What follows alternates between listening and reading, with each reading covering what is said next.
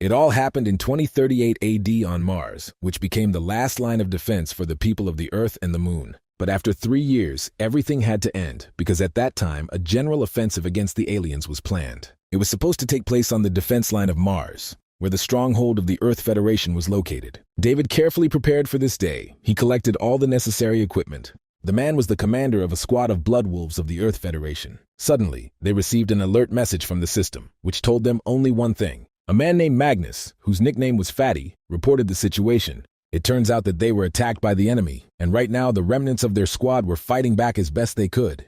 But there were too many aliens, the so-called monsters that people had to deal with. Therefore, David gave the order to immediately launch a counterattack, and his boyfriend opened fire on the intruders. At that time, the weapon also changed a lot. It no longer contained gunpowder, and instead of cartridges, a laser was used. David ordered to continue the shelling, which, however, did not cause significant damage to the aliens. The man thought that even nuclear bombs were ineffective against them, and this was annoying. But when they first appeared, they could be killed even with ordinary rifles. But after 3 years of war with these aliens, the monsters have developed resistance even to nuclear bombs. As a result, half of the defense line of Mars was already in the clutches of strangers. They even developed a method of counterattack that brutally killed people. In particular, their commander suffered. But what was scarier was that among these terrible monsters, 3 new species appeared. In order to completely eradicate all of humanity, they mutated and were now divided into classes. David was even forced to announce the orange alert level because the aliens had evolved. They became mutants with extraordinary speed and strength, and people urgently needed help. Indeed, in the face of these terrible creatures, human superiority completely disappeared. However, David understood that their main task in the war was to survive, so he addressed everyone, telling them not to panic.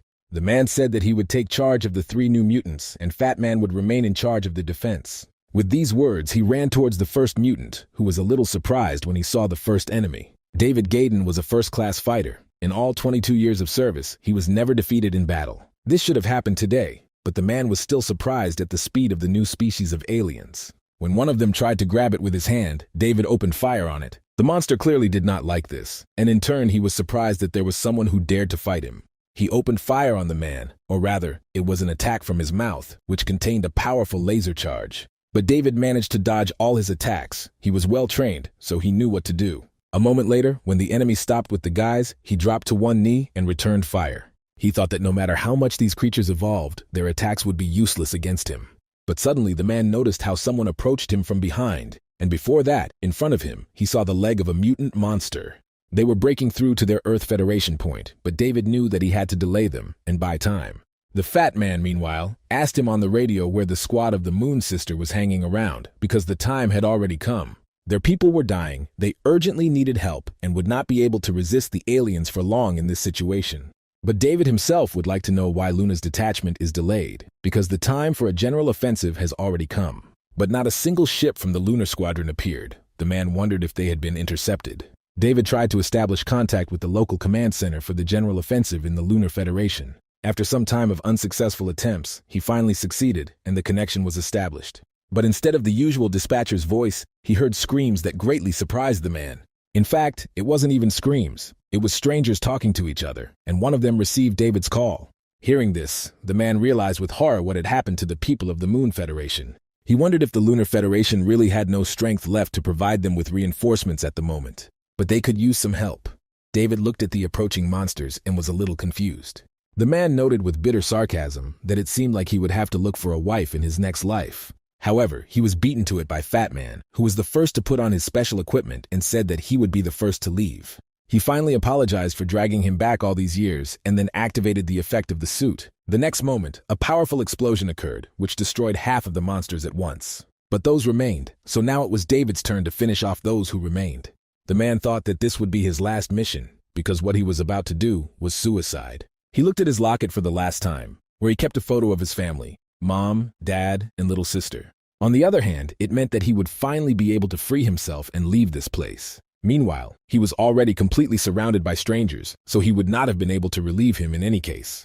There was only one option left. Not every soldier in their squad wore self-destruct equipment.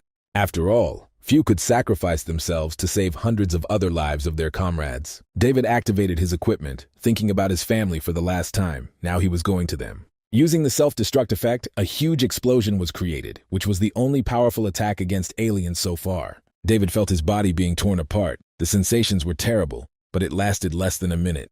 Soon Mars was shaken by an incredibly powerful explosion. He, as the squad leader, had the most powerful effect. However, then something happened that David never expected after his death. His soul was freed from his body and moved somewhere to a new place. The man himself did not feel anything about it.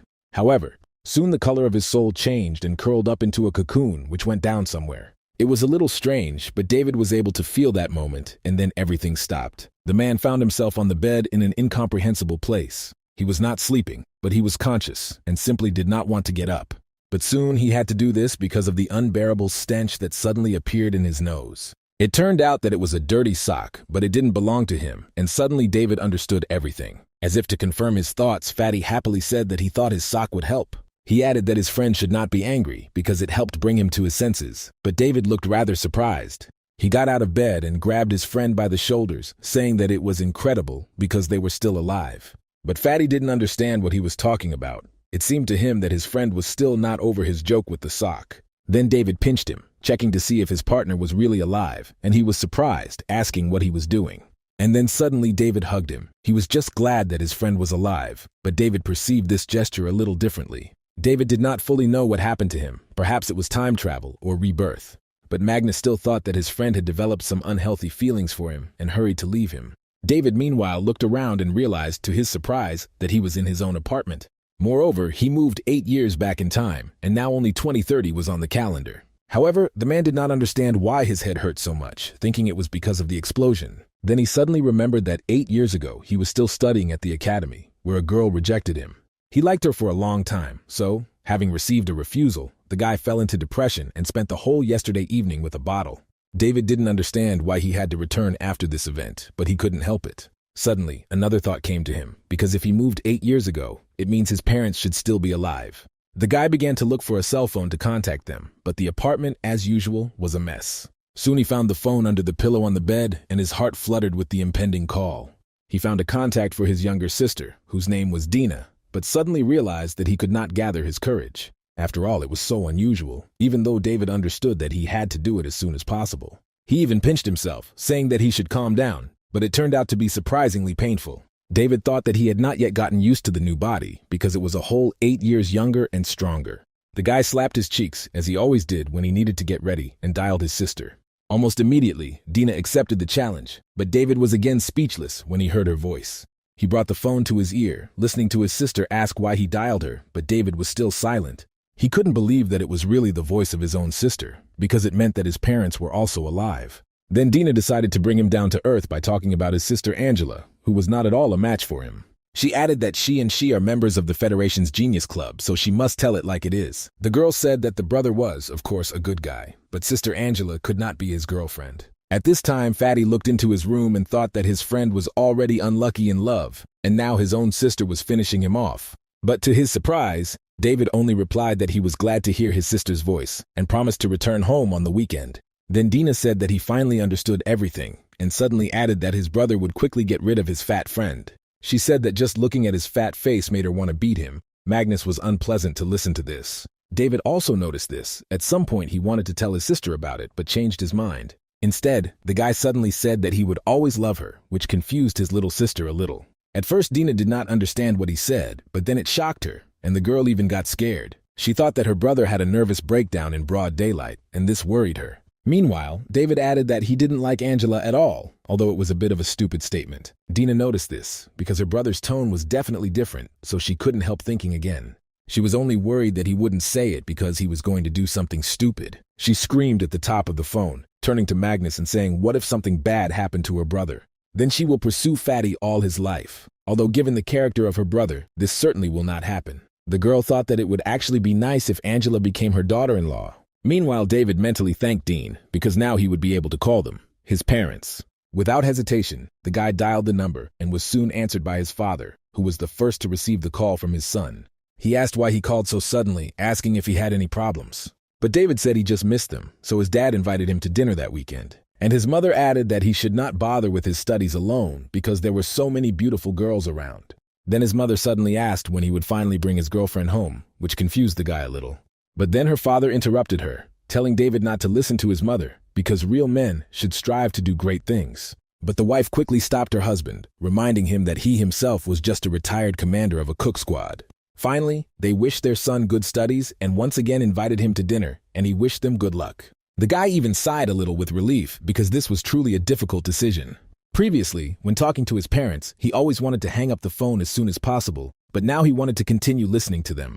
Suddenly, his attention was drawn to Magnus, who was sitting at the computer desk reading some kind of comic. Looking at his friend, David found it hard to believe that this fat man would become a great squad shooter in the future. And he will also accompany him on the battlefield of Mars until his death, however. He will also die first. Suddenly, David thought that there must be some way to prevent that devastating disaster. Now, in this body of a 20-year-old boy, there was a fully matured, unbending soldier. This means that he will definitely come up with something, but first it would be nice to fill his stomach. They had dinner together and soon went to bed. Fatty fell asleep first, as always with some food next to him. This time he dreamed of something pleasant. David understood this from the sounds he made. Magnus seemed to be laughing. But David himself could not sleep. He thought about all the events that happened to him during this time. He was glad that he could hear the voices of his loved ones again, but he did not understand why or how he was reborn. It was also a mystery that this happened only to him. David thought it was an unusually quiet night. But in just 5 years, such a tender night will no longer exist due to an alien invasion. 5 years later, the Earth-Moon system, disguised as comets, was attacked by aliens. Several important cities on Earth and the Moon received a crushing blow. The guy remembered this well.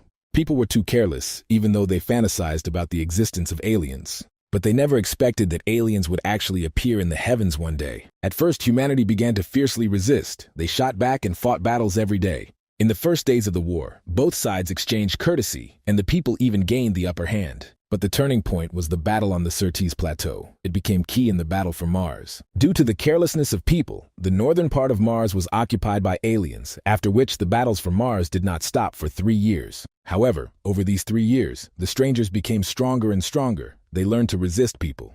As a result, after the defeat at Solnechny Lake, people lost control over Mars and went from offensive to defensive. 2 key nodes were destroyed by the stones, leaving the human coalition unable to react in time. They lost several important strongholds, and in addition, the strangers somehow figured out how major battles would take place. David wondered if it was possible that aliens also had supernatural abilities. But the phrase of the people of the moon that he heard in the guy was interested in whether they could be traitors. After all, everything must have its own reason, and if the people of the moon really betrayed them, then what was their reason? But David soon rejected this guess. His assumptions were of little use now. After all, he was not part of the top management, so most of the information was out of his reach. He thought that although he had returned to the past, he couldn't do anything now. It was even better. However, for some reason, it seemed to him that there was some kind of problem within people, and he simply could not leave everything as it was. Suddenly, his attention was drawn to a poster on the door that read, "Fight for the Earth" in English. Then suddenly, David thought what would happen if he too became a member of senior management and learned about everything from the archives. After all, while studying at a military school in the past, his grades were too mediocre for this. However, this time is different, and if everything works out, he could join the senior management. And with him the right to influence decision-making, so perhaps he can find the key to solving the problem. But the most important thing is that because of the war, after 5 years, students with good results became the main forces on Earth. Recklessness and fun will not help solve problems, so David knew that he had to be serious and consistent. Meanwhile, Fatty dreamed of all his classmates looking at him and his girlfriend with envy. Yes, in his dream he had his beloved girl Lulu, whom he met at the end of the 3rd semester. Soon after studying, they headed to his house, where Magnus led her into the bedroom and brought her closer to him. He suddenly reached for the zipper on her chest, intending to stretch it, and the girl embarrassedly told him to stop. But suddenly the guy's plans were interrupted by a monster who quietly opened the window in his bedroom. The werewolf burst into their room and growled, which scared them both, and then grabbed Lulu. This was quite unexpected. The girl screamed for Magnus to help her, but he still did not recover from the shock. The werewolf took advantage of this. He pushed Fatty with his foot, and he flew to the end of the room. Magnus didn't understand where the werewolf came from here, but he told the girl not to worry, because he would save her. But it seemed the werewolf had other plans as he headed back out the window, intending to simply escape. Then Magnus shouted that the monster should not even think about escaping until he returned it to him. Lulu, Fat Man, attacked the wolf. He grabbed his hand, with which he was holding his girlfriend, and tried to unclench it, but nothing happened. In addition, Fatty noticed that this was not a werewolf, but a real merman. He understood this from his body. Then Magnus screamed in despair, because he didn't know how to fight such monsters, and his girlfriend was doomed. Fortunately, at that moment he just woke up and was surprised to find that everything was not so complicated. After all, he really was squeezing someone's hand, only it wasn't a merman, but his best friend and roommate. David didn't understand why Fatty suddenly grabbed his hand. It made him a little uncomfortable, but he didn't say anything. The guy just looked at Magnus as if asking what this meant, and he, apparently, had not yet fully woken up. The fat man screamed, saying that his friend had become a merman, which surprised David even more. They sat like this for some more time, but soon David could no longer stand it and turned to his friend. He asked what he was doing, and he suddenly asked if he had drowned himself, and now his spirit was haunting him. He added why this had to be done because of some woman, clearly referring to his fictional girlfriend. But David replied that his friend simply had a nightmare, and he himself just decided to practice. The guy said that a future soldier cannot afford to be lazy, and the fat man said that his friend reminds him of an instructor. David thought that failure in love really seems like something serious when you are young, but then it becomes just a good memory. And although it was his body, all aspects of it had changed greatly, and it would take some time to adapt. Moreover, if we compare the use of genetic power, the conditions on Mars and here were like heaven and earth. Probably the feeling he was experiencing now could only be understood by people who survived hell itself. But in fact, even his friend Magnus was also very talented. Otherwise, he would not have been able to live to see the last battle. Suddenly he wondered what motivated his friend to fight on the battlefield, if for him it was hatred. With these thoughts, he took off his t-shirt and went to the shower, and Magnus saw that his friend was excited about something. The fat man thought that his friend must be trying to suppress his pain by training, being rejected by the girl. Therefore, his fictional Lulu is the best because she will never cause so many problems. With this thought, the guy reached for the bag of sweets that always lay next to him on the bed. Magnus had his own way of solving problems. If he had a grief in his life, he always drowned it in food. David thought that he could have guessed it earlier, because food probably supported his friend in all his battles. Meanwhile, he himself went into the shower to clean himself up. They used it very often on Mars. The guy looked at his body again and thought that now he was capable of a lot thanks to his good shape. 5 groups of mat snow triathlons and a 10-kilometer cross-country. When he reaches the peak, it will all be a breeze for him. David thought that he was now 40 to 50% recovered. In fact, his body should now be better and more resilient. It's just that genetic power needs further training and will. Such a mysterious feeling appeared to him. More precisely, this happened in a war against aliens. In this era, genetically modified soldiers were not a taboo. Initially, in order to colonize Mars and the Moon, scientists began to conduct research on reconfiguring human genes. As a result, these studies made such a huge breakthrough that they solved not only problems with adaptation to an alien environment, but they also significantly expanded the potential of humanity, which was a very good achievement. Genetic technologies have truly brought man's exploration of the lunar plans into reality. The Earth Federation was somewhat conservative about genetic engineering and more inclined towards natural evolution. They believed that more time was needed to achieve the goal of people fully adapting to travel between the stars. The people of the Moon, on the other hand, acted more radically because the harsh conditions dictated a more urgent need for them. And although direct genetic correction has brought benefits such as increased IQ and adaptability, but because of it, some physical and mental defects appeared, due to which huge disputes arose. But the Moon people, through the creation of pairs of new people, took advantage of the superior ability of people. It was about self-regulation, the human heredity of survival of the fittest species. In essence, the goals of the Moon and the Earth were the same, only the processes of achieving them were warm for some and hot for others. David thought that his physical condition would be much better before the war. The main thing was to let this body get used to the genetic power.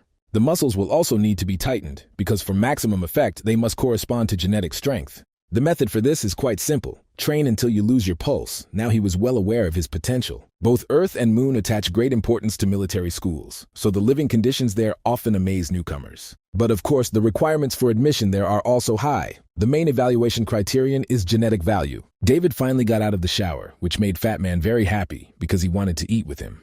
The guys got ready and went to the dining room. After all, the food at the military school was great, which Magnus really liked. And it seemed a little strange to David that his friend had not yet said a word about the upcoming menu because he always did this. Instead, he suddenly said that for some reason it seemed to him that David was somehow different today.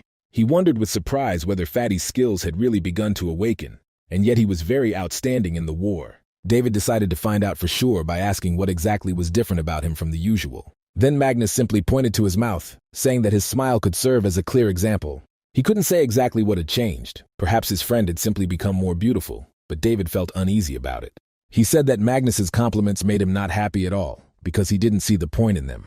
From the outside, they were talked about as the same guy who dared to confess to the most beautiful girl in the school and about Fatty. Meanwhile, the friends helped themselves to large portions of breakfast and went to look for a free table. Magnus noticed how everyone was whispering about David, discussing his action, namely a public declaration of love. The same Italy was on social media where people thought that this guy's enthusiasm had disappeared after such an incident. For a moment, Fatty even found it funny to read all these comments, but then he sighed loudly. He told David that young people these days have no respect for their elders at all, clearly referring to himself and his friend. But it so happened that those around him heard his statement and everyone laughed at this, and Magnus felt embarrassed. Suddenly, a girl approached their table, clearly unhappy with David's actions. She furiously said that with his love confessions he had already glorified their class in a better way than ever. Her name was Catherine Seindal. The girl was the head of their class at a special military school. She was also a friend of David and Magnus, quite a close one at that, but she had already been working as a prefect for 4 years. David remembered that after graduation she had quickly advanced in military service against aliens, and she became one of the youngest spaceship captains who took part in battles. For the first few years, she and Fatty were at the very bottom of the army, but this did not stop her from continuing to communicate with them. It's a pity, but it seems that the heavens themselves were jealous of her talent because in the Battle of Sunny Lake, her fleet was almost defeated. And in the end, Catherine Seindal also fell in that battle, defending her spaceship to the last. However, this will happen later. But for now, the girl asked if she was wrong when she saw David looking at her carefully. Then she approached him and asked if the guy was really eager to disgrace them in front of the entire school. David thought that she was really right, because he really distinguished himself. Then the fat man decided to support his friend, telling Catherine that he had probably already realized everything and had already laughed at him a lot. And the girl turned to David, asking how well he had thought about everything, and would he really treat them to 3 full meals. Fat Man joined in, saying that the guy would also have to wash his socks for a week. Then David could no longer stand it. He said that it was more like finishing off rather than consolation. Catherine said that initially she really wanted to console him, but when she saw his smiling face, she decided that there was no point. Magnus showed his support by asking for the password to his bank card, saying that he would take care of it for him. And David thought that in the past at this stage he had really suffered a serious injury, and it caused a lot of problems. But now, the fact that he was depressed because of Angela now seemed really ridiculous to him. This time he felt great, and it was a completely new experience, which, however, he liked. The taste of the food also seemed great to him, because those who went through the war know how pleasant it is to eat in peace and quiet. But later, the quality of food still became worse and worse, and that food cannot be compared with food in times of peace. He told the fat man that he didn't have a bank card, and he could leave the pile of socks lying in the hostel. Catherine decided to change the subject and asked if the boys shouldn't focus on their 3rd year. But Magnus replied that all graduates were the same, and it didn't make much difference what stamp he had on his certificate. He added that he even admires David in this regard, because he doesn't care at all about his results. And he thought that he had to act as quickly as possible and take his studies seriously, so that these words would no longer be true. Catherine shared his thoughts. She said that the stamp depended on where they would start after joining the army. Then Magnus remarked with satisfaction that they were lucky to have such a caring head woman who worried about them. He added that he and David were most likely hopeless, so they would depend on their big sister in the future. The girl decided to play along with them and agreed, saying that she was already aiming for the Iron Eagle fleet. This was quite unexpected because this fleet was an army of aces and it was extremely difficult to get there. But Catherine said that she would succeed. She added that the guys should take better care of their own future. She asked, since they both had balls now, was it really more than 700? But it wasn't that much. The girl told the guys to work hard these days. Maybe she will even help them with this. They need to strive to score 800 points, and if they can do this, they will qualify for the Earth Elite competition. This will significantly improve their certificate. And it doesn't matter whether they win something or not. The guys liked this idea. David said that the head girl was right and promised to make every effort to get to these competitions. Hearing this, Catherine praised him, saying that it was the right thing to do, and then asked what about Fatty. Although he was not particularly enthusiastic, he also replied that he would try to get into the competition, and then she calmed down. David, meanwhile, decided to take a sip from his mug, but suddenly realized that he had not yet asked the most important thing. He was a little confused, and then asked when the competition would take place, wanting to know how much time they had. To this, Catherine replied that they still had more than a month, and she also noticed that the guy had already eaten everything. This surprised Catherine a little, because she remembered that he took himself a portion for real gluttons, but he finished it even before Fatty. David, finishing the last bun, looked at her, not understanding why the girl was so surprised. And then he announced that he would go for more, and soon appeared again with a full plate of buns. The guy explained this by saying that for high-intensity training, he needs a large amount of calories. And it was not enough just to eat. You also need to load your stomach with reserves so that it can work for a long time. A couple of minutes later, he finished off another portion too, saying how great it was that they weren't at war. But Catherine and Magnus did not understand these words of his, and soon David realized that he had talked too much. He hastened to change the topic. He asked why the guys weren't eating, but Catherine replied that she was already full, watching him do it. The girl wondered how it was possible to eat so much in such a short period of time. Magnus thought that his friend really turned his emotions into a desire to eat and limited himself to food alone. In the eyes of the fat man, this was terrible, because he wanted to help David, but in the end he also taught him to eat away his grief. He added that his friend should not despair, because he still has everything ahead. Sooner or later, he met his girlfriend. Catherine also added that men should be strong, so now he should focus on points, and David thought that his friends had again misjudged his behavior, but he really couldn't explain anything to them. Catherine Seindel lived in the women's dormitory of the Dragon Letters School, not far from David and Magnus. She had just finished her little work and was glad that she had finally decided on everything.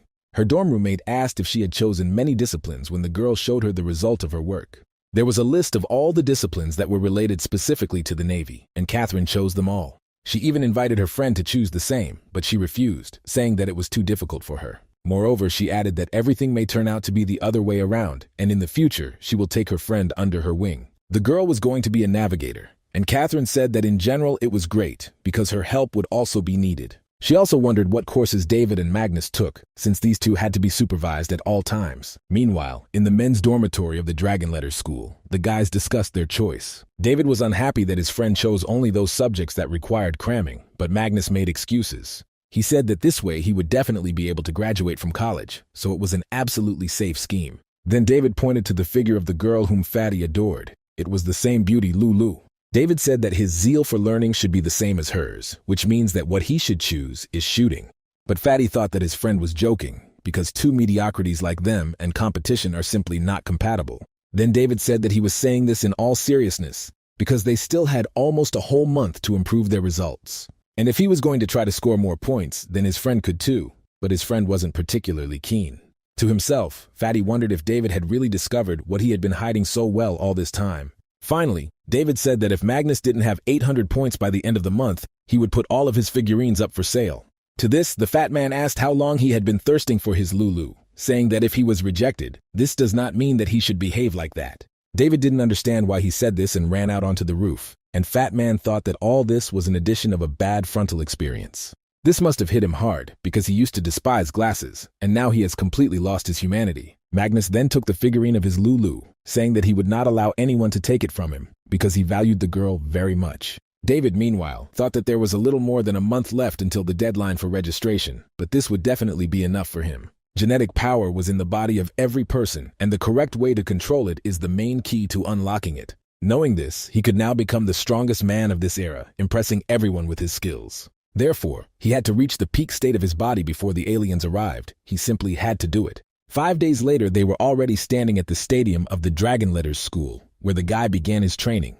To begin with, he decided to pay attention to his endurance, so he went for a run every day. This time he ran at speed, and Fatty, who was watching him with Catherine, said that he felt sorry for his friend.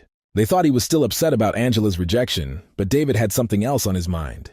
But for several days now, all he did was train, eat, and sleep. The guy never felt sorry for himself. Magnus summed it up by saying that love destroyed his friend, because before he was not like that, literally at all. But Catherine said that David had simply become a better person and added that Fat Man would also benefit from such changes. She took his chips and threw them in the trash, telling him to go train now. But Magnus didn't see much point in this, because he already had more than 700 points for the competition.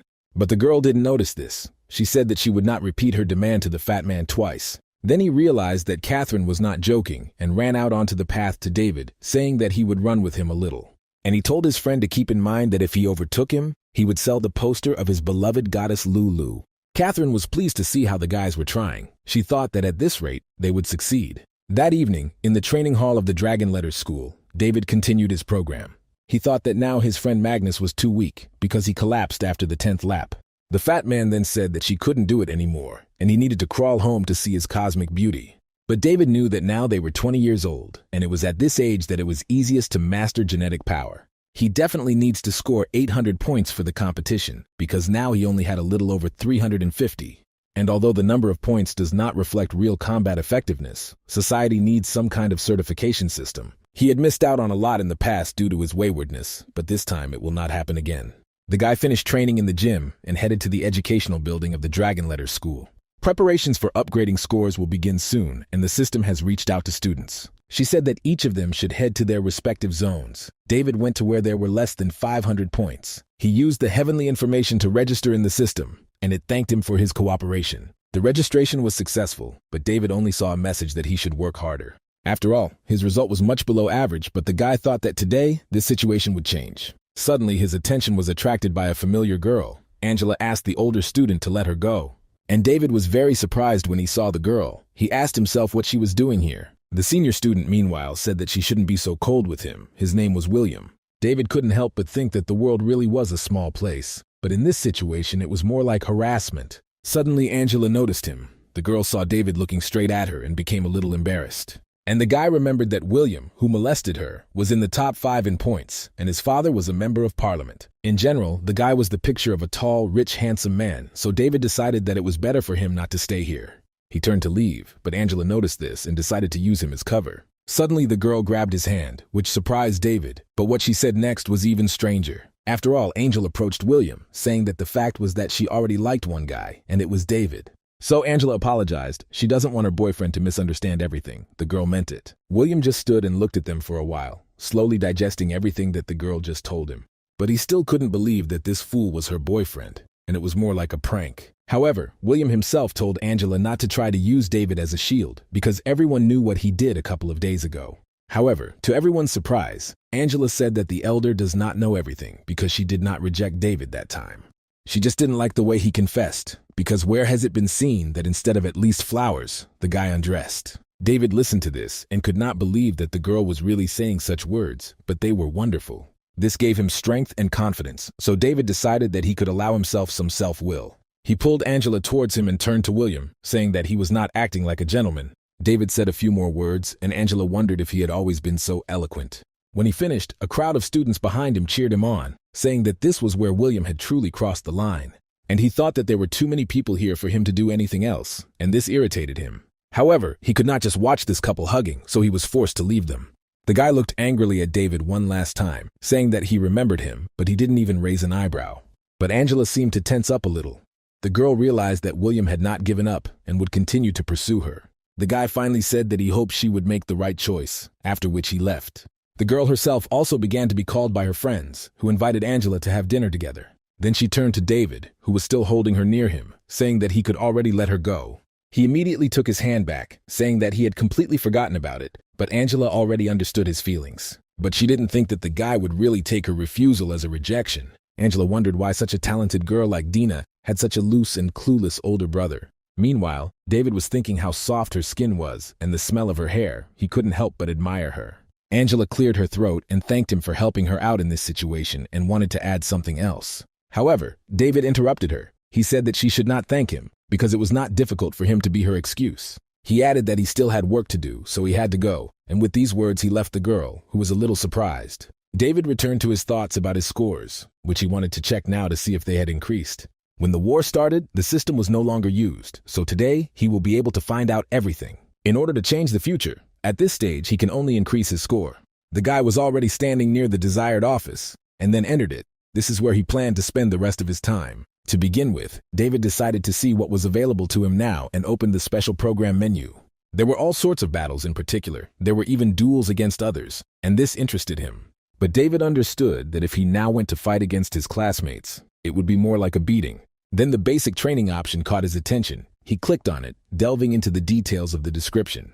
Essentially, it tested the soldier's abilities by simulating various brutal military conditions. In his previous life, this type of competition seemed completely disgusting to him, but now he had already felt the taste of war. Therefore, David chose this training option without any hesitation and confirmed his choice. The system then welcomed Dragon Letters military school student David Gaydon, and since he missed a month of competition, 10 points will be deducted from him. This did not make the guy happy. He even felt somehow uneasy that he, the future commander of the detachment, had his passes deducted. The control cabin completed initialization of the simulated battlefield, and the system announced that he could enter. Then David put on a special suit, without which it was impossible to be in this environment. And then he took his place. The system asked if the student was ready to start training, and the guy answered positively. Then the system announced the start of immersion of the copy for preparation. The pain transfer coefficient was set to 100%. Then an imitation of his costume was launched, which made him feel like a real soldier on the battlefield. Soon the suit completed the simulation, and in a moment it would be on the battlefield of Mars. This location was called Magnificent Fireworks, and David already saw a new environment around him. He landed safely and immediately noted that he had not forgotten how to do it correctly, which was very pleasing. Soon the system completed loading and he saw many enemy reconnaissance drones in front of him. Meanwhile, in the men's dormitory of the Faculty of Journalism of the Dragon Letters School, life went on as usual. Students were rushing to finish homework for their first year, but no one could find good material. A guy named Michael said that this month everything was kind of normal and there was nothing special. He couldn't interview girls anymore, and funny videos weren't very exciting lately. In addition, there was a score exam coming up, and everyone was preparing hard, which made them look too formulaic. It was because of this that he lacked good material, and he had already been looking at the scoreboard for an hour. Most likely, all the popular recordings have already been cut and used as material. So he had to find something among the not very popular records, and Michael got to work. Suddenly, he came across an anonymous person who was taking the Magnificent Fireworks test right now. The guy could see this information thanks to the system, but this exercise was designed to use Mars as a battlefield, and only masters of the highest rank dared to try to pass it, but even such experts dropped out almost immediately. Therefore, it was too naive for this guy to choose this test in an attempt to earn points. After all, it will all end with him being cruelly humiliated and flying out of there in a moment. Suddenly, Michael noticed that this student's pain sensation had reached 100%. It was incredibly creepy. David, meanwhile, thought that the only thing missing in this place was the smell of blood, but these stones and the wind had an atmosphere. In general, this whole place, full of wasteland and cruelty, was exactly it, the battlefield of Mars. He was familiar with it. Here it represented a passage through the gorge, and that meant that the test taker will have to avoid all sorts of artillery weapons until the very end of this passage. However, in addition to frequent unexpected shots from around the corner, there were other attacks to be wary of in this place. In particular, these were induction mines. If caught on them, one could easily lose a limb. David was well versed with each type of attack that was present on the battlefield, so he had the advantage. Before the start of the test, a 1-minute demonstration of the gun's firing trajectories was carried out. Michael watched David with interest, expecting him to fail the test in the next second. Meanwhile, David prepared to begin. He had successfully memorized the test card and was confident that he would pass it. The guy accelerated and ran towards the gorge. He had already seen the first mines, which he remembered from the map. However, to Michael's surprise, he easily ran through them, dodging the explosions without being hit by anything. This was followed by laser attacks from artillery, but this did not present David with much of a problem. He deftly passed every corner of the gorge, not allowing a single attack to touch him, much less wound him. He soon stopped because he remembered that at this stage, it was best to dodge attacks on the spot. The guy looked straight ahead at the artillery installations because he knew where they were located. They opened fire on the test taker. If even one attack had hit him, David would have felt real pain. However, he himself understood this perfectly well. The guy prepared to jump away in time so as not to get hit. He did so, but David had to run further along the gorge, so he needed to think about how to get through these installations. They were called photon cannons, and one of their disadvantages was that they could not reach a target in the air. As expected, they were unable to detect him, and he flew over them safely, continuing to move further along the route. Of course, the guy understood that now the installations would turn around again and open fire on him, so he had to hurry. And as if to confirm his words, the photon cannons fired a new salvo when he was already running along the gorge. But David was able to move far enough away that the explosions from the guns did not cause him any harm. Mike was especially surprised by this. The guy was shocked that this student was already able to pass 70% of the test. After all, 100 meters of this passage can be described as 100 meters of death, and completing such a distance by 70% is already a reason for pride.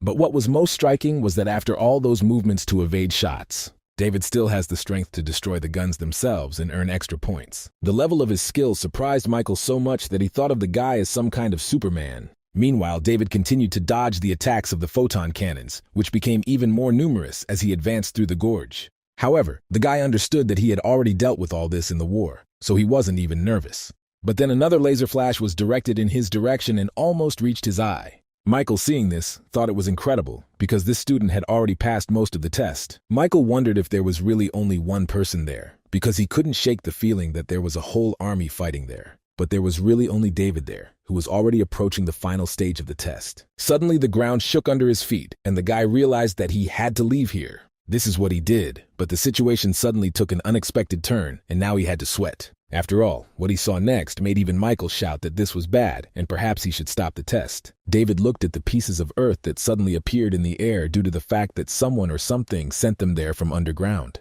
Michael asked the system what kind of perverted exercise this was, because no person could pass it. David was also surprised by this picture, because he did not remember seeing something like this on the battlefield of Mars. The next moment he was attacked, this attack was many times more powerful and faster than the previous ones. But he was able to evade her, as in all situations. Now he needed to come up with a plan. David focused his attention on the enemy. This time it was a real monster. With this thought, he ran forward, simultaneously dodging the dangerous attacks that were all directed in his direction.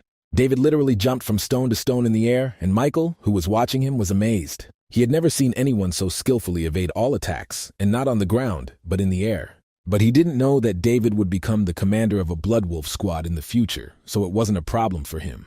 Michael thought that the guy himself was also like a monster, because where does an ordinary person have such jumping ability? But David's opponent did not think of letting him go so easily. He again fired a volley of laser attacks at the guy. One laser still hit his ear. The guy didn't have time to completely dodge, but this attack was very fast. However, there was very little left to his final destination. The guy was already almost on the other side of the cliff. But a sudden injury prevented him from completing the maneuver in time, and he missed a little. Michael also noticed that the shot weakened the force of the jump, which meant the guy wouldn't make it, and that was bad. David himself understood this, but fortunately, he managed to grab the edge of the cliff to which he had jumped. His hand was slightly cut from the attack and his ear was also damaged, but David had not lost yet. He continued to climb up, grabbing the necessary stones so as not to fall back to the monster. And then David made a dash with which he hoped to reach right to the end of the cliff, and he succeeded. However, suddenly he saw the final attack of the monster approaching him, who managed to release it. It split into 3 lasers, but David was able to dodge them all. He knew that the end of the test was near. He still had 10 meters left, so the guy was sure that he could break through. All he had to do was wait for the moment. He ran to a safe distance and finally saw the finish of the test, before which the last obstacle awaited him. It was a small labyrinth of lasers that was impossible to navigate even if you were the fastest person. David also realized that trying to get through this with human speed alone was at a loss. To Michael's surprise, the guy took a step and slowly approached the lasers, studying their location. And then he began to move through this labyrinth, deftly passing each laser. Michael even had his glasses knocked off by what he saw, because such flexibility would have been seen by many experienced soldiers. And David thought that only by relying on instant judgment and flexibility could he pass this test. As expected, he successfully reached the finish line, which was the portal gate. All the guy had to do was just enter them, which he did, and then the system turned on again. She issued many messages to David, among which he could read about his breakthrough reward and find out his rank. He had an epic look, and it couldn't help but make David happy. Now he could take off all his equipment. And Michael didn't even believe that all this was happening in reality, because this student completed the battlefield of Mars with 100% difficulty. Michael asked himself who this man was, because you had never met anyone like him before.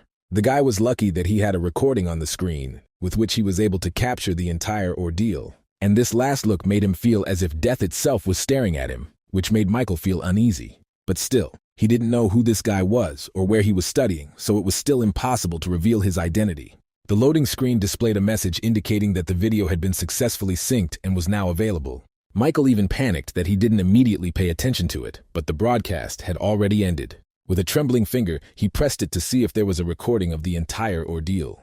Fortunately, everything was preserved, which meant that the guy had excellent material to release. Michael thought of David not so much as a god, but as a demon, because what he did was incomprehensible to the mind. From the beginning to the very end, there was an aura of extermination, and it did not come from the battlefield, but from this person. It took Michael, who already had some experience in journalism, less than 20 minutes to put together the report. And very soon, messages appeared throughout the school about a student who had passed through the battlefield of Mars. Michael noticed that, judging by the voices, this had already become known to all students in the faculty. Just 5 minutes later, the largest military schools exploded with messages from students. Michael wondered if this was really the trump card of one of the schools, and thus they decided to declare themselves in the competition.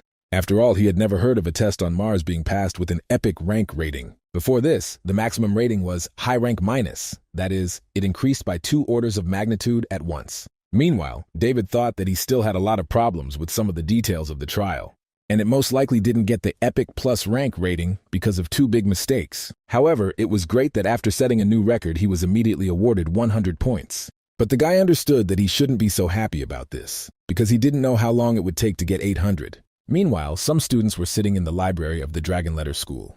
Among them was Angela, who looked a little irritated by the current atmosphere. This is because many students were discussing how someone was able to break the record for traversing the battlefield of Mars. The girl was also interested in this because she finally paid attention to it because everyone around was talking about the same thing. She opened her phone and went to the school message board, but the information posted there surprised her. She, like everyone else, read about an anonymous student who passed the test of the battlefield of Mars. But each of the Earth and Lunar Federations had its own rating, and this student raised it well for Earth. The gold content on the planet Moon is higher, which is especially pronounced at the higher levels.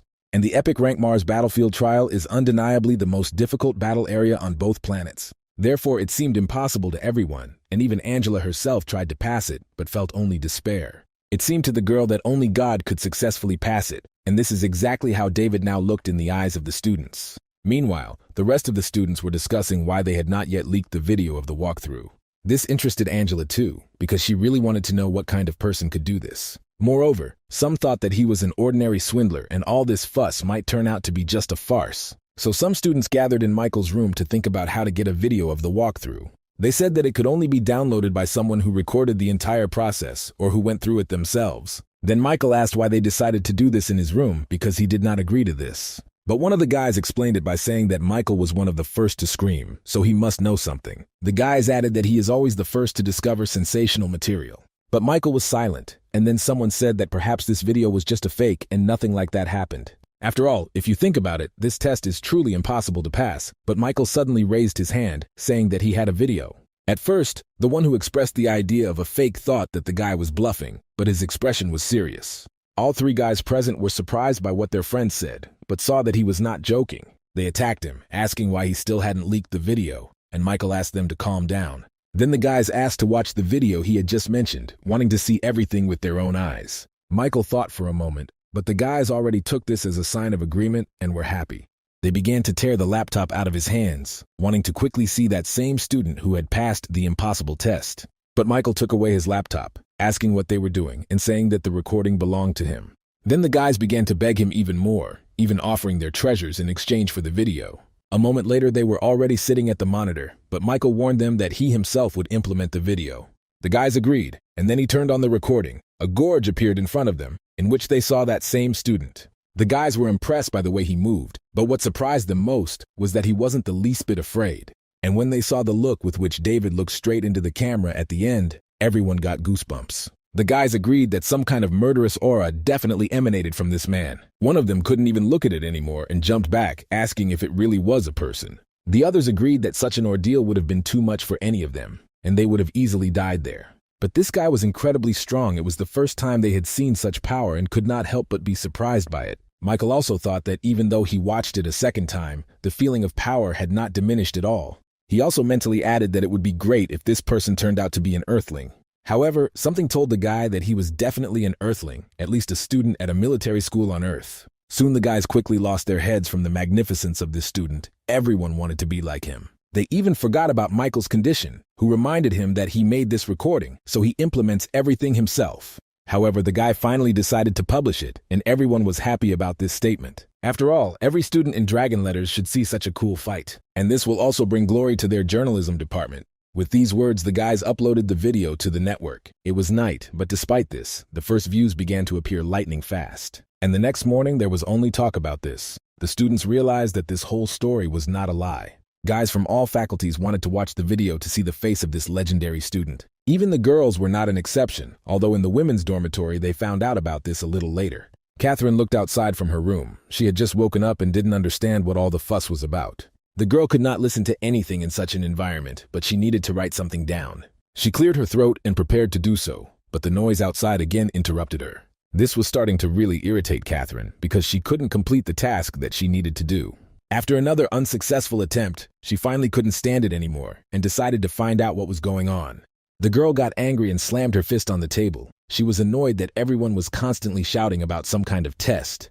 Catherine screamed how she should write something down in this situation, and her neighbor came to her cry. She hastened to reassure her friend, saying that she would show her something interesting, and handed her her phone. At first, Catherine misunderstood her friend, saying that she had different interests with her, but she shook her head. She said that it was something that both she and Catherine would like, but the tone of the conversation did not change, and it was definitely about guys. She confirmed this, saying that this guy was a real macho man who could seduce even her. But Catherine replied that she would not watch anything, but her dorm roommate was not far behind. She opened the phone, which immediately brought up a live broadcast of the Battlefield of Mars rated Epic Rank. Then Catherine said that she already knew about it, but her friend, whose name was Clara, insisted on watching it. Both girls leaned over the small monitor and watched the entire video from start to finish. Catherine was clearly impressed by this student. His movements were truly incredible and admirable. Clara thought the same thing. The girl liked strong guys, and this student was just like that. Catherine thought about his incredible reaction and speed, as well as his ability to observe his surroundings. She wondered what kind of training she had to go through to achieve such self-control. In truth, it was even unexpected that such a terrifying creature existed. Moreover, this last look of his exuded a cold calm of spirit and a desire to fight. The girl hoped that she would not run into him at the very beginning of the points tournament because he would definitely be there. She had a feeling that no matter who went against him, no one could stop this guy. But Clara was only thinking about how handsome he was. It seemed that the girl did not care at all that he could become her opponent. She felt as if every cell in her entire body was ready to give up, and she wondered what he looked like. Meanwhile, Fatty tried to restrain himself from the provoking thoughts that were bothering him. After all, today was Fatty's big day, so he must make sure everything goes well. He made a homemade support flag, also had a limited edition Nanoroid, a set of posters and accessories. He prepared all this in order to be guaranteed to receive an autograph from Lu Mengli, who was his goddess Lulu. David, who had just gotten out of the shower, noticed that it had started again and even thought about inviting a friend over for dinner that evening.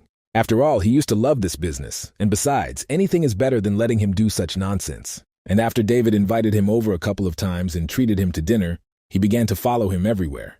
This was the case until he joined the army, so David asked his friend if he wanted to go over to his place for dinner that night. But Magnus, today was the great day of the fat man, which he had been waiting for 2 whole months. Then David advised him to confess his feelings to his goddess, because even if he was rejected, it would be a valuable experience. The guy even felt a little uncomfortable because many years had passed, and his friend was still true to his feelings. But Magnus replied that it was enough for him to just look at her, because loving does not mean owning. Then David said that he would not continue this chatter, because he still had to concentrate on the points. He added that whoever didn't get 800 points before the competition would wash their socks for both of them, which didn't sit well with Fat Man. Finally, David said that he was going home for dinner and advised his friend to control himself in front of his goddess. Magnus didn't have time to respond to this, and a few minutes later David was on the subway, returning home. His parents' house was located not far from the nearest metro station, so the guy got there quite quickly. As soon as he approached the door of the house, he smelled the delicious smell of stewed fish, which no one knew how to cook like his father.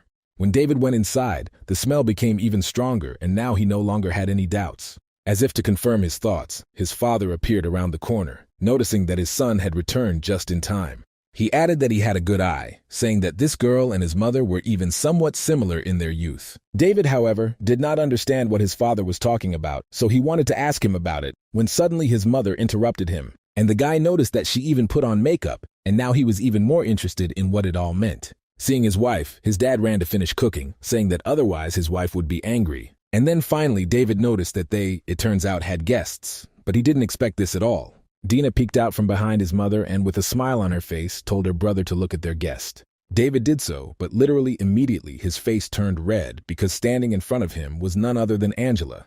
The girl raised her hand in greeting and greeted him. She looked as charming as always. Meanwhile, on the campus of an American school, students also watched a broadcast of an impossible test. The students agreed that none of them could complete it even halfway, so they were very surprised. The fact that David was watched all over the world testified that Michael's work was a success. Views of his video in real time broke all records of the main news stories all week. The next day, Magnus sat at his computer screen, finally getting ready to watch his space beauties. After all, because of all the noise with the expert yesterday, he never managed to do this calmly, which was a little annoying. The fat man was only interested in one thing besides food, and that was women, so the news about the expert didn't bother him much. Meanwhile, David stood stunned that the girl he liked was standing right in front of him. He looked at his little sister, thinking that it was probably her doing, and she winked at him. Suddenly, David thought that Angela had never been to their house in the past, which means he managed to change the course of events. He was able to meet Angela thanks to Dina, who somehow managed to make friends with the elite of their school. That first time the guy saw her, he was confused and forgot to even greet her back. It happened this time too, Angela asked in a gentle tone why he did not greet her. Then David tried to get out of it, saying that this was not necessary because the fairy herself came to visit them. It would have been a nice compliment if his mom hadn't yelled at him, telling him to go help his dad. David looked into his father's kitchen, where he was already finishing the fish. The guy said that he would help him. However, Dina did not miss the opportunity to tease her brother, saying that his skill would only scare away her sister Angela. David replied that she herself had no equal in this, which put his little sister in her place, and she didn't like it. Dina suddenly screamed, turning to her mother and saying that her brother was bullying her again. It was a forbidden technique. The mother instantly took her daughter's position, looking at David with a menacing look that made him feel uneasy. He walked into the kitchen and ran up to his father, telling him that he could leave the rest of the cooking to him. At one time, his dad showed him how to cook fish stew, so David knew what to do and when to do it. The father looked at him with admiration, and then the son handed him a piece of the dish, telling him to try it. Mr. Hayden did so, and to his surprise, he had to admit that it was delicious. The man added that his son's performance was even close to his level and praised him, saying that he was proud of him. And David thought that being able to cook food for his family was a very rare thing for him. So now he could use the culinary skills he had practiced on Mars during the war. After some time, he finished and hurried to take all the dishes to the table, where everyone had already gathered. David then made sure everyone had enough chopsticks and wished them bon appetit. The guy advised Angela to try the hot dishes first, putting one on her plate. And Dina, who watched all this, was surprised that her brother could be so kind. But David didn't notice her annoying look. He gave Angela another piece, saying that she couldn't get enough of one. Dina realized that at this rate they would have their first date tomorrow, which she had never planned. After a while they finished dinner. Everyone admitted that David had become a much better cook. Then the parents said they would go for a short walk to help digestion, while the children cleared the table. When his mom and dad came out, they immediately started talking about Angela, saying it would be great if David started dating her. Meanwhile, David and Dina finished cleaning. The sister immediately lay down on the bed, and David asked Angela if she would have an apple. She agreed, but Dina said that she wouldn't, and suddenly got out of bed, going to her room. She said that a classmate called her, so she should go away, while they let them eat. She left, and David thought that his sister did this on purpose to leave him and Angela alone. He himself understood well that Angela should not be his soulmate, even though the girl was very beautiful. And she was so close, which made her seem even more outstanding, but he could not give in to temptation. After all, now he must concentrate on changing the future and preventing the invasion of strangers. The guy finished peeling the apples and handed them to Angela, who thanked him for his efforts. The girl took one slice on a skewer, asking if it was okay that she came so suddenly. David was a little confused as to what she meant, so he just stared at her in surprise. And the girl took a bite of the apple and thought that not so long ago he behaved completely confused in front of her. But less than a week had passed before he played along with her in front of William without any problems. Angela suddenly thought with surprise that she had to admit she was indeed a little tempted. Meanwhile, David replied that everything was fine, because after all, she was a close friend of his sister. He added that it seemed his parents misunderstood everything, but assured the girl that he would explain everything to them later. But at the same time, when he said that, Angela said that his parents were pretty nice. Then David looked away again at the apples, saying that the girl didn't seem to be embarrassed by anything. Therefore, he did not come up with anything better than to simply continue peeling the apple, this time for himself. Angela noticed that the method of cleaning it was quite unique and could not be achieved only with ordinary skills. David quickly finished the apple and took a bite. For him, it was a real dessert during the war. After all, there were almost no apples on Mars, so he would not refuse even a basket of rotten ones if he could take them there. Angela, meanwhile, quickly finished her apples and put the plate on the table, attracting attention to herself. The girl said that she actually came today to ask him for a favor. Still, when it came down to it, she didn't like to think about which words were best to use. And David seemed to understand what was going on and asked if she really wanted him to get a part-time job as her shield. Then the girl said that she was Dina's friend, and she and he also studied together so he could help her. She added that she would agree to any reasonable conditions because the next competitions are very important to her. Then suddenly David plucked up courage and without much hope, asked why she wouldn't give him a permanent job. Hearing this, Angela became embarrassed and blushed at such a sudden and painfully frank question. Still, she finally replied that she couldn't promise this, but who knows, maybe this will happen in the future. Angela thought that she had made a slight mistake today. She had the feeling that she was not keeping up with the rhythm of communication. Then David decided to get up and clearing his throat said that it was all a joke, but it was better not for these words to reach his mother. He also added that a simple thank you would be enough, and the girl could sometimes treat him to food. Angela liked this proposal better, and she shook his hand, saying that she was satisfied with everything. David didn't understand why, but he wanted to fool around, because he could see Angela again. In fact, he has long since lost his youthful stupidity and impulsiveness, so it's more likely just out of nostalgia for his youth. Meanwhile, Dina stood outside the door and listened to the sounds from the room, but it was quiet. She thought that this was such a rare opportunity, and if she messed it up, there wouldn't be another time. so she decided to just go in and see how her brother was coping there. Dina opened the door. She carefully leaned out from behind the edge of the wall, only to see David and Angela in front of her, who were discussing something. This confused the girl a little, because her brother had such a chance to win over Angela, but he was busy with something else. The guy and the girl were discussing a strategic analysis of the affairs of their elite club, which was not at all romantic. Dina thought that now her brother would be embarrassed because their training course was much more difficult than his. However, everything turned out to be a little different because Angela thought the same thing, but contrary to her expectations, David understood everything. She noticed that he quickly identified the key points and clues to solve the problem of the entire strategic plan. But this in no way coincided with the image of the David who had confessed his love to her a week ago. However, the girl did not understand how this could be, because Dina said that her brother's academic performance was low. And then Angela thought that maybe he just didn't know how to use his power correctly. David, meanwhile, noticed that she was thinking and asked if he was wrong somewhere or made a mistake. But the girl answered in the negative, a little embarrassed. She said that everything he noticed was true. And then Angela hurried to change the subject, saying that they needed to discuss something else. She showed him a familiar video, saying that a recording of the Mars battlefield had recently appeared online. This was done by an anonymous expert, and the girl asked if David had heard about it. He answered positively. Angela added that his actions alone on the battlefield of Mars could be used as a textbook. Someone from the journalism department took a video and posted it on the forum so David could find it and take a look for himself. She added that he should pay attention to the reaction, habits, and way of thinking of this expert. After all, human genes have dominant heredity, so he is as talented as his sister. Therefore, Angela was sure that David could also become very strong. She even winked at him.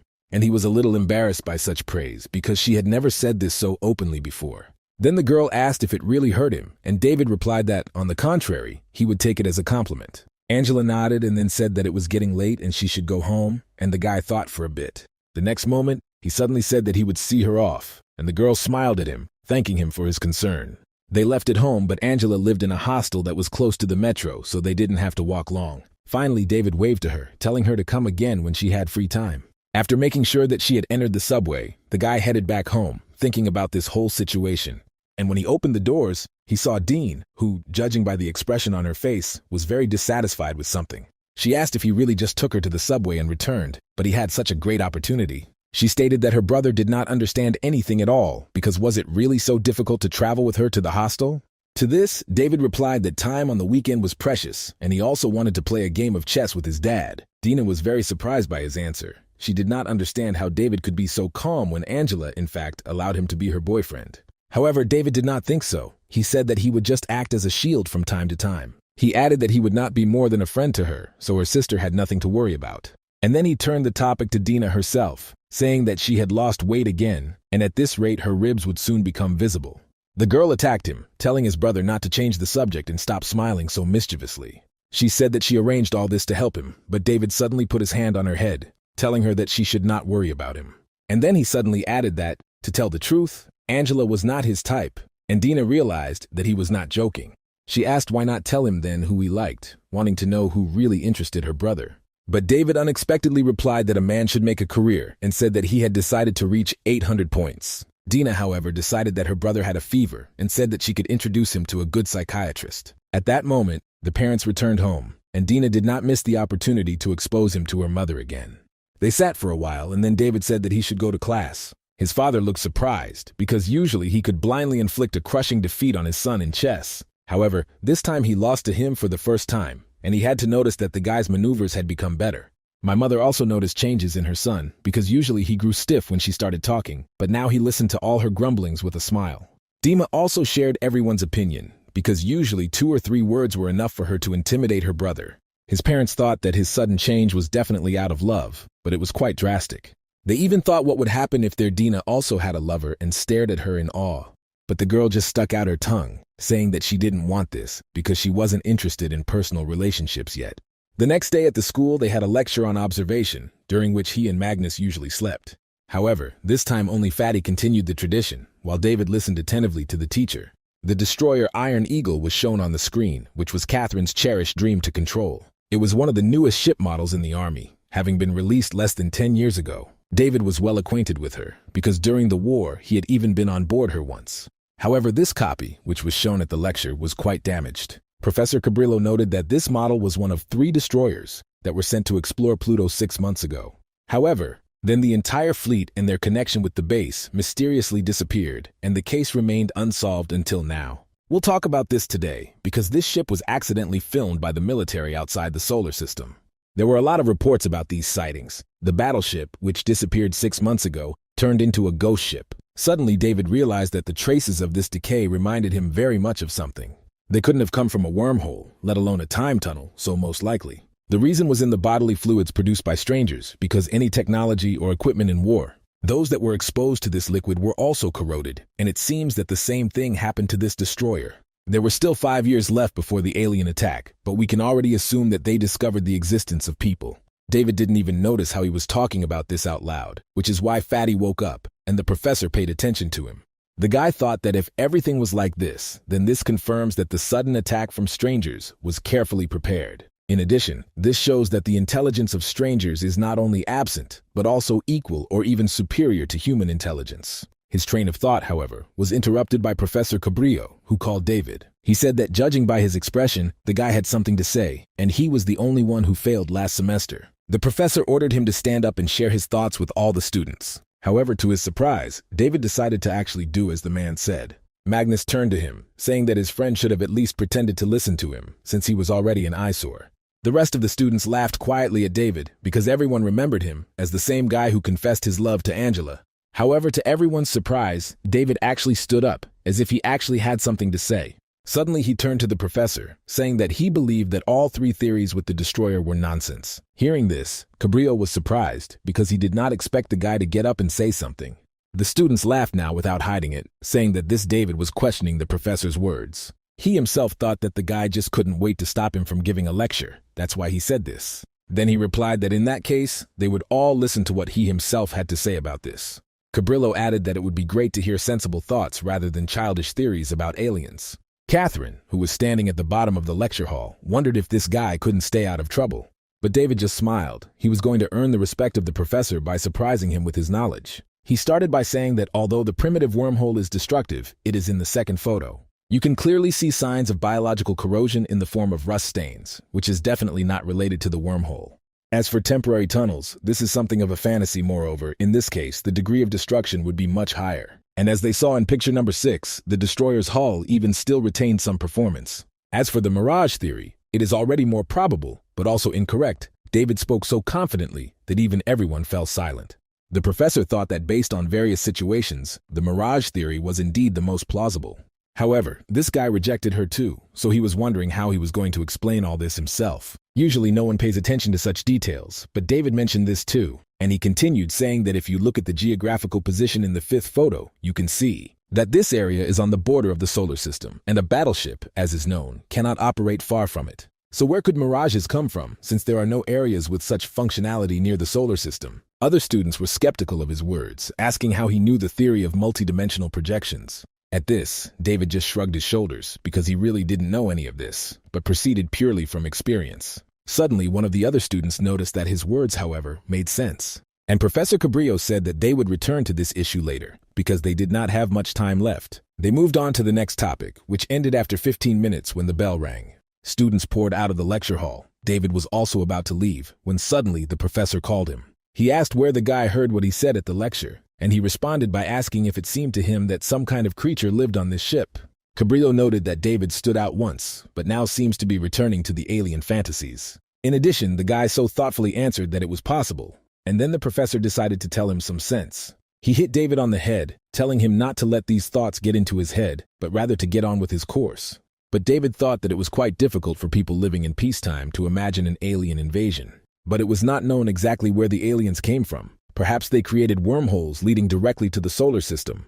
David wondered if it could be that something helped the strangers determine their coordinates. With these thoughts, he was about to return to the main building when suddenly Catherine stopped him, telling him not to pester the professor.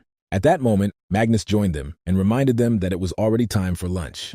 The friends went to the dining room where David, following his new habit, picked up a lot of food for training. Magnus asked if his friend was still eating away his grief, but all he had to do was spend money. The fat man, who always lacked them, felt uneasy at the thought of David spending so much. He said that at this rate, he would be broke before the semester was over, but David didn't understand what he was talking about. Catherine also wondered how he could fit so much into him, because he ate 3 times the amount of an ordinary person's diet.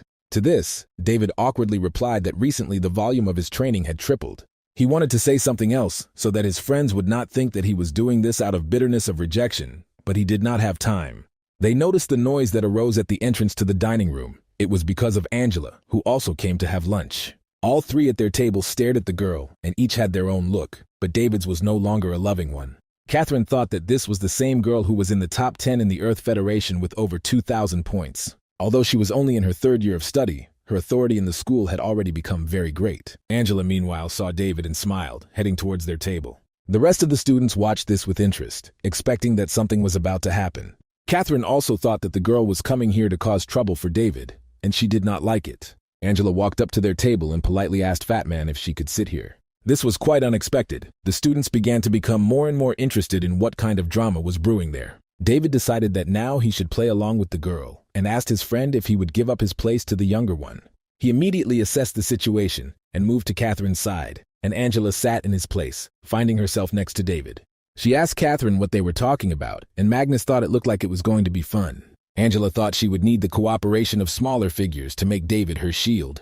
And this girl Catherine is undoubtedly the key one, and she looked at David with disbelief. Then Magnus decided to take the initiative into his own hands, saying that something amazing had happened recently. He embellished the incident a little during the lecture, describing David in the best possible terms as he defended his position. Catherine, however, decided that he was already crossing the line and told Fatty to stop writing.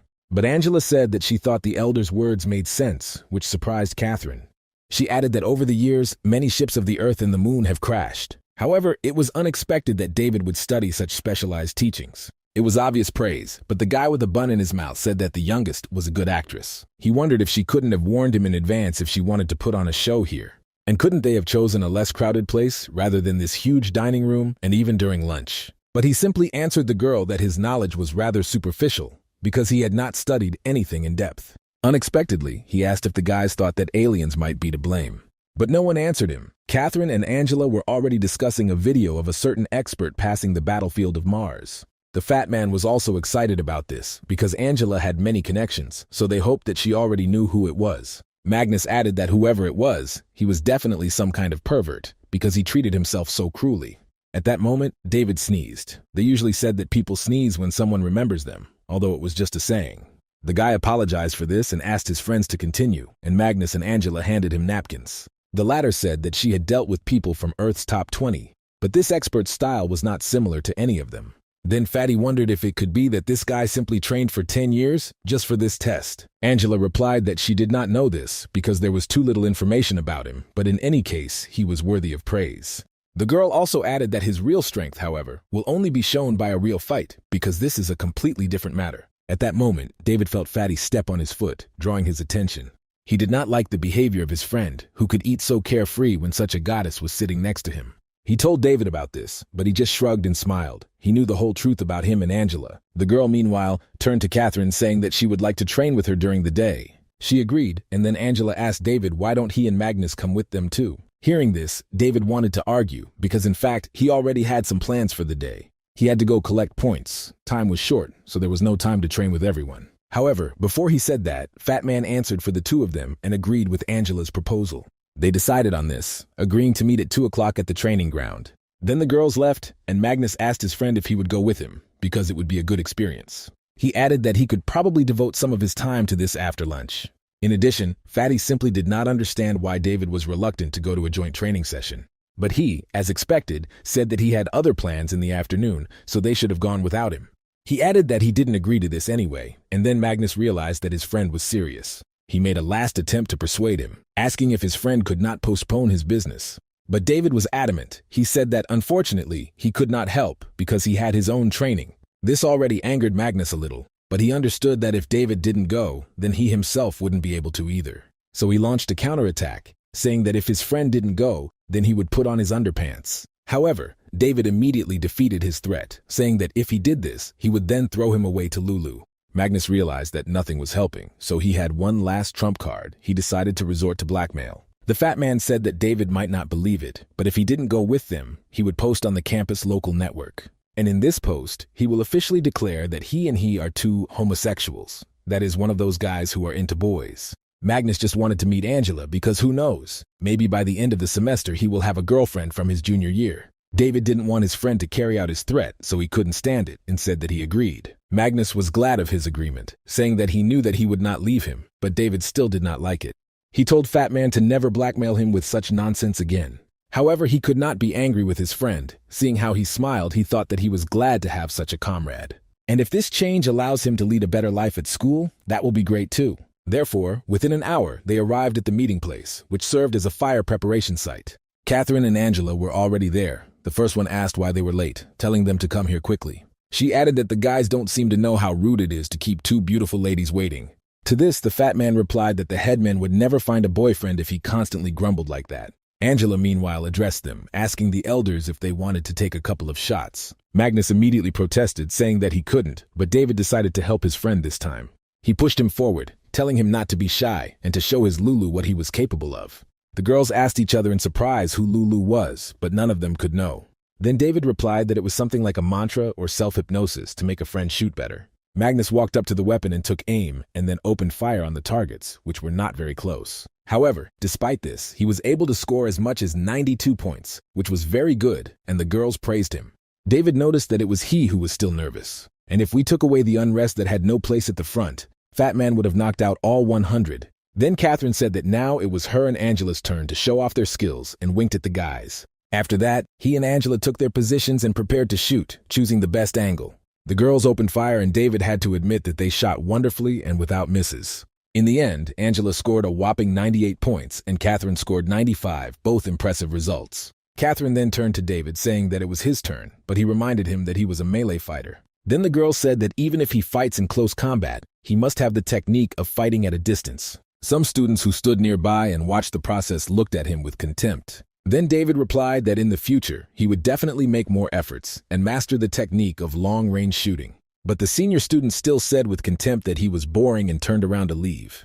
Then Catherine stepped in and screamed if David wasn't a real man. She also turned to the senior student who called him boring, asking if he was really running into problems. The girl also didn't like his tone. She told the guy to address her as an elder and not as a friend. Then the senior student asked her not to be angry, again saying that this was not what he meant at all. He turned to his friend William, saying that if he had known that this Catherine would also be here, he would never have come. William replied that his friend looked simply pathetic, because a man who relies on a woman for everything is not a man at all. He added that this seemed to apply to David as well, since he refused to shoot, taking it as his weakness. The guy knew that this David was just a shield, but he was sorry that Angela could not find someone better. With this thought in mind, he stepped forward, turning to Angela and inviting her to train together in the afternoon. He added that, as it seemed to him, he was the only one present here who was competent for this, and the girl frowned. Seeing this, David thought that he knew that he shouldn't have come here, because he didn't have time to bother with all this.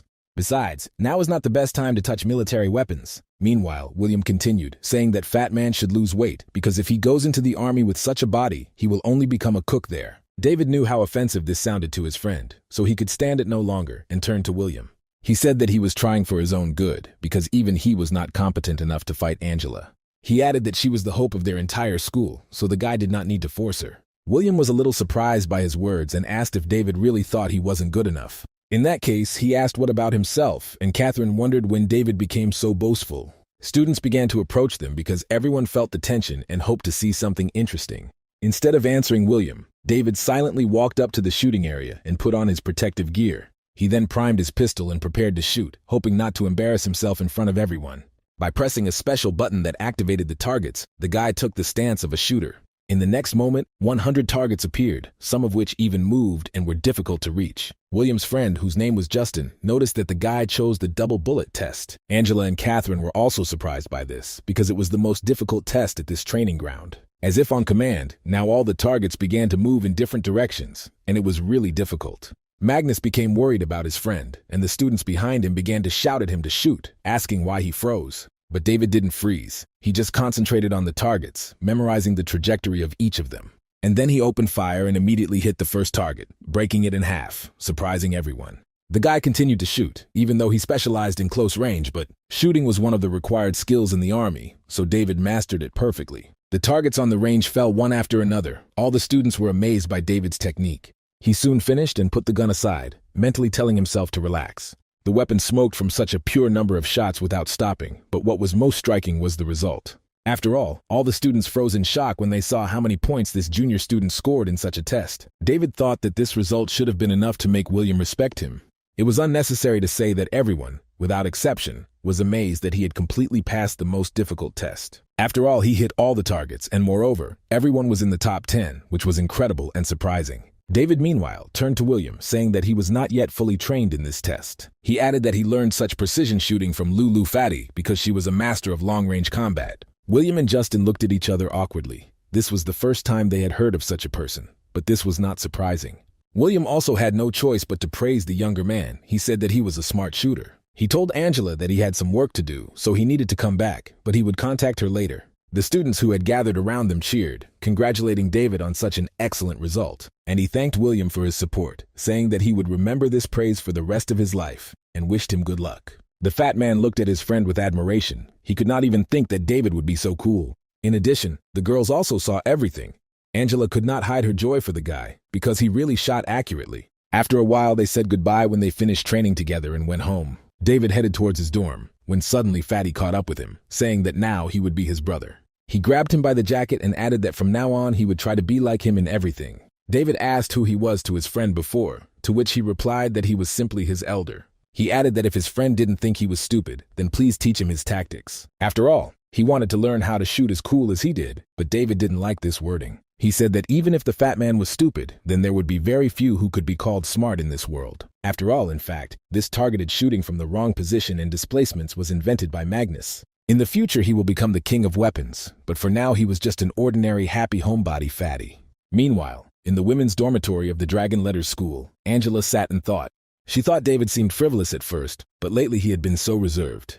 His sister used to complain to her about David's stupidity, but today's shooting showed otherwise. His current pistol shooting style was extremely beautiful, but she didn't understand how it could change so quickly. However, if William had not started making fun of Magnus, David would not have done anything. In other words, in her case, he wanted to really help her and not take advantage of the opportunity to pester her. However, remembering his confession, the girl smiled and wondered if this was really the same person.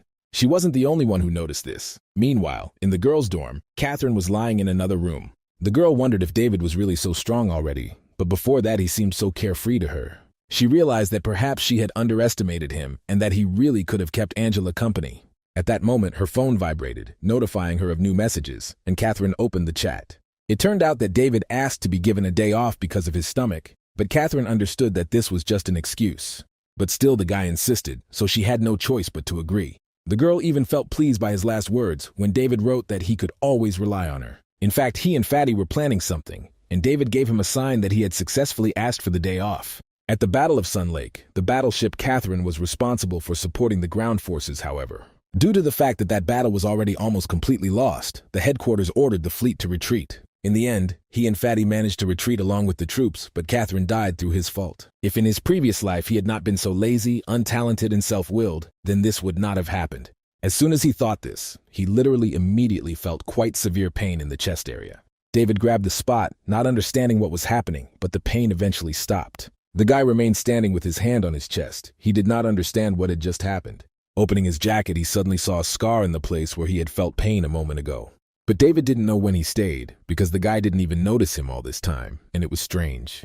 In addition, it looked like a tattoo and felt like some kind of soft metal. It was clearly not hallucination, but something inexplicable. But there have been a lot of such things lately. The only good thing was that on the 5th, the body did not react much to this scar, otherwise he would have had a hard time. This happened to David in the restroom, and apparently Magnus heard him scream because he asked if he was okay. He added that he would call an ambulance if something serious happened, but David had no need for that. He quickly pulled his jacket back on, thinking that he couldn't let Fatty find out about this incident. The guy quickly finished his business in the restroom and left, asking if his friend was sure he wanted to learn shooting. He answered positively and looked hopefully at David, who nodded approvingly. The next day they came to the sports ground together, where David made his friend do laps. The fat man was already at his limit. He was very tired because they had been running for an hour, or rather, only he was running. Magnus has already begun to regret it, saying that it would be better if he continued to watch Space Beauties. Hearing this, David began to laugh, saying that he was giving his friend 10 more rounds for disrespect. The guy thought to himself that this was all for the sake of stimulating his genetic power, so it was not in vain. David thought that it would be safer for Magnus in the future if he became stronger now. Now, after returning to the past, he needed to find a way to prevent disaster. He thought about it for the remaining 3 hours, and then Fat Man fell right on the path, saying that he couldn't do it anymore.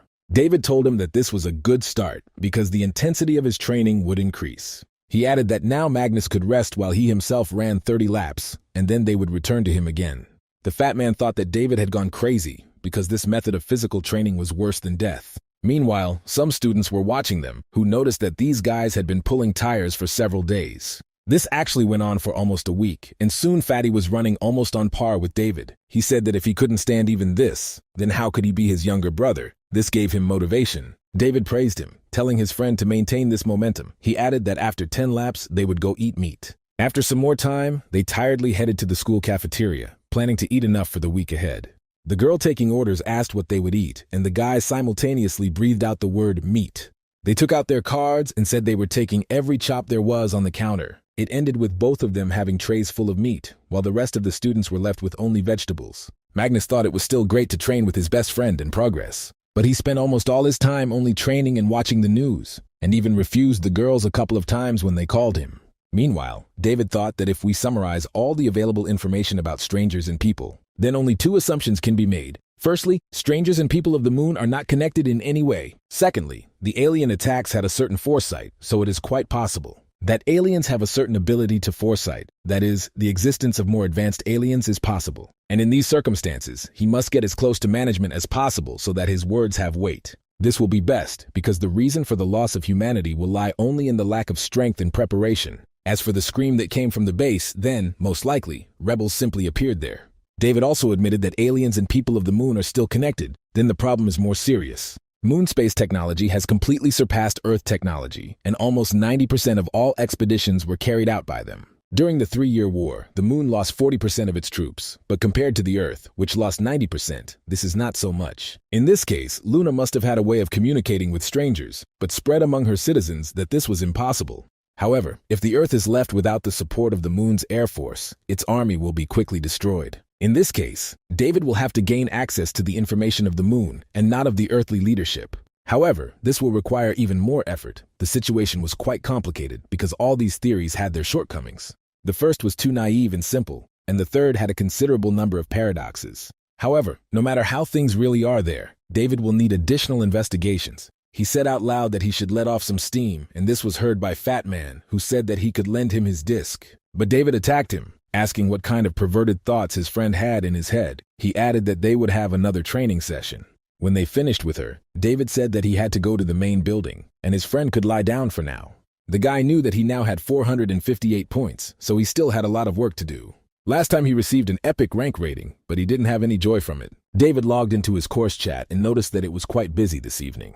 Angela was ranked 5th in the Earth Federation rankings, and right now she was going through a battle simulator. It was called the virtual battlefield of the city of R, in which the girl had to fight a duel. His opponent was a certain Andrew. The guy was a student at the Pacific School and took 9th place in the Earth ranking. Both members prepared for battle. Angela focused on defense. From the screens installed in the main building, it was possible to watch their battle in real time. It was there that David headed, who noticed that this test was a shooting in the city. Angela was strong with her sniping. Her elegant stride terrified her enemies. As for her opponent Andrew, he was proficient in wielding dual Thunder Eagles pistols. Although this weapon was slightly inferior in accuracy, it had more significant firepower. Therefore, although Angela was ranked higher than Andrew, the guy should not be underestimated. In such fights, you should always pay attention to the opponent's condition, the battle situation, and a number of other factors. Such was the duel among people, with more than 2,000 points. Among them, the one who was the first to reveal the enemy's weakness won. Andrew seemed to be serious and had no plans to leave the challenge as a loser. He attacked Angela non-stop, using different types of attacks, but the girl managed to block everything so far. She deftly dodged every bullet flying in her direction and was immediately ready to counterattack. Suddenly, one of the Americans' attacks touched her, and the girl felt part of her equipment break off. This greatly surprised Angela, because usually this did not happen, which means this Andrew was a master of his craft. Meanwhile, he continued to attack, opening fire on her from a line of homing projectiles. The girl was able to hide behind the wall, but thought that if this continued, her situation would worsen.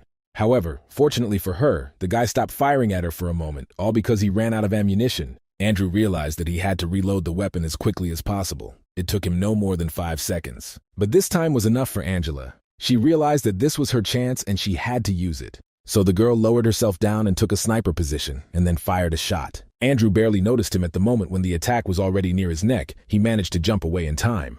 Just a little more and everything could have ended, which was to be expected from 5th place, the guy thought. However, he further thought that he still managed to get close enough, so the initiative was on his side. With that thought, he ran out of his hiding place and headed straight towards the wall where Angela was hiding. However, she was ready for such a maneuver and was already waiting for him in a new position, asking where he was rushing. The girl opened aimed fire, but Andrew also had a good reaction and dodged all attacks. He even managed to shoot back, which only made Angela's job more difficult because she needed good aim. The girl decided that she should not let him come even closer because for her, it would mean defeat. So she shot again at the approaching guy, but he was able to see it. He twirled the pistols in his hands, and then suddenly there was a large explosion that obscured both of their vision. Angela realized that now he would try to attack her on the sly, so she got ready. However, due to the smoke from the explosion, nothing was visible, and the girl was unable to see Andrew's attack in time. He kicked her in the stomach, and he took out a melee weapon, which he had a sharp blade with. The guy swung it at the girl, who could barely restrain the pressure of his leg, and he pressed harder and harder. The students watching the broadcast shouted at Angela not to give up or back down. But David thought that as annoying as it sounded, it looked like Angela was about to lose. She really had good sword skills, but she is up against Andrew, a master of indiscriminate combat. At first glance, he was not a fan of using weapons, but this guy was versed in many types of them. Usually in fights of this level, a free choice of the battlefield was provided, and this precisely influenced the result. Of course, this is a test for both sides, because it is easier to learn in a thankless position than in war. As expected, Angela lost, but David had already left the main building and was now thinking about Magnus, because he still needed to teach his friend how to shoot. With this thought, the guy activated the test system, this time choosing the level called Vertigo. He lay down in a special top hat, which dressed him in the right gear, and thought that he would make a recording for the fat man. This time he mentally guaranteed him that he would be one step ahead, which he would be very happy about. Meanwhile, in the journalism department dorm, Group 12 went to rest at Michael's command. The guy commanded his classmates. Together they were on duty at all the cameras in the testing areas. After all, according to Michael's analysis, this mysterious man had to appear again because otherwise he would have revealed his identity long ago. It was for this reason that Michael organized shift observation, excluding only the moon in popular areas. He also kept only the high-ranking trials, which they immediately began monitoring when someone chose them. This operation was codenamed Demon Hunt because given the atmosphere, it was not an exaggeration. But there were plenty of people challenging these tests and failing them. It was unpleasant to watch each of them, and yet they had been doing just that for several days to no avail. On the other hand, Michael wondered if this person might have deliberately defied the low-level tests. After all, for a monster like him, any complexity should be equally boring, and this idea seemed quite logical. Michael decided to test his theory and opened a list of low-ranking tests, seeing Vertigo among them. Usually only beginners were interested in it, but for some reason this student took it anonymously. Michael decided that he should check it out anyway and opened surveillance for the passage. Seeing the guy who passed him, he was incredibly happy because it was the same expert. And although there were many anonymous students with a similar physique, he was sure that this was the same person. Michael was also surprised that the guy used twin Giroxes for his shooting. As you know, this was not the best weapon, but he thought that the expert had decided to deliberately complicate his task. In addition, he compacted the trunks quite a lot, which also surprised Michael because this was his first time making such a video. David thought the tuning of the regular version of the Girox was too loose, so he squeezed it tighter. This way he will be able to deal damage continuously. Relatively speaking, his recoil will also increase. This was a good opportunity to check the results of my recent training, and Michael thought with horror that an ordinary person would not be able to withstand such a recoil because it would be too strong. The expert's method of setting up was completely unusual, but what was most impressive was that he somehow prepared for this. Michael didn't even want to imagine what kind of training he had to go through to achieve the same result. The guy quickly contacted teacher Saipan, saying that he wanted to start a live broadcast to the school. He asked if he could help him with it, and he asked in return if he had anything impressive. Michael said that the teacher himself knows what kind of instinct he has, adding that this material will be more than impressive. Saipan agreed, but warned that if the broadcast was boring, he would give his report card a grade of rank 3. The next moment, a live broadcast of David's battle was displayed on the screens of the entire school. However, the students began to be indignant. They did not understand why Michael launched Vertigo on the air. Some even left the main building, saying that they thought this would be a battle of some stars. But they were only shown some guy who pretended to adjust pistols. They called him an ordinary show-off. Catherine and Angela also came to see this expert, and they agreed that his tuning method was good. Teacher Saipan awkwardly wondered if his student had decided to laugh at him by giving him the usual giddiness. Meanwhile, David focused on the test because he was doing it for his friend. Therefore, the guy could not mess up, and with this thought, he began to pass the test. In Vertigo, the targets were moving, and each one flew straight at the guy. It would seem nothing complicated, just shoot at them, and that's all, but David had other plans. He opened fire and immediately felt a strong recoil, but kept the weapon in his hands. Explosions were heard indicating successful hits on targets, and it was impressive. But the students said that these were just the basics, and they would be better off going to watch the movie in the dorm. Angela thought that their look was too superficial, because skill could be found in the movements of this guy. There was definitely a lot to learn from him, but he hit every target perfectly, so the girl didn't understand. Why did he suddenly decide to choose this particular basic test for training if he passed it with such ease? However, David did not even suspect that he was being watched. He was practicing the techniques of the future Magnus. After all, he would become an unsurpassed shooter and his best partner, so there was nothing wrong with that. To rush things a little, and Michael meanwhile also realized that this was indeed the most ordinary basic test.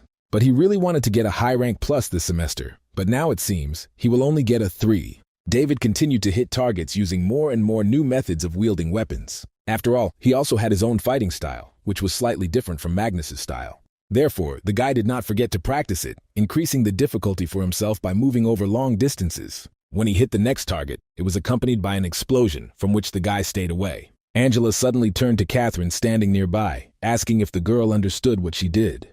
And she answered positively, saying that this dizziness was not at all the same as theirs. Soon, others should have noticed this, but David did not think about anything other than the test. He continued on his way. The condition for successfully completing Vertigo was the destruction of all targets. However, in addition to this, David's location also had robotic snipers who also shot at the guy. David had to dodge them too, which made this test many times more difficult than the basic one.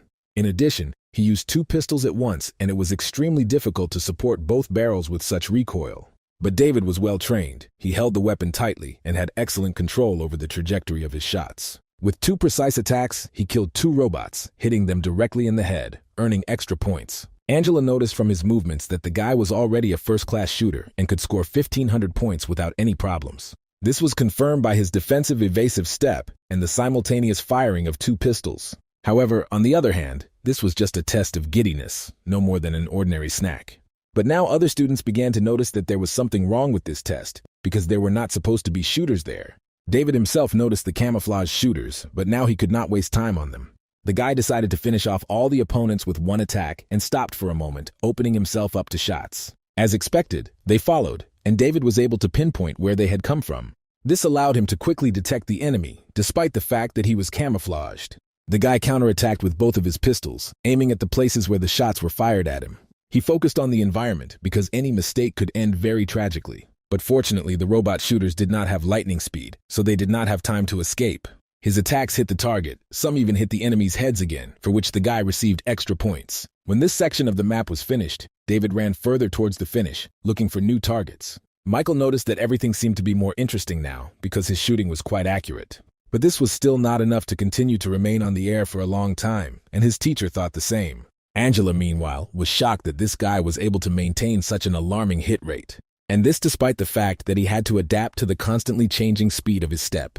David noticed that the enemy now had an alpha laser rifle in their arsenal. She was held by 4 shooters at once, mixed with the hostage, which was not at all good. The hostage's item could not be attacked, and even if it was accidentally touched, it would still be considered a failure. Angela thought that she herself might have been able to react as needed, but her pace would definitely have slowed down. Catherine agreed with her, saying that if you stop at this situation, you can only end up in a dead end. However, David acted unexpectedly for all of them. He did not slow down and opened oncoming fire. While dodging the last volleys of the laser launcher, he killed all 4 shooters. Despite all this, he managed not to damage the hostage dummy, for which he also received additional points. The students who stayed to watch him said that this guy was quite lively and accurate. Angela noticed that now there was a 6-7-meter dash ahead of him, where it was fashionable to rest a little. But this man was not going to give up the pace. He was already preparing to fight back the next wave of opponents. This greatly surprised the girl, and meanwhile David saw new targets in front of him. Without hesitation, he opened fire on them and immediately hit all the targets that were there. Explosions occurred, but literally immediately new enemies fired at them, and David hastened to hide from the attacks. He moved very accurately and carefully, not allowing one of the attacks to hit him at this time. So he ran for some more time until he saw a cliff in front of him. The guy jumped there, coming up with a plan. According to him, he will lure the enemy into this gorge, where he will destroy him from close range. This plan seemed flawless to the guy, so he thought that there would be no problems with its implementation. And so far, everything really looked that way. He ran further along the gorge, but David was not happy for long. Angela and Catherine, meanwhile, were amazed by his shooting technique, marveling at the guy's resourcefulness and skill. And David suddenly saw a new obstacle in front of him, in the form of an 8-barreled high-explosive fragmentation weapon. The Paturaptor heavy machine gun, which has the highest firepower in the Earth Federation. In addition, there were several more shooters standing near the machine gun, who were the first to open fire on David. And then the machine gun itself turned on. Its shots were fired in 4 directions at once, and it was very difficult to dodge them. The students thought that this was definitely not dizziness at all, because a person would never be able to go through this. And not just one person, even a small detachment will be destroyed before such intense barrage fire. But David thought that he had finally come across something interesting, because he was already tired of just shooting at targets. It was almost impossible to dodge the laser machine gun fire, so he had to come up with a plan. First of all, the guy decided to move to a safe place where he could think about everything in detail. Therefore, he ran out of his hiding place and ran in the direction of the nearest rocks, firing back at the same time. He managed to kill 2 shooters in flight and even slightly touched the body of the machine gun. David landed in the gorge, but literally immediately realized that he had to leave here again. This is because the barrel of a machine gun was already pointed at him, which was preparing for a burst of powerful shots. This is what happened, but since the guy was ready for this, he was able to escape the attack in time, avoiding damage. David bounced off a fairly large rock, intending to test one theory about the types of weapons. It was to find out whether a setup like this had a weak zone 3 meters up. To his surprise, even such a high-level weapon had it, so David was able to aim better at this distance. And then he returned fire, hitting not only the installation itself, but also the target shooters standing nearby. It was very inconvenient, but the guy continued to shoot. He knew that the test was nearing the end. A moment later, several more targets appeared nearby, which he also hit, causing explosions. David already saw that there were almost no shooters left, and he was already used to fighting with a machine gun. Another difficulty was that the targets would fall from the sky, and if they were not shot down before they touched the ground, that test would fail. Angela and the others knew that too. Right now, all the students thought that David would fail because several targets had already almost touched the ground. Besides, the guy couldn't break through such a barrage, but what David did surprised them all. The guys saw characteristic explosions, which indicated that somehow he managed to shoot down the targets. And then everyone saw exactly how David took a sniper position right under the barrage of shots from their machine gun. This was a temporary blind spot of the installation, and he made it just right, but now it was worth finishing all this. He braced himself and made a sharp jerk, aiming towards the machine gun as it continued to fire. And then the guy fired only one shot, but it was a shot with a given trajectory. The laser bullet passed by the machine gun line and went from the side directly to where the installation's power supply was. The last shooter was sitting there, controlling the machine gun using a special panel. He didn't have time to react in time, and David's attack cut off his head, causing him to lose control of the machine gun. Everyone present in the main building was surprised by this turn, as well as by David's skill.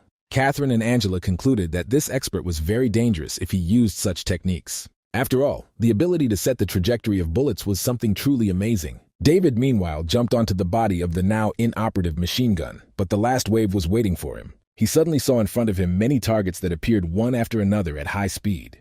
Michael noticed that now the same aura was emanating from this mysterious guy as last time. He was rooting for him, because other viewers probably felt it too, so the broadcast would be successful. Meanwhile, at the North American school, a certain Harry Parker also observed this test. He was very interested to see what David would do now, because his spirit should have already been broken. What a human being, even a robot, would not have been able to stop them all immediately after the battle with the shooters. But David seemed to think differently. He just concentrated, as he usually did, and gripped his Xerox tightly. And then he opened fire on the meshes. From the outside, it might even seem a little useless. However, it was not without reason that the guy chose a machine gun as his stronghold, because from here, he could aim in all directions. And indeed, so far he has managed to hit all the targets without allowing a single one to touch the ground. All the students were cheering for him, counting every target he shot down. Now he only had 8 left. Catherine and Angela counted with everyone else. They said that there were only 3 left, but then David shot the last one. A large number of explosions formed in the sky above him, which made even him surprised. But still he did it. The last shot down target fell to earth and the test was completed. For a moment, silence reigned in the main building of the school. Everyone was simply in shock. And then everyone began to shout and be happy that the guy had succeeded, admiring his abilities. David himself, seeing that the explosions did not stop, decided to make one last one to definitely end everything. Now he could return to the finish line, where he would go back to the school and look at his result. But whatever it was, David was glad that he could pass this test, because it was for his friend. He headed towards the gate that would take him back to the room where he had started the test. Meanwhile, the students froze in shock, looking at the result that this guy managed to score. He was truly amazing, and what was also impressive was that David only took 1 minute 58 seconds. It was also said that he successfully completed the hidden epic level of Vertigo with 120% difficulty. His rating was also unusual, as he received an epic rank with 2 pluses, which did not usually happen. All the students were overwhelmed by such skill. Many admitted that they would not want to fight against this guy. And Angela thought that there were no accidents here, because the whole testing process was even more terrible than they had seen. Catherine thought the same thing. At the beginning, she could still keep up, but what happened in the end was clearly not in her sphere. At the end of the broadcast, Harry Parker, on the contrary, laughed that there was now such a monster in this world. And David thought that he actually could have finished it faster, but there was no need for that. However, the pace and content of the tests are fixed, so these small changes did not affect the experts in any way. If you could get a maximum of 10 points for the passage just now, then its result is somewhere around 7 or 8. The fact is that this test didn't really excite him. It was too boring to shoot 100 targets. After all, in his past life on the side of strangers, there were such things called poisonous flies. Upon contact with the human body, they instantly drilled a hole in it, therefore. When they gathered in groups, they could only be dealt with using a flamethrower. However, in the 3rd year of the war, they underwent changes and became immune to fire. The ability for aliens to evolve is truly something beyond the realm of possibility. But David decided that it would be better to stop thinking about it for now and look back into the past, because he was going to change everything. In his case, the best result is finding and cutting off the roots of strangers, because if the war starts again, no matter how people fight, the outcome will be the same as last time, and even if 2 major battles are won, humanity will inevitably suffer huge losses. David did not want to allow this. He was awarded 300 points as a bonus. He was very happy because he tried a little and got extra points. This was motivation to continue in the same spirit. However, the next moment his stomach began to growl, and the guy realized that he had to eat immediately. He immediately rushed to the dining room because dinner could not be delayed, and now was the time to treat himself to food. Meanwhile, a meeting was held at the cavalry school at which an important issue was raised. The school director was looking through the list of selected students who would represent their school. This time he was pleased with the team he had assembled and had already begun to think about the next competition. Suddenly, one of the staff burst into the office, disrupting an important meeting on the upcoming competition. The other professors indignantly remarked that this was very impolite, but the rector was rather surprised. After all, the guy said that he had to see it with his own eyes, so the man stood up. He told the others that he would be gone for a while and that their meeting could be considered over for today. When he disappeared behind the door with the guy, he showed him the recording of the broadcast with David, which surprised the rector even more. Meanwhile, in a strategic laboratory in Central Europe, someone came to Dr. Kalasadin. The old man immediately warned this man that he hoped he had something important, otherwise he would not listen to him. The man said he came about his recent research topic on arc shooting. Someone confirmed it, although at present his identity has not yet been found out, but they have already connected all the connections. It was about a mysterious guy who used this type of shooting in the Vertigo test. David himself, meanwhile, was sitting in his room with Magnus, who, like everyone else, was impressed by his skill. He imagined himself shooting in the same way, only with bullets of love and hitting his Lulu. It looked strange. David asked if he had completed his training quota for the day, to which Fat Man responded positively. He added that it was not that difficult and that the friend simply has no taste, so he does not understand the world of Lulu. But David thought that Magnus was indeed quite talented, because his training was actually not easy. So this only showed that this guy is an unusual lazy person, and he still has potential that is worth exploring. Therefore, David decided that in this case he could not be merciful. He woke up his friend very early the next morning.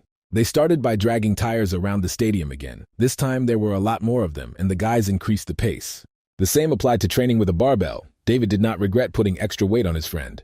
It was not easy for Magnus, but he tried to do everything, and strangely enough, he really succeeded. After another cross-country race of 100 laps around the stadium, they went to breakfast, or rather, only David ran. Fatty didn't even have the strength to just walk. That day his morning didn't start with coffee, and he didn't particularly like such changes. In the cafeteria, the guys ate for 4. The other students were surprised at their appetite because it was a little strange. David noticed that his friend had already fully adapted to the previous volume of training.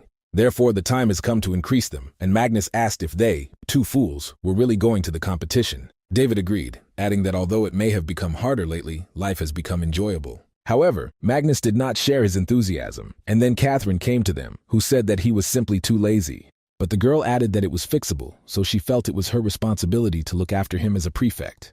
And Magnus folded his hands in prayer, saying that she really was a person with a big heart, but she shouldn't do this. Then his eyes fell on Catherine's plate, and Magnus was a little surprised, asking if she wasn't on a diet. To this, Catherine replied that she had recently increased the volume of her training and even reached 1,700 points. Magnus was terrified to hear this, but David just smiled because he and his friend also worked. The scores had their own distinctive points. The first began at 500, the second at 800, and the third at 1,600 points. And then there was the border of top-class experts with 2,000 plus points, which is where their headman was aiming. David said that he and Fatty already had almost 800 points, so they would definitely take part. But Magnus was the only one who didn't like this idea. And then Catherine said that she would give him a Lulu figurine. Upon hearing that it was a limited edition figurine of his idol, Fatty also announced that he would participate. However, he quickly came to his senses and said that the headman was probably just bluffing, because how could she have such a thing? But the girl simply showed him the certificate for the figurine in her phone, and that was more than enough. May just rushed to her, saying that from now on he was doubling his training. He added that Madam Headgirl could be sure that the task would be completed, and David felt a little uneasy. They finished there and finally started eating, because a new couple was scheduled to start soon. After some time, they were already sitting in the lecture hall, where someone addressed David and Magnus. The guy asked why they were in the back rows again, and Catherine thought that these two were involved in something again. But Magnus just smiled and explained this by saying that the local teacher talks quite interestingly. Just at that moment, Professor Wyoming himself, who had been teaching his subject here for more than 20 years, entered the lecture hall. However, he looked a little out of place, and the students couldn't help but wonder what was wrong with him. Some thought that he decided to play a joke before entering, but the professor did not look like a joker. He went to the blackboard and took the chalk, and then wrote something. All this time, the students watched him in surprise. The words he wrote said that, "Yesterday, God descended on earth, which caused great delight among everyone." After all, the students realized that today they would analyze yesterday's speech of that expert. However, many were skeptical about this, not believing that anyone could achieve the epic rank with 2+ rating.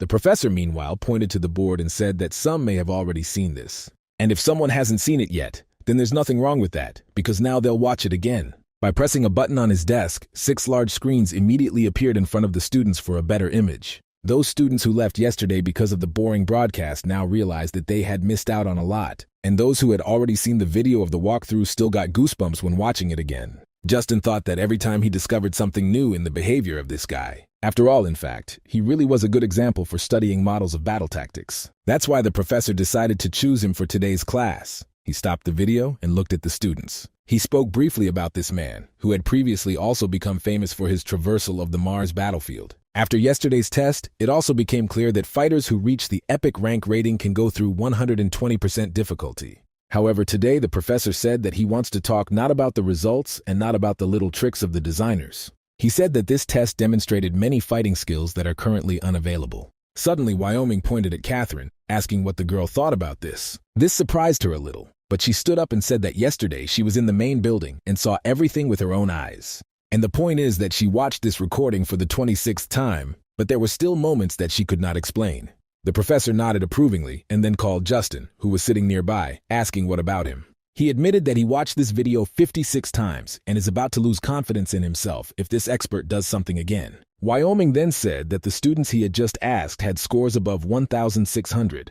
He added that their accuracy was even higher than 2,000, which caused a wave of delight among the students. And then he said that he would now analyze everything from God's point of view, so they should listen to him carefully. The professor took the chalk and wrote something on the board again, and everyone understood that the conversation would be about weapons. Wyoming threw up the chalk and looked contentedly at the students, expecting questions, but none came. So he started talking about what is called precision fire suppression assessment. It occurred before the object's trajectory was fully expanded. It's quite easy to do this with one object, but when there are 10 of them at once and each has its own trajectory, it's much more difficult. The professor then asked those who could do it to raise their hands, and Catherine and Justin raised theirs. However, the man further added that they should be raised by those who can do the same, only with interference. This time, not only did no one else do it, but those who raised their hands at first also lowered their hands. The professor went on to say that they would move on to hand positions, shooting skills, and expert movements. Calisadon's enhanced combination fire was known for its arc bullets. The time required for the target to fly for a certain time was determined in a fixed range. Such was this theory, and although it did not imply such a large coverage of space, but this man, that is David, created an improved version of it with 2 Xerox-type pistols. And the professor also noticed to himself that there was no hesitation in the guy's eyes, despite the complex movements. The next item was the frequency step. This was a king-level step when it came to range combat. However, its difficulty lay in the training itself, in how to force the body to adapt. David watched Magnus's reaction all this time. Obviously, his friend was interested in his progress. David thought that if he continued to get carried away little by little, he would definitely wake up much earlier.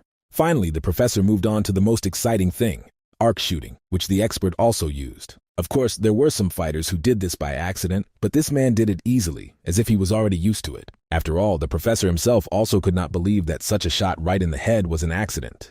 And he also suggested that no more than 10 people could achieve this level both on Earth and on the moon.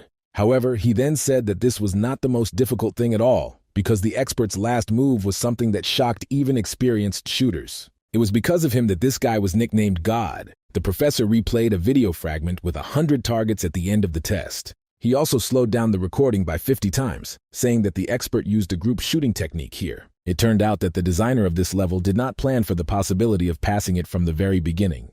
After all, he created it to test not just one person but an entire team. Upon hearing this, the students became a little depressed. Then Wyoming rushed to reassure them, telling them not to lose heart because one day perhaps everyone will master these skills. David, meanwhile, thought that when he destroyed those flying targets, he got a familiar feeling. Indeed, during one of the battles on the battlefield of Mars, they were faced with an attack by a group of flying alien species, and their method of attack was very similar to this. Suddenly, the guy began to wonder if aliens were really true. They have something to do with people, and just at that moment he felt a sharp pain in the chest area. This had already happened once and now he experienced it again. David grabbed the place that hurt. However, this time the pain was even stronger than last time, and he could not bear it, so he quietly ran out of the lecture hall. The guy instantly found the nearest restroom and went there, intending to take off his jacket and check the scar. He stood in front of the mirror, not understanding why this was happening again, but his chest still hurt. Unbuttoning his jacket, he was surprised because he saw that another similar scar had appeared. The guy wondered if these scars really wanted to tell him something, because the first time was when he thought that Catherine died because of him. But in the end, it all came down to points that he had to earn before the competition. After all, if through these points he can get into the core of the elite circle, he will be able to receive more accurate information. David left the restroom and walked back to the lecture hall, where he saw Magnus animatedly assenting to the professor. Entering the lecture hall, David felt that the atmosphere here was already more joyful than before. He also thought that Fatty would be able to achieve something in time, and that time would come very soon. The class ended and the students headed for the exit, saying that the professor had again delayed the lesson, but it was interesting. Magnus was especially excited, who was now wondering who this warrior was, who almost personified God. Catherine's friend said she needed to take something, so the girl didn't have to wait for her. The head girl nodded and they said goodbye, and then she saw David and Magnus, who were just going to lunch. The girl caught up with them and offered to have lunch together today, saying that she was treating them. The fat man awkwardly noticed that the head lady had been paying a lot of attention to them lately.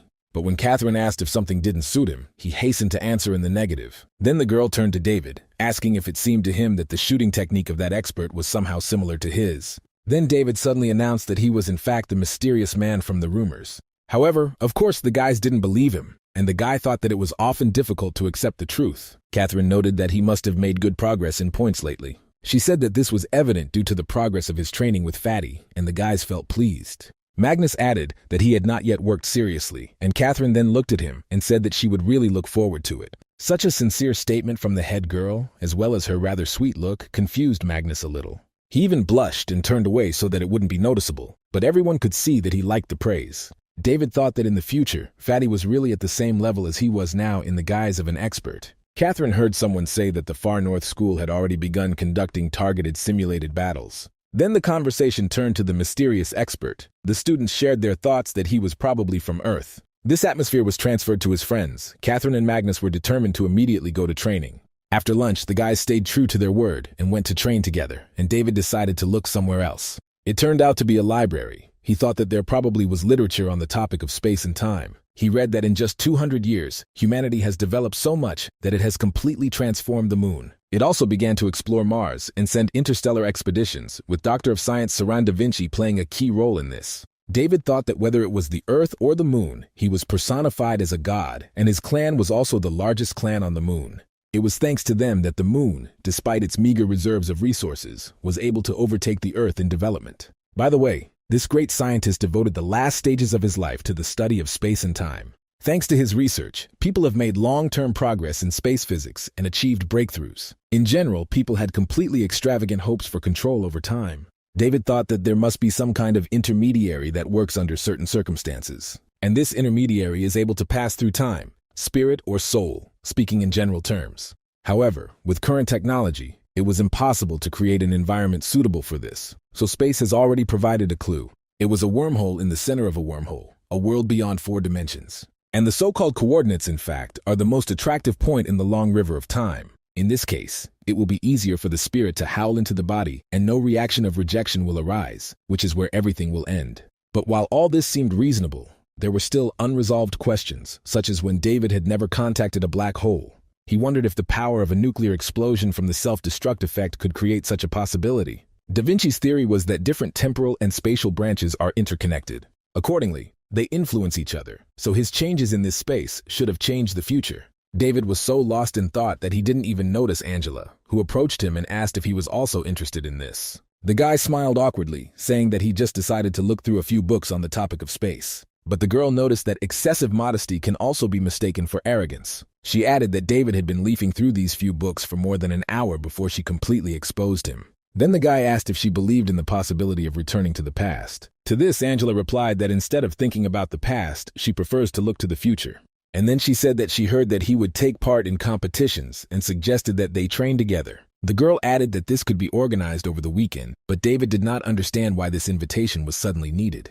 After all, he was only supposed to act as a shield, but Angela hastened to immediately add that this was his sister's request. At the same time, the girl looked embarrassed, and David replied that he wouldn't mind learning from each other. His hands have really been itching lately, and Angela is considered #1 in the school. Moreover, with it he could evaluate the real combat power of people with 2,000+ points, and with that, they said goodbye. During the whole night he did not find anything else. Most likely, in the future he will encounter more amazing conspiracies. But for some reason, it seemed to him more and more that the appearance of strangers was connected specifically with people. With this thought, he finally left the library, because stubbornly focusing on one thing is also not good. It was already 5 o'clock in the morning when the guy was leaving the library building. At that moment, someone else approached her.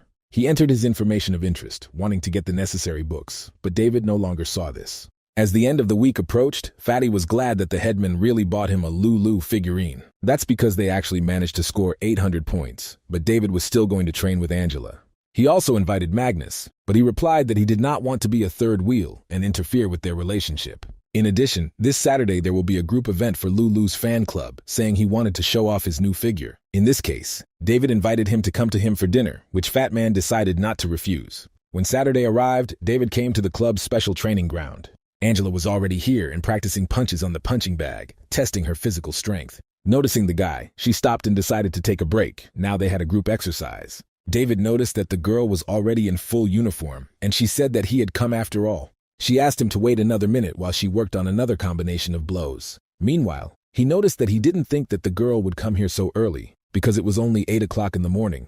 But Angela replied that it was a given because she had to prepare for sparring with him. She launched a training system that began projecting special exercise models. The girl, meanwhile, took a fighting stance, intending to try a new combination of blows. She concentrated and prepared to attack. Interestingly, her eyes were closed at that time.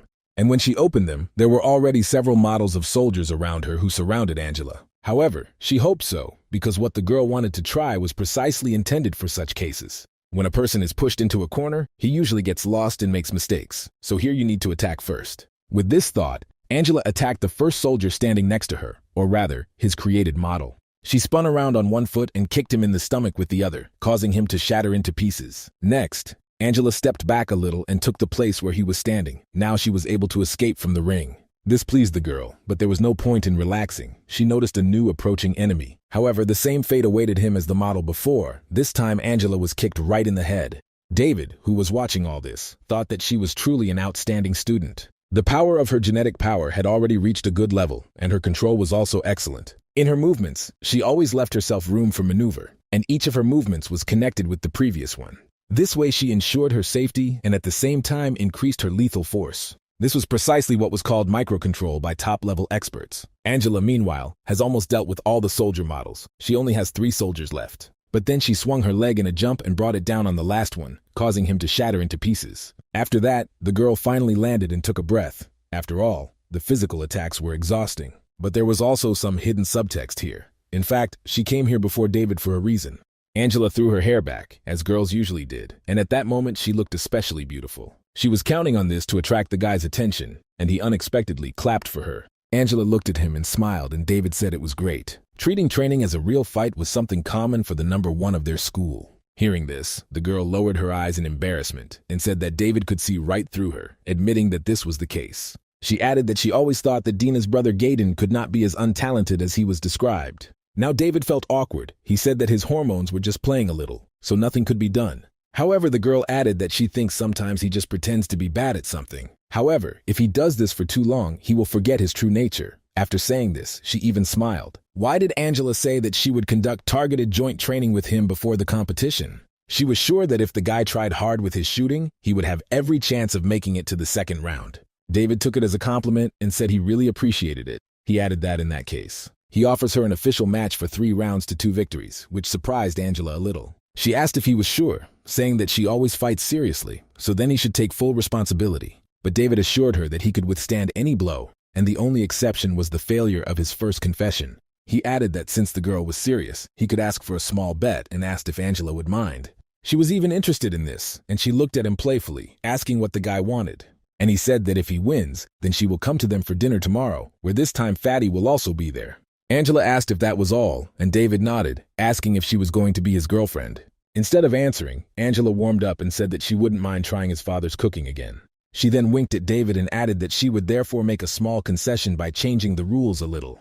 She said that if he wins at least 1 round, he can consider that he has won the bet, but if he loses all 3, he will continue to be her shield. After listening to everything carefully, David showed his thumb, saying that he understood her and was ready to get down to business. On this they decided, and after some time the guys stood in a real arena from the school. Both were wearing special combat gear. Angela was so focused that she did not notice the small nuance. Indeed, in this form, David very much resembled that mysterious expert, only without a helmet. The girl pointed to the stand with weapons, saying that the guy could take anything for himself because it didn't matter to her. And he thought that the training weapons were not sharpened, but even so, they represented considerable danger. Therefore, looking at them, he assessed that it was still better not to take anything, even if it was stupid. You can easily cause problems with him, especially since in the midst of battle this often happens as a rule. Therefore, he told Angela that he would fight with his bare hands, which greatly surprised the girl. At first she smiled, thinking that David was on his own wavelength as always, but then she suddenly didn't like it. In an instant, the girl became serious and looked at him with a different look, which made the guy feel uneasy. She prepared herself by taking a stance and saying that in this case they would see where he got such confidence and arrogance from. Both fighters were ready and took their positions. They were only waiting for the system signal, which came a couple of seconds later. Literally immediately, Angela used some kind of technique, and David was surprised to realize that she was using aura. Pushing off from the floor, which was equipped with a special coating, the girl went on the attack. Following her habit, she attacked the guy in a jump, putting out her leg to strike, because there were reasons for this. Still, the striking power of the leg was much greater than that of the arm. It depended on the area of the body part. However, when her foot was almost at David's eyes, he dodged without much difficulty and grabbed her. It was so unexpected that Angela was even a little confused, amazed at his reflexes. After all, the speed of her attack was quite high, but he still stopped her and even raised his hand to her throat. Angela had no more than 2 seconds to react, otherwise victory would immediately be on his side. She swung her other hand, and when David wanted to block, she jerked and bounced away from him. Angela thought that although this blow was only delivered with 70% force, the counterattack was completely unexpected. But then the girl thought that David was known for being thick-headed, so perhaps she should attack more aggressively. Meanwhile, he showed one finger, saying that they already had a score that was 1-0 in his favor. Instead of answering, Angela took her stance again, preparing for a new attack, intending to even the score this time. This time, she used exchange movements and ran around, and David did not understand why she was doing this. Angela, meanwhile, approached him from behind when her boyfriend was ready to attack. She raised her hand to strike, intending to hit him with more force than she had hit before. And this time, the attack was again a kick to the head, but to her surprise, David easily dodged it and counterattacked again. He grabbed the girl by her supporting leg and pulled her towards him, causing her to lose her balance and fall to the floor. Angela had only one emotion, and it was shock, which the girl could not hide as she looked at David. Meanwhile, he jumped away from her, saying that their score was already 2-0 and still in his favor. He told Angela that during training she should know herself, and in battle she should pay attention to studying her opponent. He added that she shouldn't think of him as a simulated projection who couldn't respond instantly. Angela had never felt this way before. She didn't even know why she was losing to him. And for some reason, at one moment, she completely had the feeling that the enemy had disappeared. Also, when he grabs the leg, the momentum causes him to rock back a little, and at that point, you can usually break free. But when David grabbed her, she felt as if her body had been taken away. The girl had never found herself in such a situation.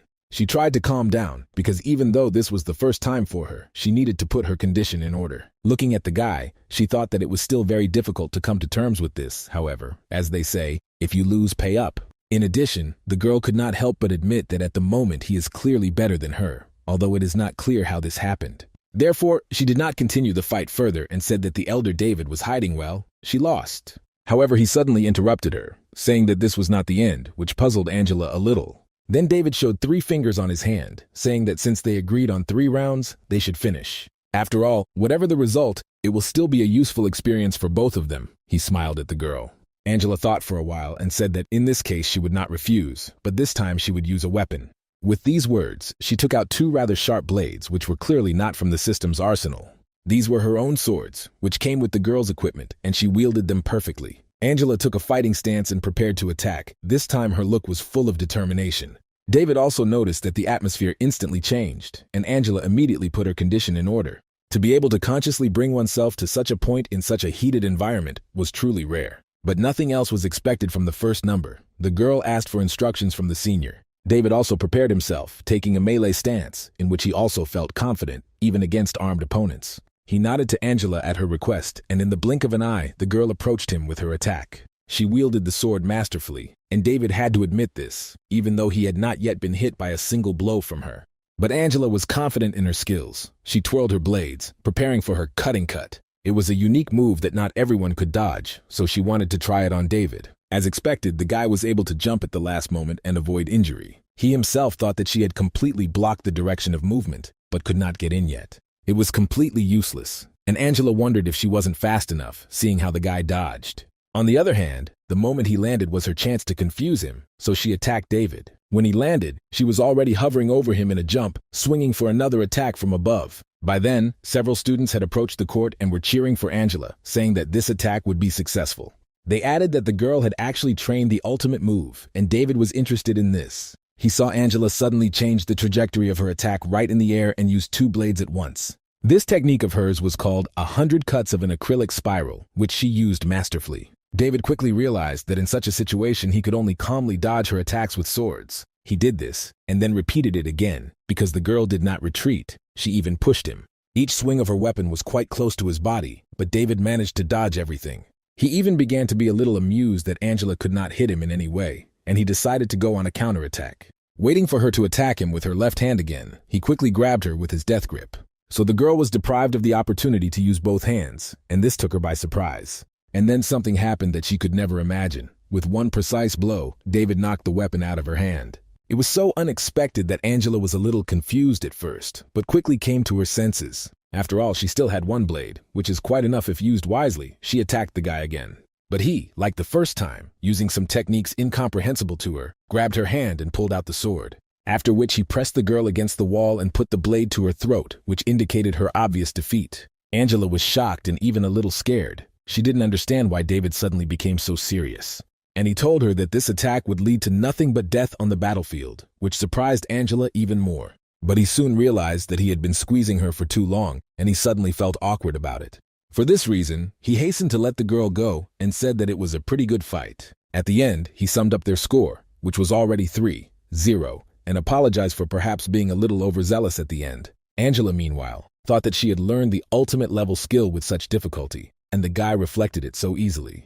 Although she was not in the top 10 in terms of hand-to-hand combat, she still had a level of about 2,000 points. Therefore, she did not understand how this could happen, and quietly asked David about it. And he thought that he was being stupid again, because he shouldn't have fought with the girl like that. He had an advantage. After all, she didn't know that he was the commander of an elite squad of blood wolves, so the guy replied that he was just lucky. He added whether she really didn't give in to him on purpose, which embarrassed the girl a little. But she told David not to try to change the subject because today she was in good shape. She added that she had never seen anyone be able to stop an ultimate skill with their bare hands. In addition, he then acquired this first-class skill, but David said that he did not remember such a thing. But Angela remembered everything perfectly. She said that he had just said that he would lead to nothing but death. She asked if he really didn't know that with his help, he could win any group in a competition based on points. Then David told her to think about how exhausting this technique was, because her attentiveness was falling.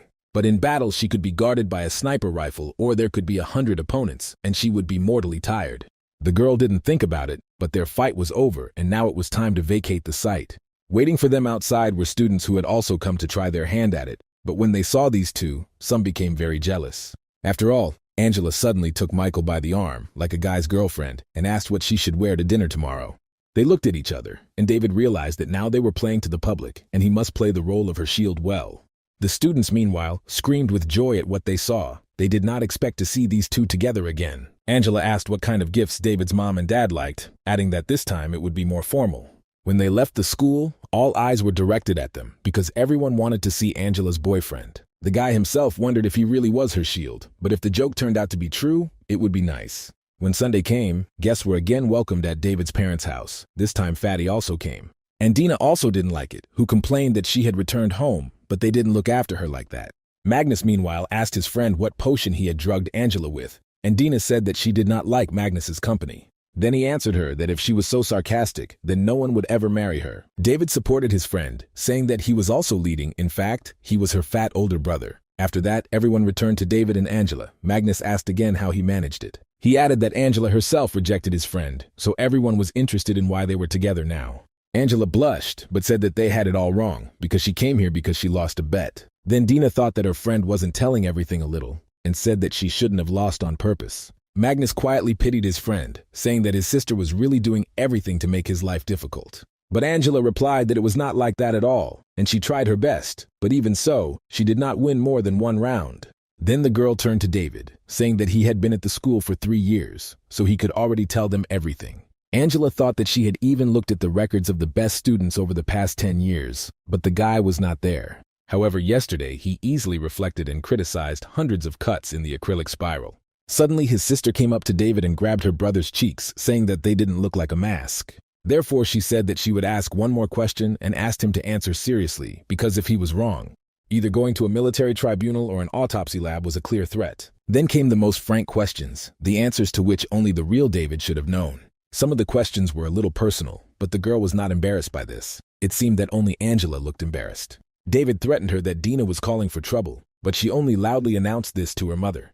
However, Dina was still convinced that her brother was really real, but he couldn't be so cool. She asked Fatty if he had noticed anything strange in his behavior, but he only said that his friend had begun to train hard. Then David could no longer stand it and reminded him that they had not gathered here to criticize him. Besides, here he turned to the fat man, they shouldn't say such fiery speeches about each other. When everyone finally calmed down, Angela suddenly spoke up, thinking that his words yesterday made sense. She agreed that her 100 cuts of acrylic spiral might not be particularly effective in a real fight. David nodded, saying that in fact, as soon as this technique begins, errors can already be found in it. And if you gather yourself well, you can catch a tempo in which her hand will be faster than her opponent's hand. Suddenly he was interrupted by Dina, who said that he was forgetting that this technique happened very quickly. Therefore, she added that her brother should stop throwing dust in their eyes, otherwise she would tell everything to her mother. David didn't like this very much, so he reached for the apples, saying that he would show everything with an example. He said knife speed is quite important, but speed alone is not necessarily effective. It's much more important to catch the right tempo. It's what comes first. With these words, he tossed the apple. And then, in the blink of an eye, he used something similar to the technique of hundreds of cuts of an acrylic spiral. Thus, when the apple landed on his lap, it turned out to be cut into many slices. All 3 of his friends looked at him with surprise and undisguised admiration, and the guy smiled contentedly. He continued by saying that in cutting techniques the span is important, but in 100 cuts it is too large. Because of this, ordinary slashing blows are obtained, but in battles it is not so much brute force that is important as technology and their details. And then slowness, on the contrary, helps to reach higher limits. The guys were shocked. Angela thought he made 58 cuts, 13 of them at an angle, but there was no sign of slowing down. And Fat Man thought that his friend made 48 cuts, 10 of which seemed to have not been interrupted, but simply changed the pace. Dina looked at David skeptically and said that now she again doubts that he is her brother. Then the guy suddenly said that she shouldn't doubt it because he really was her brother. He just returned from the future. But the little sister did not appreciate such humor as she thought, so she hit him on the leg, telling him to stop talking nonsense. Just then, their parents called them to dinner, saying that the students could continue their debate after it. They sat down at the table, David's dad and mom immediately began persuading Angela to try different dishes. The girl's eyes were really wide-eyed from such a large selection, starting with the usual brownie and ending with stewed chicken with chestnuts. In a word, the assortment was truly impressive. Angela a little embarrassedly accepted her portion, which had already been filled with a lot of stuff. Meanwhile, the mother unexpectedly asked directly what such a good girl saw in their son. And David even felt a little uneasy. He wondered if he was really that bad in the eyes of his parents. Therefore, he did not allow the girl to answer, telling everyone to start eating and not embarrass each other.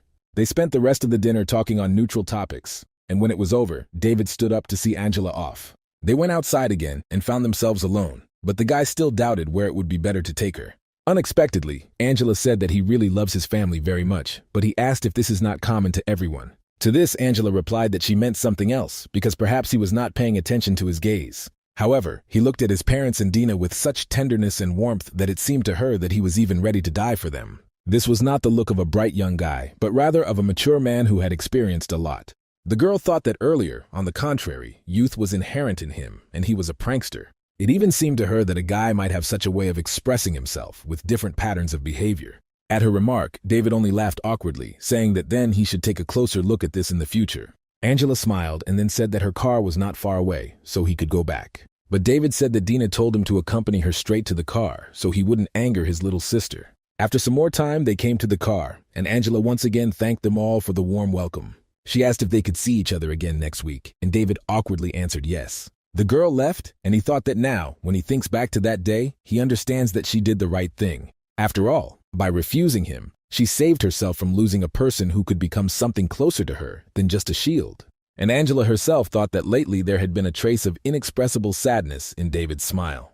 But Davy thought that he would not want to cause more pain to the people around him, and even if this could not be avoided, he will look at this world with a smile, and it doesn't matter who is in front of him, his family, Fat Man, Dina, or Angela. Meanwhile, in the meeting room of the Earth's Central Intelligence Agency, the issue of competition was being considered. Some people expressed complaints to the Member of Parliament, saying that he was moving the needle instead of helping with something practical. But soon he could not stand it and slammed his fist on the table, calling on everyone to calm down and saying that enough was enough. After all, Luna has a very good justification for this. This is a plan to appoint the best fighters of humanity. Strength is the only criterion in decision-making, because any deficiency can lead to the failure of the entire plan. And although genetic modifications were discovered on the Moon and Earth at the same time, the Moon achieved better results. And now that it has surpassed the Earth in all respects, the Earth always loses the right to vote when making decisions. Therefore, if this time they also fail in the points competition, their shame will lead to an increase in the gap. The General Marshal's flow of thoughts was interrupted by a girl in special glasses who was sitting opposite the man.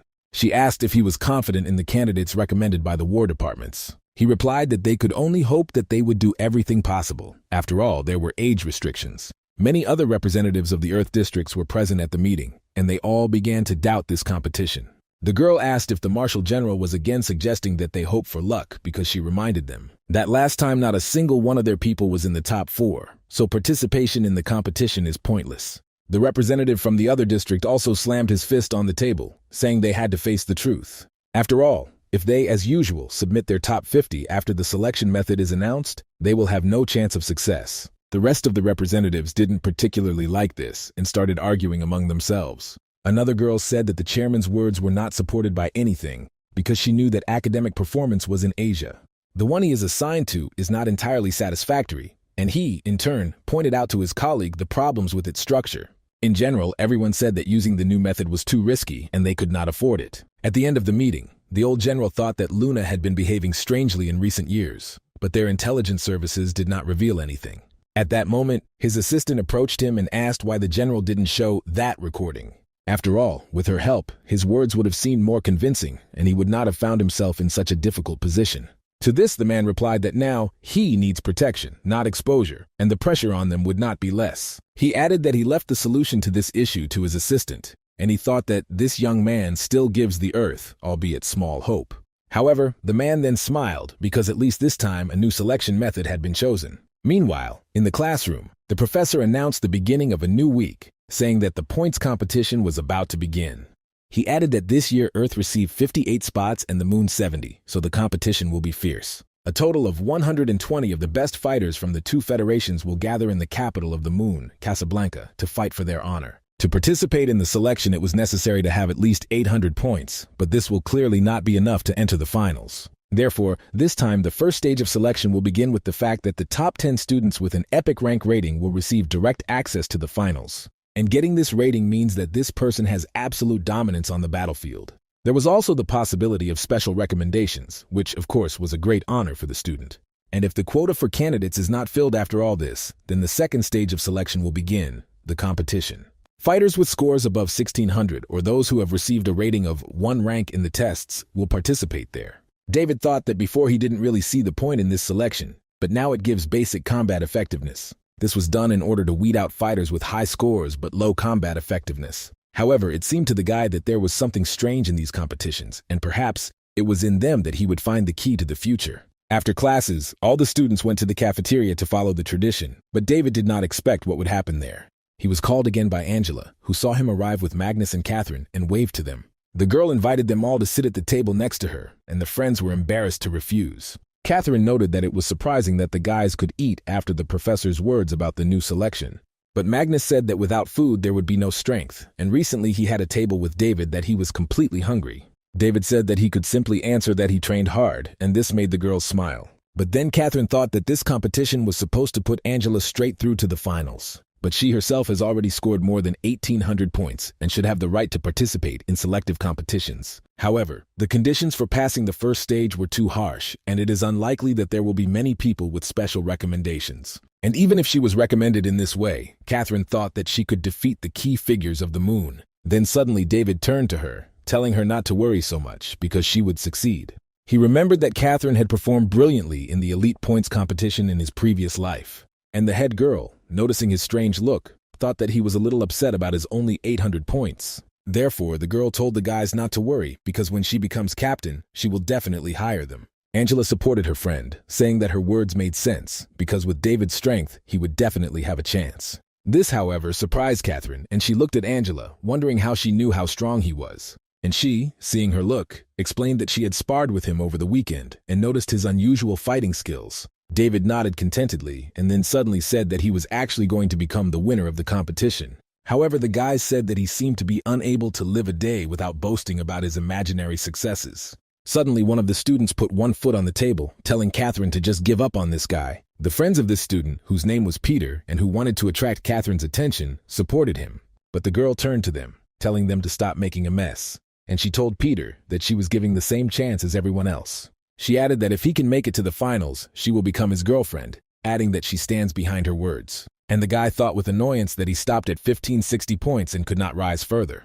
So he just said that he knew he didn't deserve her, but this David was much worse than him. He added that he was not as handsome as him, and he had nothing but fat man, who eats everything. Peter Ming's friends have backed him up again, saying lad David doesn't deserve all the attention. In addition, his words offended Magnus, who was made out to be a burden, constantly doing what he was eating. And of course, David didn't stand for it. He stood up thinking he'd encountered this guy before. But whether Catherine liked this guy or not, he didn't care. All he understood was that he should stay away from him.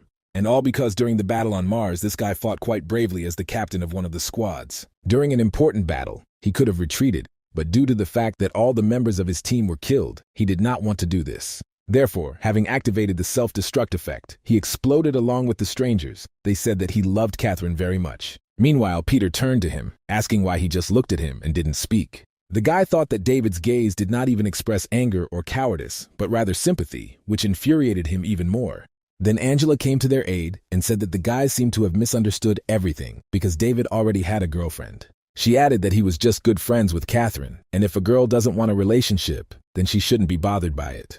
Then Peter asked her to be honest if this David used some of his tricks on her. He didn't have time to finish because at that moment William entered the dining room, who said that they should behave more modestly. Seeing the elder's appearance, Peter Min pursed his lips in displeasure and turned away from David.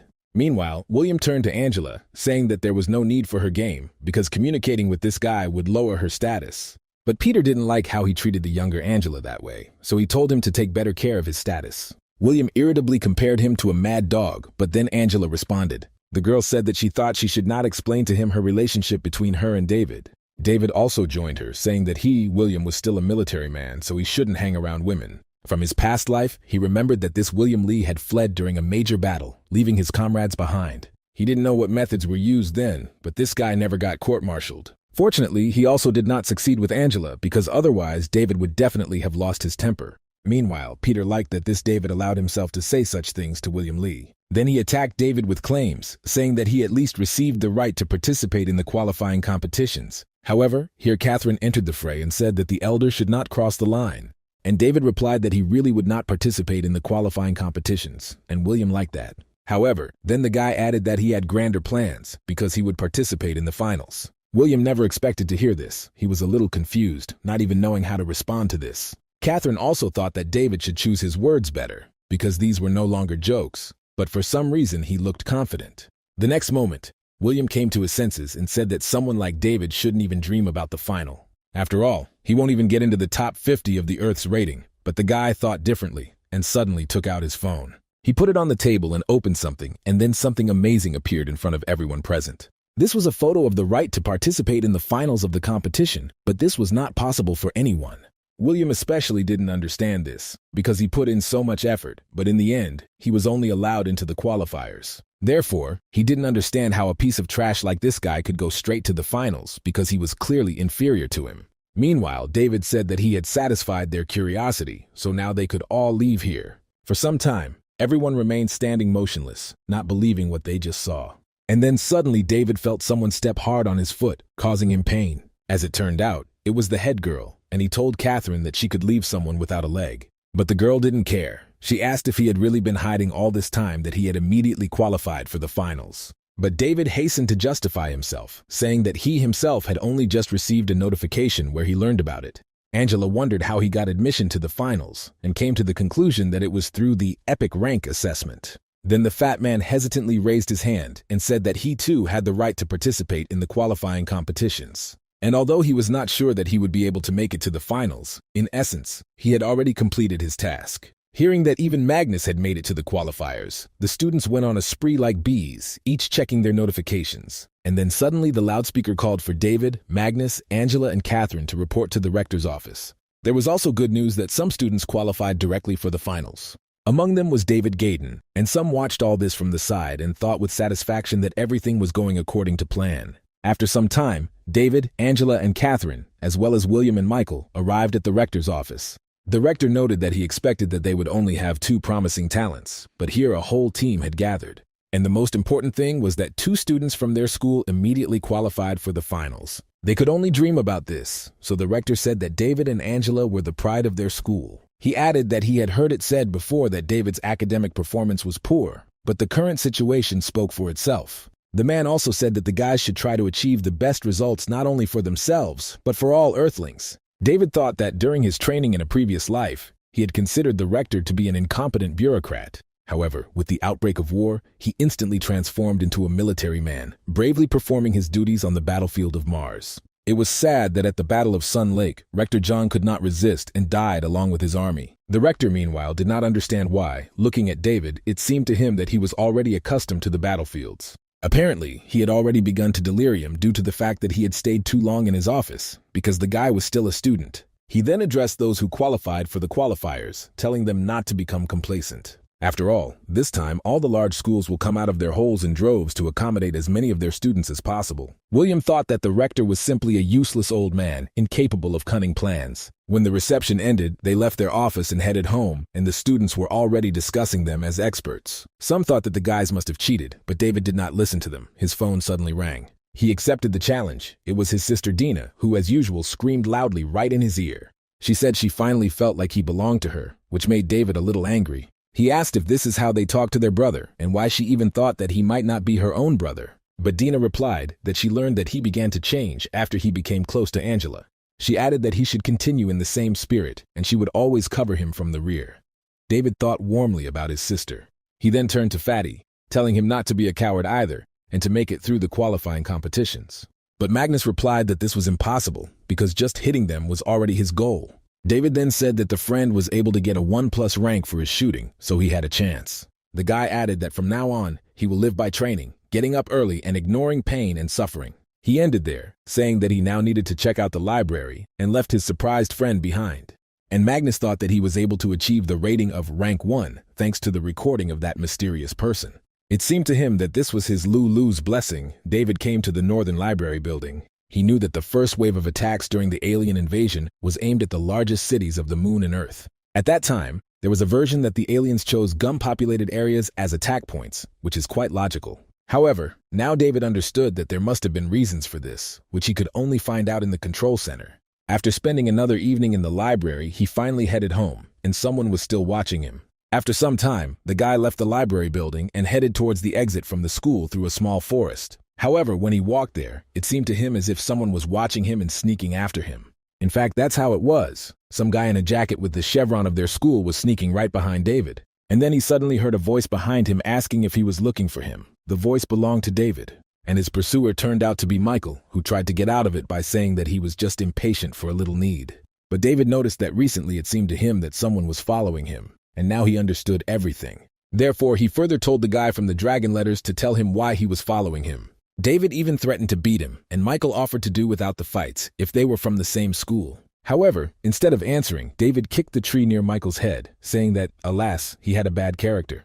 Then Michael, scared to death, hesitantly asked if David was the anthem. He didn't understand what the guy meant and asked if this was some kind of joke, so Michael had to explain. He said that he figured it out by the fact that an unknown student suddenly made it to the finals. This was only possible with the epic rank rating, which he probably received from past tests. However, David did not appreciate his observation because he did not need anyone else to know his secret. In addition, he said that the guy was mistaken because although he really received such a rating, it was only for close combat. David then asked if this was the reason he had been following him all this time.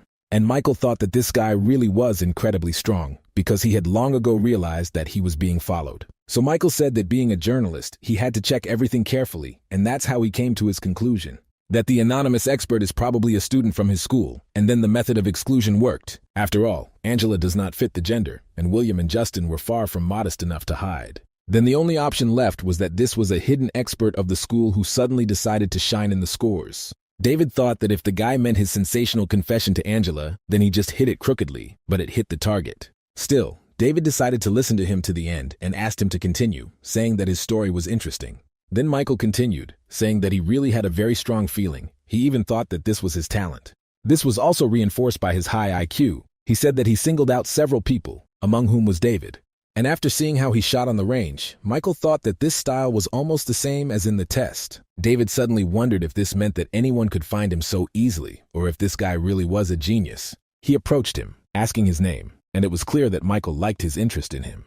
He introduced himself, saying that he was also a man who would become famous throughout the earth. Now he could only wait for the recognition of this expert, because what else could be more pleasant for a journalist? The initial guess, which he confirmed step by step, finally led to the discovery of the mysterious man. The guy thought that at this rate he would be able to earn fame very soon, and David looked shocked. All because he recognized the guy's name, because in the future he became famous for his claims about the origins of aliens. However, soon after this he disappeared without a trace, and rumors began to spread that he was simply crazy. At that moment his chest again stabbed with a strong sensation of pain, which knocked David out of his coma a little. He bent over and told Michael that he really was incredibly smart, only now he should get rid of him. Hearing this, Michael hastened to assure him that he could keep everything a secret and would not tell anyone about it. But David replied that he, being from the Faculty of Journalism, should know that only dead people can keep secrets. David also thought that the chest pain could be related to things that could affect the future. The guy didn't know why or how, but it seems that the team of Catherine and this Michael is somehow connected with the discovery of strangers. David asked Michael if he had any unfinished business, and he was absolutely scared to death. He asked that if one day David was exposed, he should tell everyone that he was the first to know about it. The guy added that even if he dies here, he doesn't want his efforts to be in vain. David laughed out loud at this. And then he suddenly extended his hand to him, saying that he thought that the truth was well hidden, but he was so easily exposed. He introduced himself, asking if Michael thought he was stupid enough to kill such a talented guy. Upon hearing that he would live, Michael asked why he was saying this then, and David replied that he was just a little pissed off at his showing off. Although he added that if there had been some pretty girl instead, everything could have been different. And then Michael decided he could afford something and asked David to let him tag along. He said that he was not bragging, but his premonition was as incomparable and accurate as a woman's intuition. Here he really got a little confused, saying that the comparison turned out, of course, to be so-so, but that was not the point. Since childhood, he had always had a premonition of strange things, and his ability to collect data was also excellent. Besides, this way they will be connected, and whatever David says in the future, he will keep everything in the strictest confidence. Finally, Michael asked him not to doubt his words, seeing as David made a pitchfork that he was thinking. He added that he could collect intelligence to detect enemies and also wash, cook, and dry socks. In a word, he was quite useful, and David thought about how to convince him to help him, but that's how it turned out. So he said that he was happy about their shared secret, but would ask the guy to keep it for a little while longer. Michael straightened up and said that from now on, he would always obey him, and if David told him to go east, he would never turn west. David nodded to him, and then with a smile ordered the guy to return, because they still had a lot of important matters behind them. When Michael ran to the dorm, David thought that God himself was probably sending him strangers. But whether it was good or bad, only time will tell. After a little more, he was already in his room. There, an unpleasant surprise awaited him in the form of Fatty, who put his pants back on and went to bed. Meanwhile, no one was sleeping in the women's dormitory. The girls were talking about various topics, one of whom was Angela's boyfriend. They asked if things were serious between him and Angela. But the girl replied that until today, she really didn't know about his talent, but there was nothing between them. Her classmates lit up when they heard that her friend did not need such an undergrad, saying that then they would take him themselves. Angela sheepishly replied that they could do whatever they wanted because she would have nothing to do with it. When morning came, in another room of the girls' dorm where Catherine lived, the girls were also discussing David and Magnus. They said that before these two were ordinary fools, but now one of them made it to the qualifiers and the other to the finals. Catherine also thought that she never thought David and Magnus were completely hopeless. They just didn't try hard enough. And the fact that they are both talented cannot be denied because she felt it in her first year. Therefore, she too, as the leader of their group, must make more efforts to keep up. At this time, David was standing in the restroom and examining his scar. He noticed that in one place the texture of the skin was completely different. It was unlike anything he knew, but when he touched there, he felt something strange. After Michael joined, he became even more confident that the genetically modified soldiers had special genes. It was said that Earth had much better research in this area, but it had no practical effect. And since Michael could be involved in events with strangers, then his help may well become one of the turning points. David then thought that in the past, the top 8 consisted of only Luna's people, which was a bit of a shame.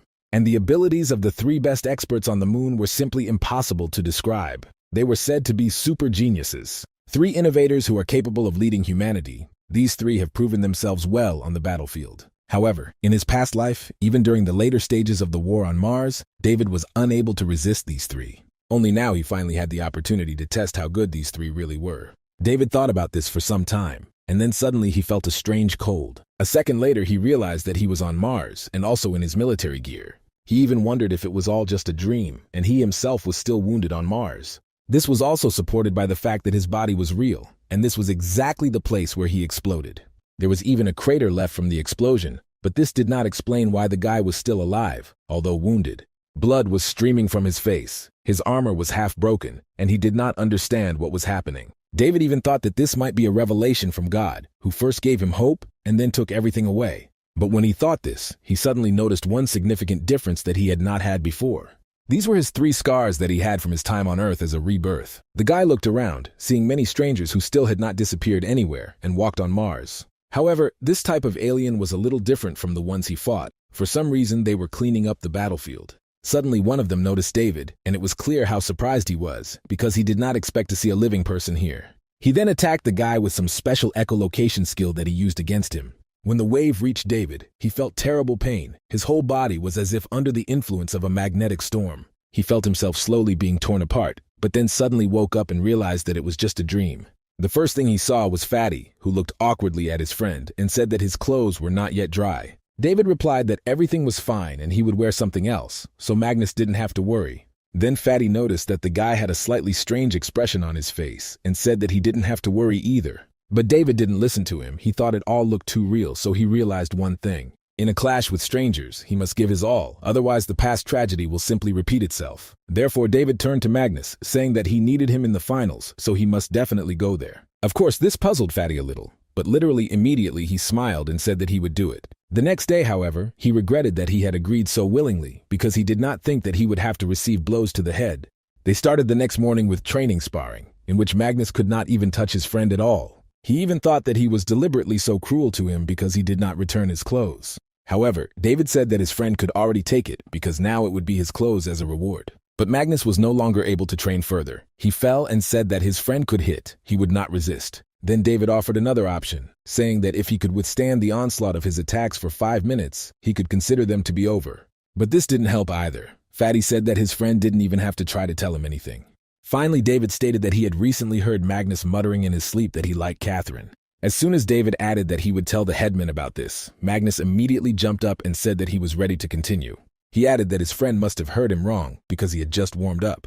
And David noticed that every time he talked with Magnus on Mars, he often asked about Catherine's affairs. The fat man was not well informed about the news from the front lines, but when he learned that Catherine was dead, he lost the motivation to live. Magnus, meanwhile, carefully asked if he really said such things in his sleep. Then David, to his surprise, answered in the negative, adding that it didn't matter anymore because he confessed anyway. Hearing this, Magnus shouted that he would beat his friend personally and rushed after him, and he happily thought that everything had worked. So they trained for a week using David's special all-round training, which Magnus was forced to agree to. All participants in the qualifying competitions had already arrived at a special building where the selections were soon to begin. Magnus, Catherine, William, and Justin took their places, and David and Angela agreed to wait in the corridor. After all, the matches of the qualifying stage were not broadcast anyway. Angela thought she hadn't seen David this week, and the guy thought that this week that strange dream no longer appeared, and it was becoming more and more convenient to use this body. Angela even admired the fact that he knew how to prioritize correctly, because he had probably been preparing hard all this time.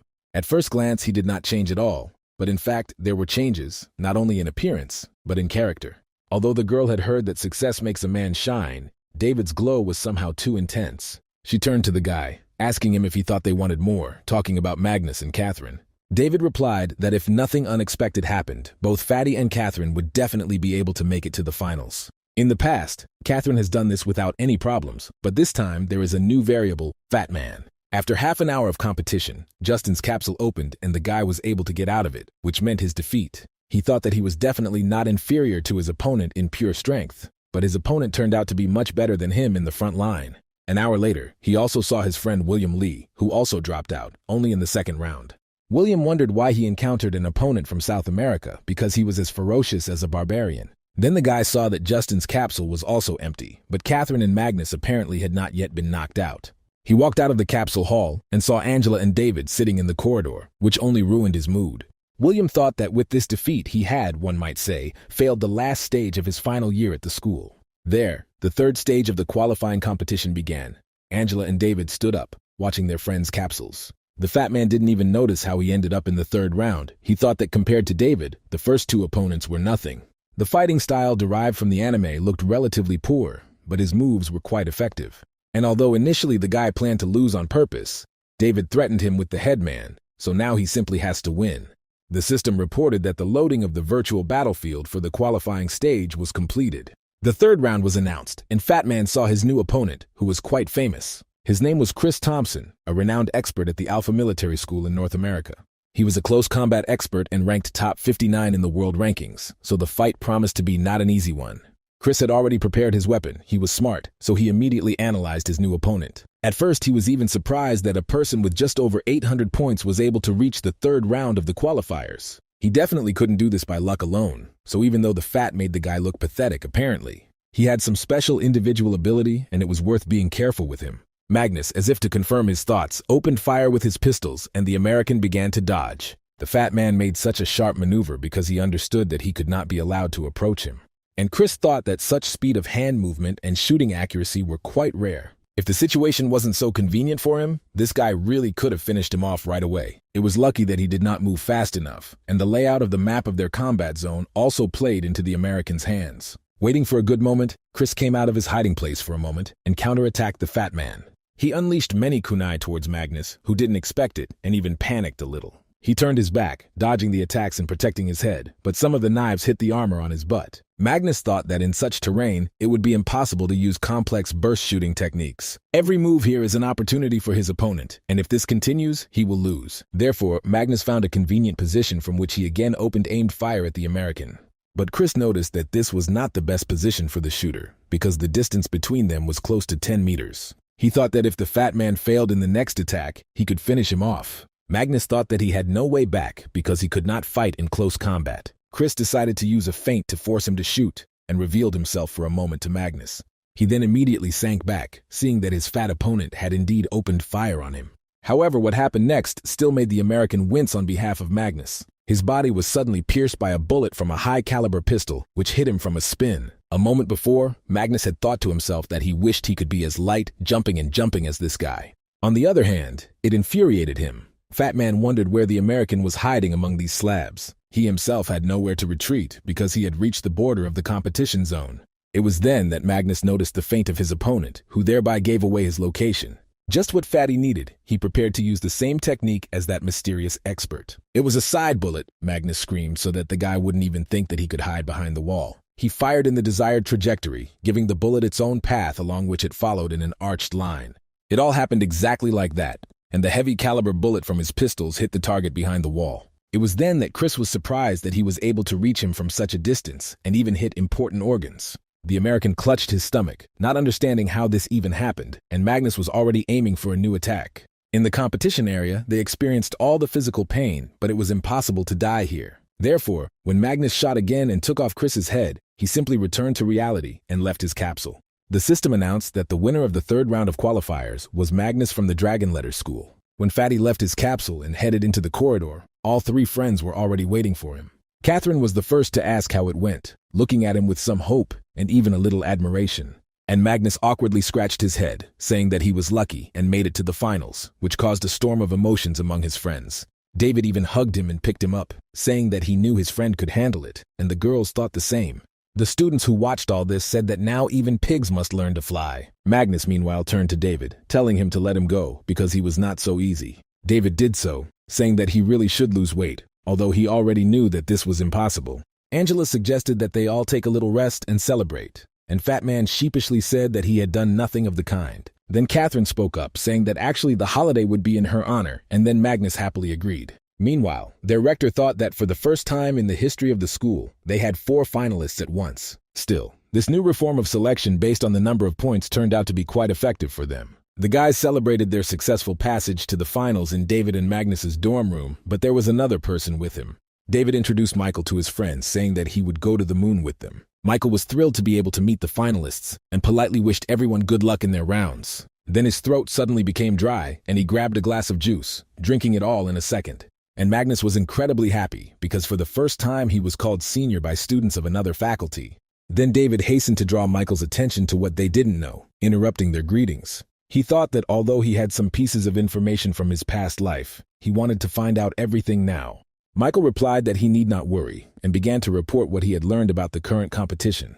Namely, its special significance because the fighters who become the top 4 will receive the right to complete a special task. It can even affect the future of all humanity, and although it could be just gossip, sometimes it is also true. Angela was surprised to think that this guy really knew a lot, even though he was an ordinary student. And David said that Michael intrigued them, and then asked what this special task was. He replied that he really didn't know this, but he was part of a hacker alliance whose specialty was creating fake news. However, some of them are very reliable. For example, this file was obtained by a hacker from the moon. David thought about it. Although in his past life there were no specifics in the news, the top 4 were never shown in public. He asked Michael to cut to the chase, and he continued, saying that they and the Luna Federation were doing their best this time.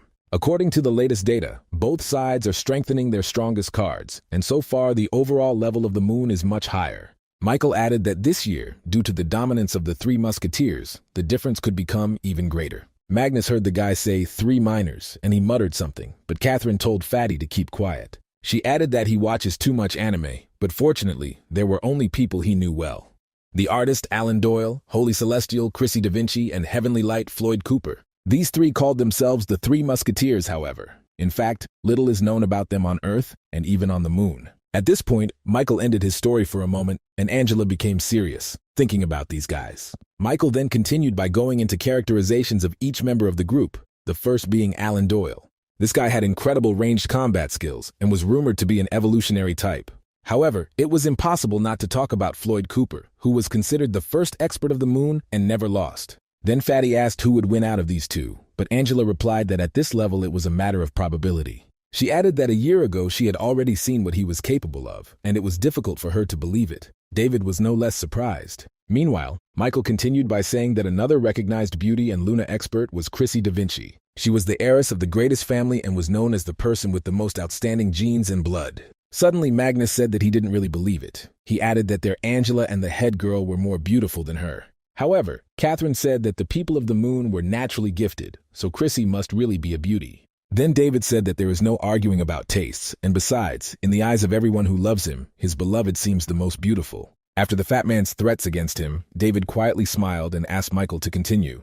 And he said that these three are essentially the strongest and are on a completely different level. The style of battles on the moon is not similar to that on Earth, because there they fight not for points, but for the sake of battles. So when it comes to actual battles, they become even more terrible, so the situation on Earth is not simple. No matter how much one would like it, it will be very difficult to achieve something serious, and Catherine asked if they were doomed. Michael replied that although these words were unpleasant to hear, this was the reality, and the top 10 of the Earth also understood this. To make it look better on the outside, the military even sends soldiers of the right age to participate. But frankly speaking, rich experience in combat does not at all mean high power in one-on-one fights. David thought that Luna, most likely, simply did not pay attention to this because she was sure that she would win anyway.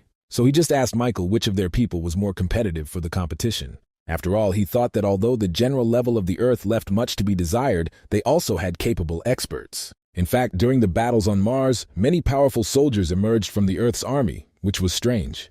After all, their troops lagged behind the moon for many years, but many more heroes appeared than from the lunar troops. The genetic warriors of the moon achieve results much easier, and their training system is also better. Meanwhile, Michael answered his question that Sister Angela should know this better than he. After all, she is very different from others in her social position, and it's not for nothing that she ranks in the top 10. It is also impossible not to say that for this reason she always remains in this top 10 and does not give up her place to anyone.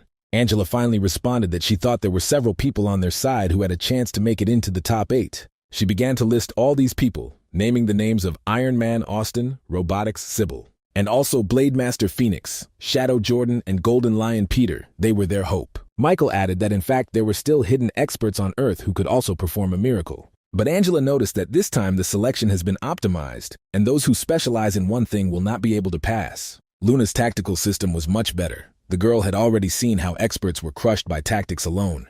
The Luna fighters were indeed too good at tactical execution, and it was stupid to deny it. Then David spoke to everyone, telling them that they should not be sad, because this is not what they should worry about. He added that in their case, they just have to enjoy these competitions. Catherine supported her friend, saying that he had finally said something reasonable, and saying that he would not even be afraid to die. Angela, meanwhile, said that Magnus should also answer something, because she thought that he had more internal qualities. And he, having heard such a compliment, raised a glass of juice and said a rather beautiful toast, to which they all drank. So they spent the rest of the day without talking anymore about the upcoming final of the competition on the moon. The next day, the officer makes sure that the ship for landing the finalists on the moon is ready. He hastened to report this to the general. During the competition, all responsibility lay with him. He just nodded silently, giving the order to act according to plan, and his car left the runway.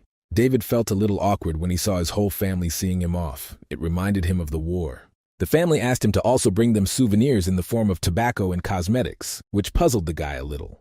He thought that since he was participating in a points competition for the first time, his parents would be worried. Only in the end, they will be even calmer than him. And besides, Dina shouted for him to show everyone what I was capable of and remembered that the main thing is participation. My little sister looked a little battered, and David put on one of his sincere smiles and gave her a thumbs up as if to say that everything would be cool. Transferring the finalists to the Earth-Moon space station took another day, but soon David and Magnus were walking along the corridor, trying to find the number of the station they needed to the moon. They noticed Angela and Catherine, who were already there, and waved to them in greeting. Angela arrived along with her guards, whom the girl, however, gave the order to return back. Her parents were too stressed. She had never heard of Chrissy being accompanied by bodyguards. At that moment, David approached her and said hello. The guy suggested that she go to the restroom for now. She found herself in a spacious room inside the space transport vehicle itself. It was this that was supposed to take them to the moon, but when the guys entered the recreation room, Angela saw someone. It was a guy she had met before, but she forgot his name, but she definitely remembered him. Dark-haired, with green eyes and well-groomed, he also noticed the girl and looked straight at her. Catherine said in surprise that this person was the #1 in Asia, Blade Master Jordan Octavian. But Magnus was happy rather, because the video in front of him was not a celebrity, but a lot of free food.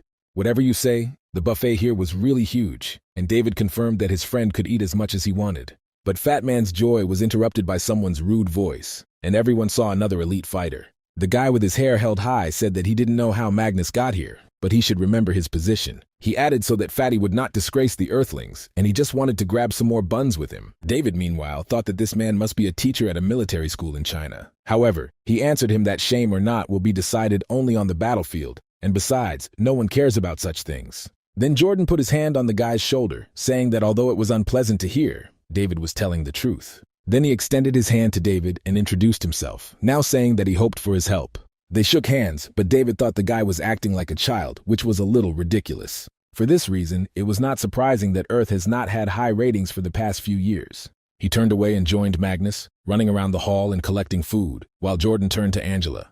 They talked a little and ended by wishing each other good luck. Finally, Angela asked the guy for advice. Magnus and David didn't hear any of this. They ate everything that was on the tables, as if all the food on Earth had run out. Catherine even thought they came to participate in competitions or just to eat. Meanwhile, the ship's system reported that they were leaving for Casablanca on the moon in 10 minutes. This was followed by a request for all passengers to get ready, and the spacecraft began its journey. This caused a slight shaking in the cabin, from which Magnus suffered the most, having eaten to his fill. But even in this state, he thought about food and asked if they would have such an opportunity again on the way back. 3 hours later, they finally arrived. Magnus even fell asleep, and David had to wake him up himself. However, he barely muttered that he couldn't do it anymore and that he would have to replace him at the competition. Then Catherine took charge of the situation and reminded him that they were in Casablanca, where Lulu was probably already waiting for him. The architecture and planning of buildings on the moon was impressive in its beauty and practicality. The finalists moved to the city dock, where they were to be met and the rules explained. And so it happened. A girl with an unusual lunar appearance greeted them inside, telling them to follow her. Seeing such a beauty, Magnus said that Casablanca really has very high standards. Jordan noticed that this fat man, of course, may be strong, but he does not know how to control himself at all. His friend agreed, except that in fact he himself didn't mind taking a number from one of the local girls. The moon itself was a place created by man. It has long ceased to be just a satellite of the Earth. People reorganized it into a whole planet, and the environment here was even better than on Earth. David felt this well, but suddenly he had another, already familiar feeling. It was the same thing he felt in his previous life when he first flew to the moon. And this time he felt it again, so it certainly couldn't have been an accident. The trip promised to be fruitful. He went out to take a breath of fresh lunar air, but they were already calling him back to the ship, which had to fly a little more. The guy came back on board and took his place. For some reason, it seemed to him that today would be a great day.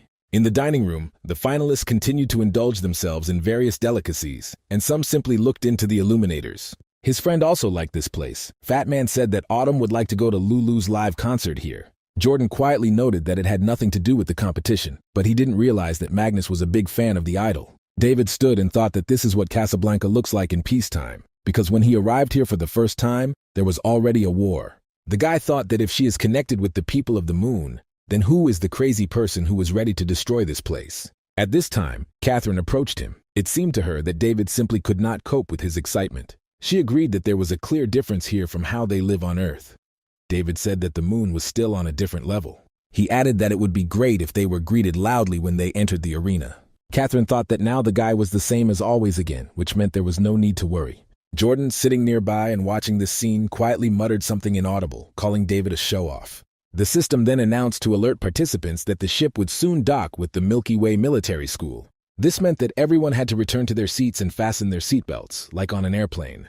Their ship switched from normal speed to light speed and soon emerged in the tunnel of the military school's docking department.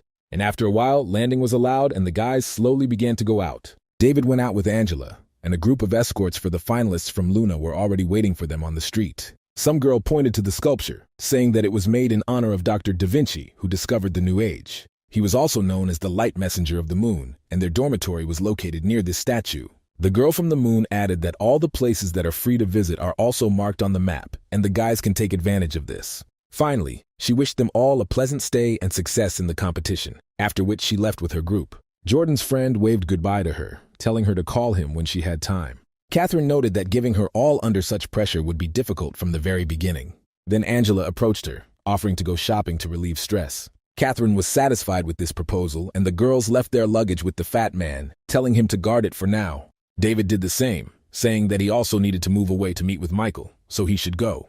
The guys went in different directions, and Magnus said that they were mocking an honest man as best they could. David thought that, in his past life, he had spent 6 months in Casablanca, a month of which he spent at the school's training center. Luna was indeed very open in this regard, which made it difficult for him to believe that she was connected with strangers. From what he could see, Milky Way College was still the same, providing a good future for its graduates. Of course, there was always a special case, but coming back here again, he couldn't help but notice that 80% of all these students, they will become the main force in all strata of society, that only 10% for some reason could become ordinary people. David thought that back then, he also made some lunar friends during the special training period. Now he didn't even know what this place where he was undergoing training camp would look like. So he decided to check out the place while it was still there and immediately noted that it still had a familiar look. However, although things remained the same, the people did not. In other words, he arrived here earlier than he should have.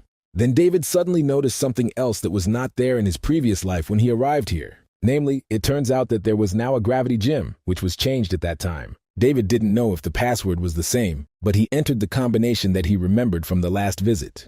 To his surprise, the password worked and the doors opened, and the guy thought that the people of the moon were too careless. Then he decided to warm up a little, yet the environmental conditions of this hall were not comparable to the environmental conditions outside. For such a hall, it is necessary to constantly maintain a stable level of gravity, which is what was done here. And at the same time, it must be equipped with comprehensive security controls. This was much more difficult to provide, so some schools did not provide such halls at all. David took off his jacket and walked into the training area, immediately feeling his entire body come to life. Such an incomprehensible state usually only appeared in real combat, but it also awakened here. Under the pressure of this zone of tenfold gravity, he felt completely different.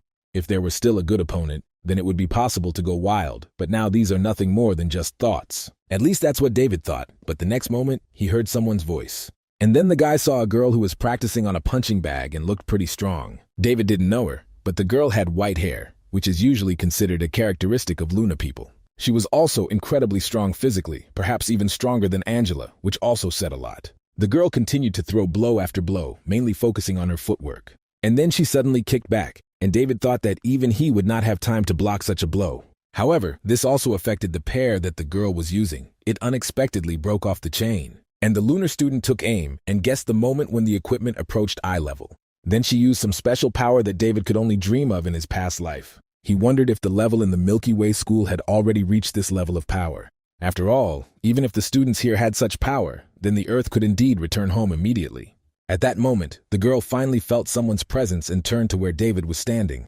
Seeing the guy, she smiled a little, and then pointed him somewhere in the direction, saying that he should go there. At the same time, she named him to her classmates, which surprised David, but he decided to go where she indicated. The two of them left the training area and met in person. Now each could get a better look at each other.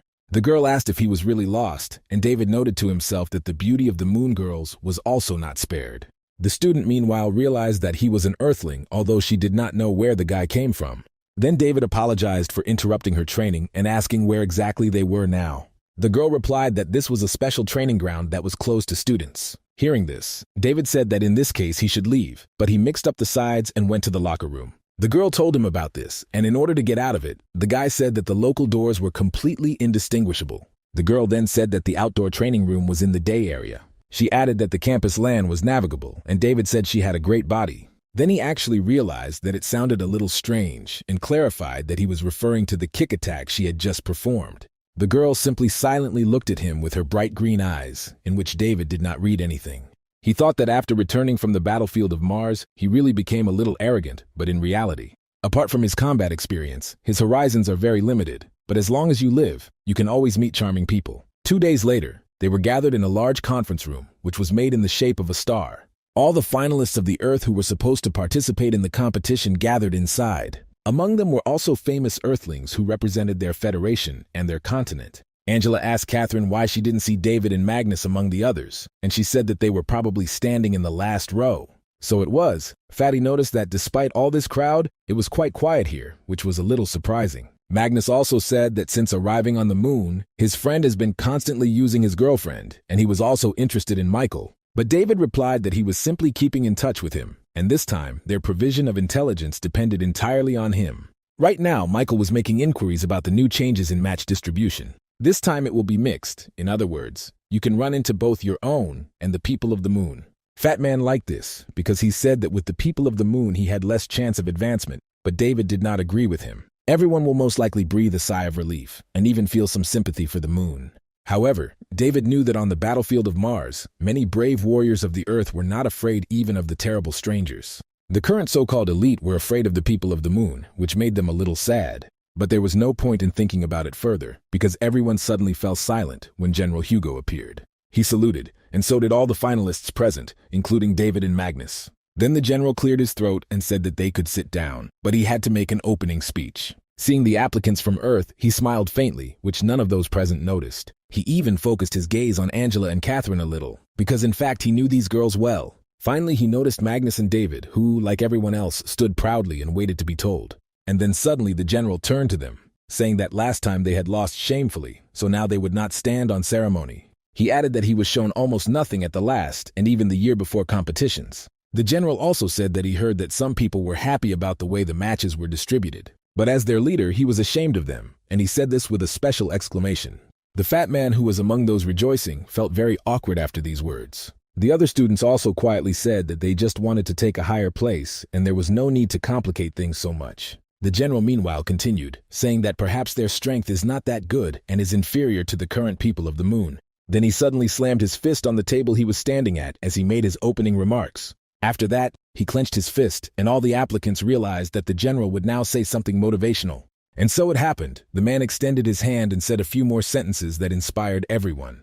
After some more time, the lecture came to an end, and the finalists went on to do their own thing. Catherine noticed that after the conference, there were cues for the simulators, so the speech turned out to be very effective. Andre, meanwhile, thought that everyone who was able to fly here probably did so with some kind of dreams.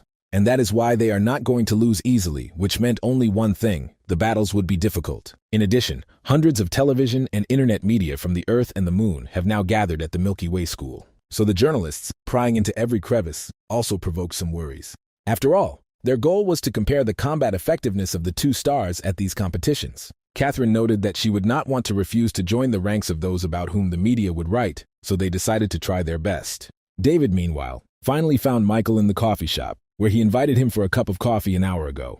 When David saw his friend, he asked what was wrong with him, because he looked jointed and with bags under his eyes. And Michael replied that from the moment he arrived here, he began to have nightmares, although before that he had always slept well. Then David told him to tell him his nightmares, and he would help in any way he could. Michael liked it. He said that in his dream, he was simply enveloped in a vast blanket of darkness, and he saw nothing in it. It was also strange that this could happen several times during the night, after which the guy would wake up in fright. While pouring boiling water over the tea, he noticed that it looked like these competitions would be another problem. Michael added that he received reliable information that said that this time the moon's powers would be the highest. But David said that he shouldn't dwell on it, because the only thing he came to know was the other goals of all this. David knew that Michael and his group were very special, and could be called the loose hacker group of this era. So, looking at Michael's surprised face, he thought that he could use them to get closer to the truth. The guy, meanwhile, said that he thought he would have to look for information about the participants in the competition. However, the hidden goals of all this were much more interesting, and Michael even became eager to get to work as soon as possible.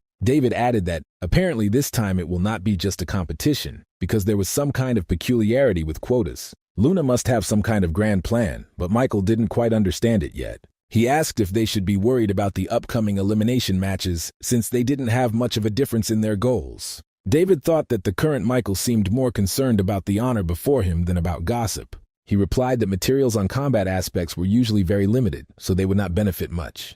He added that based on this, they would still have to rely only on their experience, so Michael could help with what he asked earlier. The guy thought for a while, and then said that David could leave it to him, and he would try to find out something. Then he said that he had to go, and David thought that all these days he had been thinking only about the connection between aliens and the moon. Something suddenly became a little clearer, namely the current situation on the moon, which is controlled by several families. For example, one of them is the Da Vinci family, that is, the moon as a planet cannot betray humanity. However, there was another option where the motive could arise from one or more of the families. Due to the convergence of several coincidences, it seemed inevitable that the Earth would be completely defeated. However, Luna was repeatedly defeated in battle and did not show the required strength at all. This was the problem.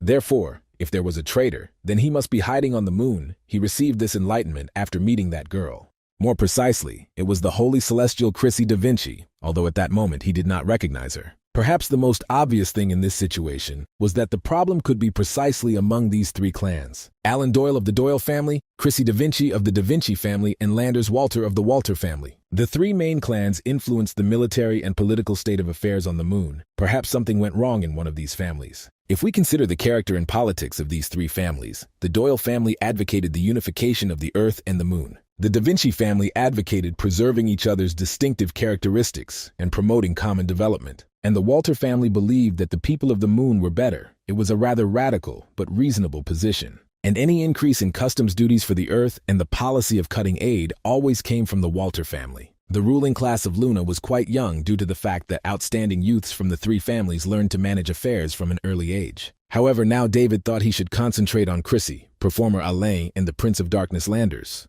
3 days later, the knockout matches of the competition began, where a lot of spectators gathered.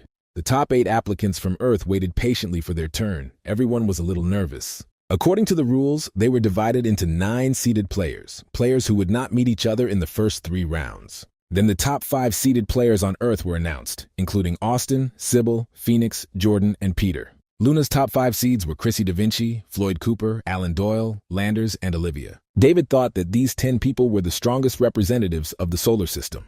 The rector of the Milky Way School, Tiffany Da Vinci, was invited to give the opening speech. Some contestants were randomly given serial numbers, and these people were asked to go on stage to pull out the opponent. The students started talking about how getting a suitable opponent was definitely the surest way to advance. Chrissy Da Vinci was the first to take the stage to universal cries of admiration and applause. Next up was Alan Doyle, who was also greeted with cheers from his fans. After some time, Angela appeared on the stage and approached the ball selecting opponents. She came across a person with Luna's average rating score, and the girl thought that she could save a little energy. Catherine came out immediately after her friend. She encountered an opponent with almost the same level as Angela. Not far from Catherine stood the fat man, who prayed to God to find him a weak opponent. Nevertheless, Magnus also put his hand to the ball and it gave out the result of his choice of opponent for the fat man. He was simply shocked by whose name he saw there, because before his eyes were the initials of Erwin Dolan.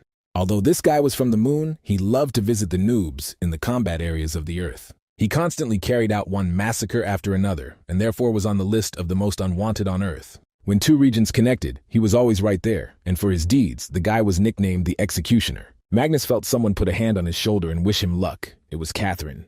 However, Magnus asked if it would be better to give up right away, because he did not want to disgrace himself throughout the cosmos. Then the head woman warned him that in this case the general would send him to Mars to cultivate the lands. She asked why Fatty was fighting because he just needed to fight this brat who was defaming their soldiers. But Magnus did not understand how he should do this, adding that he knew that it was not worth coming here. At this moment, the other students were surprised that 4 of them passed through the dragon letters this time.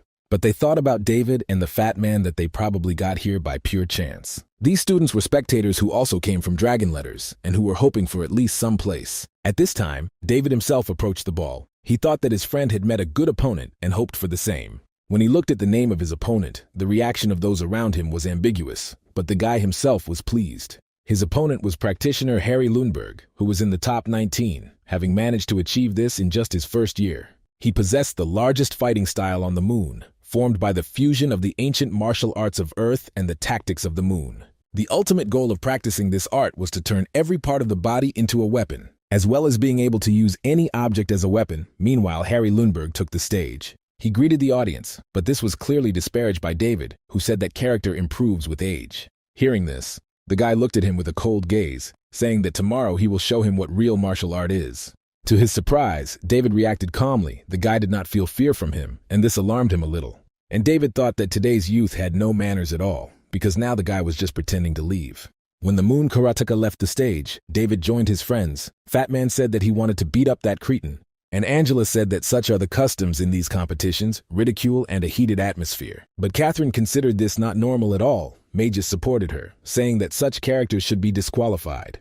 And he also suddenly realized that it was better to find such a way for himself than to disgrace himself in a duel. However, Catherine told him not to even think about it, because if he doesn't fight somehow, she won't even consider him a human being. In the meantime, the completion of the distribution of pairs was announced, and then there was a small show on the program. This was to encourage the cadets a little and wish them good luck in tomorrow's competition. The performance of Lulu turned out to be a small show. After seeing her, Fat Man immediately lost his head, and even David recognized her beauty. The guys began to sing along with the famous idol, and Catherine noticed that they were now not worried at all. Angela agreed and said that it was for the best, because after all, it's better not to be nervous at competitions. In the evening, when all the events were over, the Earth aspirants rested in the dormitory of the Milky Way School. Some of them received information about their rivals from Michael, who worked on it all day long. Then the topic turned to Lulu's next show, for which Fat Man was already gathering people to split the money for tickets. They talked carefree all evening, and after a good night's sleep, they got ready for the elimination matches the next morning. Magnus noticed that the prefect didn't look too good, and Angela seemed a little nervous too. The friends looked at each other, saying that, fortunately, their matches would start tomorrow, so today they would just watch. At these competitions, the point system will be used until the quarterfinals, and then live battles will begin. The sensitivity of the system here was higher than on Earth, so Angela and Catherine had to increase the adjustment. The head woman thought about this very seriously, but was distracted by extraneous sounds, which were the boys slurping. Finally, she couldn't stand it anymore and attacked them, asking how they could eat so happily at such a moment. But Magnus said that there was golden foie gras from the lunar farm, and there was a special offer for breakfast here. David added that there were also cheese and beef sandwiches made from Cosmo Ranch cows. The girls looked at each other a little embarrassedly, not knowing how to respond to this, so they simply remained silent. The rest of the Earth's aspirants noticed that the guys from Dragon Letters were too relaxed, and Fatty suddenly felt that they all suddenly looked at them intently, as if they doubted their skills. Magnus awkwardly noted that the stares from the seated players were a little unnerving, but fortunately he didn't have to be afraid to perform today. The younger Angela's match will be in the morning, and his and Catherine's in the afternoon. Devil's match is left for the evening. To himself, Fatty thought that he would lose anyway, so he did not like that his match was delayed so much. Jordan noticed that these two were too frivolous, and he didn't even think otherwise. His English colleague said that a constantly serious face does not look better, clearly referring to Jordan. And he replied that to a person who does not show his face even while eating, he has nothing to say at all. In other words, there were some disagreements and minor quarrels among the seated candidates. Peter said that since Jordan was the youngest here, he should have tempered his ardor a little. The guy didn't like it much. He said that somehow he would figure out what to do, especially since the competition would show everything. After some time, the presenters greeted again all the inhabitants of the Earth and the Moon. The main presenter was Luna's girlfriend Mila, who today had the honor of introducing 2 doctors of science of the Alliance. Men were present as commentators. One of them was named Clemens Verdius, and the other doctor was the famous Rick Yankee, who however looked a little shy. The applicants quietly clapped at them, expressing their respect, but this did not make much difference to them. David thought that this Mila was now 21 years old. She was the deputy chairman of the student council. The men she introduced had their own clear position and would confront each other accordingly. Rick Yankee actually didn't want to come here at all because the last time Earth failed to make the top 4. The final and semi-final then became Clemens' personal performances, and he sat on his nails. This time, the Earth would make every effort to reach the semi-finals and even the finals. For some reason, he was sure of this. Rick himself suggested the method of selecting General Hugo, but whether this could change anything was not yet known. Meanwhile, Dr. Clemens approached him and said that he really missed his colleague very much. This was an obvious joke on his part, especially when the man added that this time he would not have to overwork himself again. To this, Dr. Rick replied that the wheel of fate is constantly spinning, and soon there will be a holiday on their street. Finally, Mila took the floor again and introduced the first finalist from the Memphis Earth School. His name was Andre Dickens, and his opponent was the favorite idol of the lunar audience, Alan Doyle.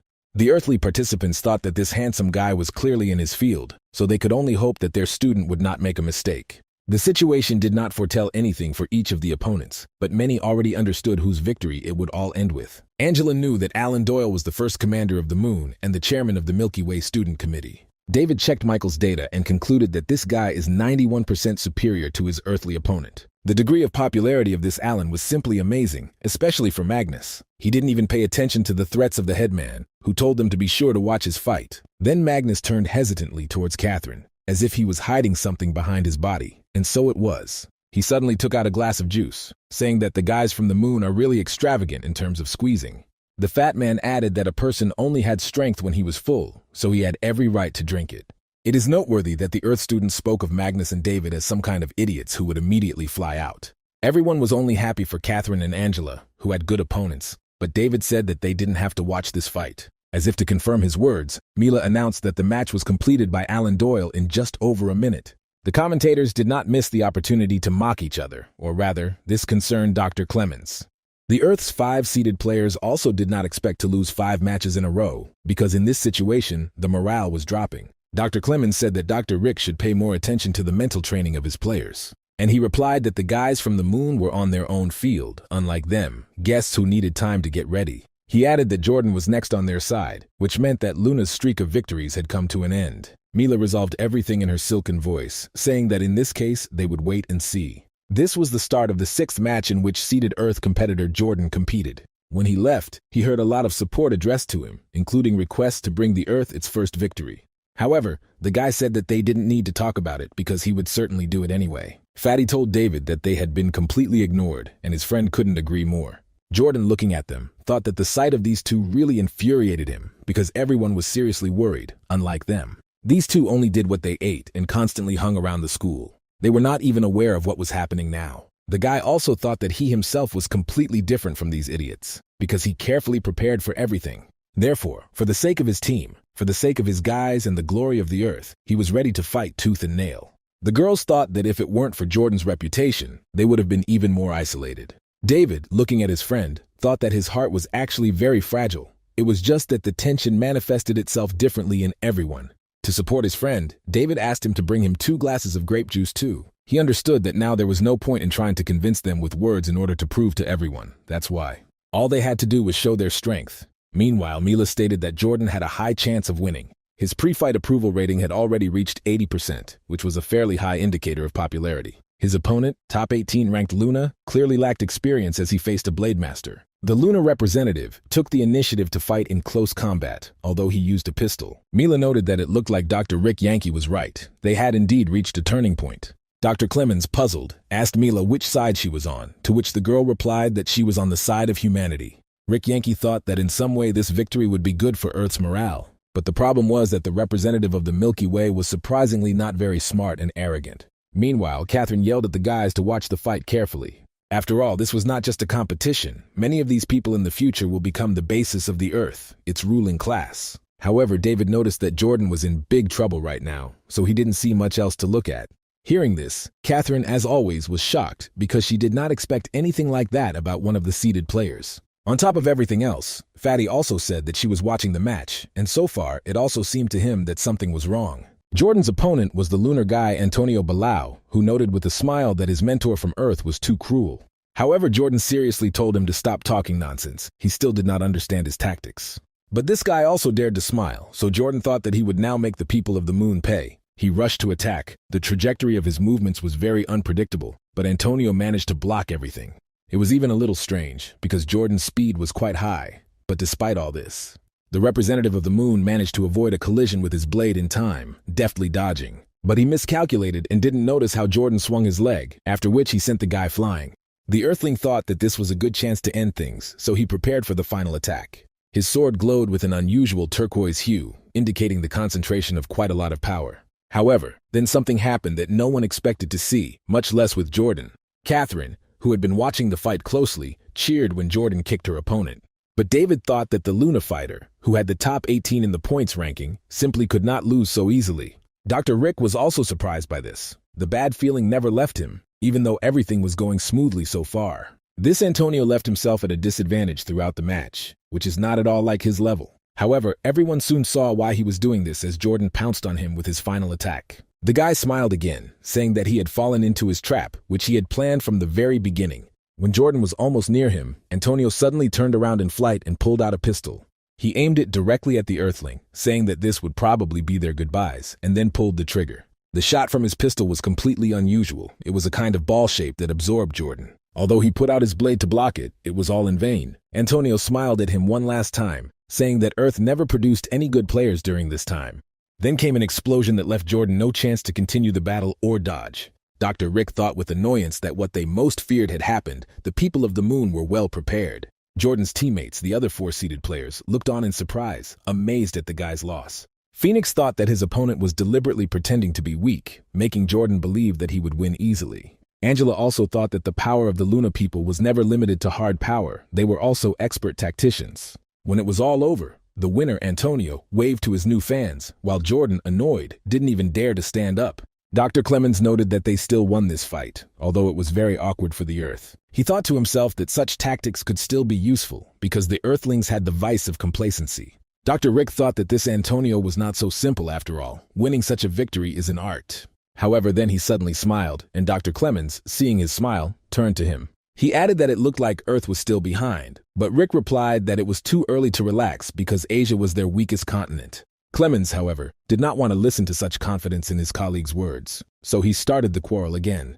He added that he was ready to conclude that the top 8 in this goal would be completely monopolized by Luna. Mila, who was forced to listen to all this, hoped that there would be no problems during the broadcast. She finally decided to end the argument, saying that she would witness their bet while they moved on to the next fight. Dr. Rick thought that his colleague was deliberately angrying the Earth members so that there would be more blood. Meanwhile, Jordan, who had returned back to his comrades, was treated differently. The guy himself thought that he trained hard for this day, but in the end he not only lost, but also became a bad example for others. Emotions of despair overwhelmed him, and Jordan began to beat the floor, wanting to throw out his bitterness. However, Peter addressed him, saying that the guy should control his emotions. Jordan thought that he still didn't need to spend the seated participants' quota on the Asian region.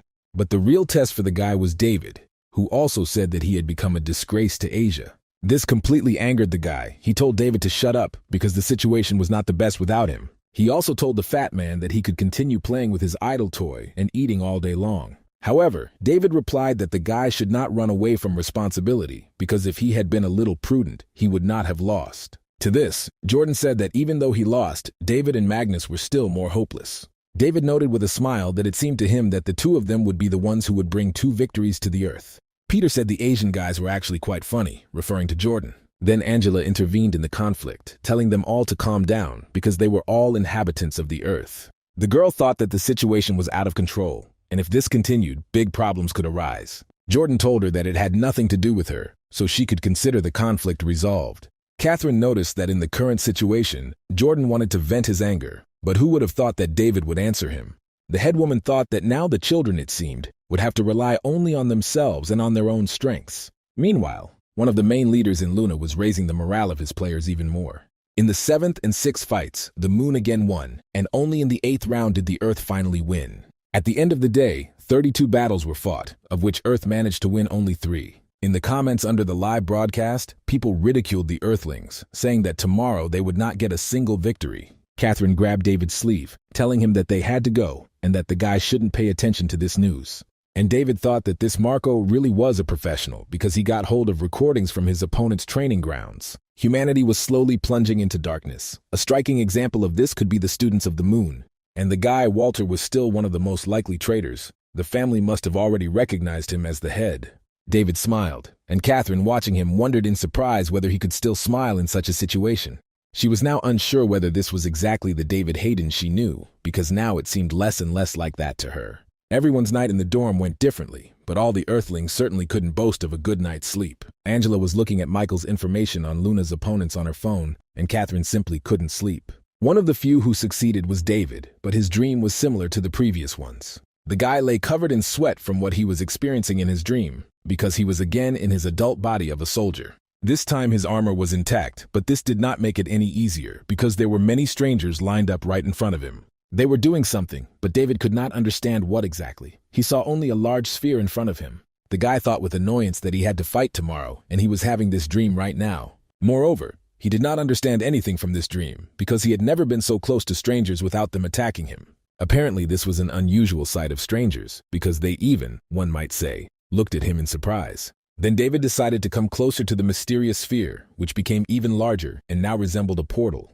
But then someone's silhouette appeared from this portal, and this made David very surprised. After all, the silhouette was not only human, but also resembled his friend Magnus, who was supposed to be dead. David was more than sure that this disaster was truly the fault of some people. Therefore, seeing Magnus in front of him, David suddenly thought that his friend might have been the same traitor. He attacked him, or rather the silhouette, asking who he was and why it was necessary to arrange all this. David really wanted to know why this all happened because he should have prevented it. His hand had almost touched the silhouette's throat when it suddenly changed and took on the appearance of his living friend.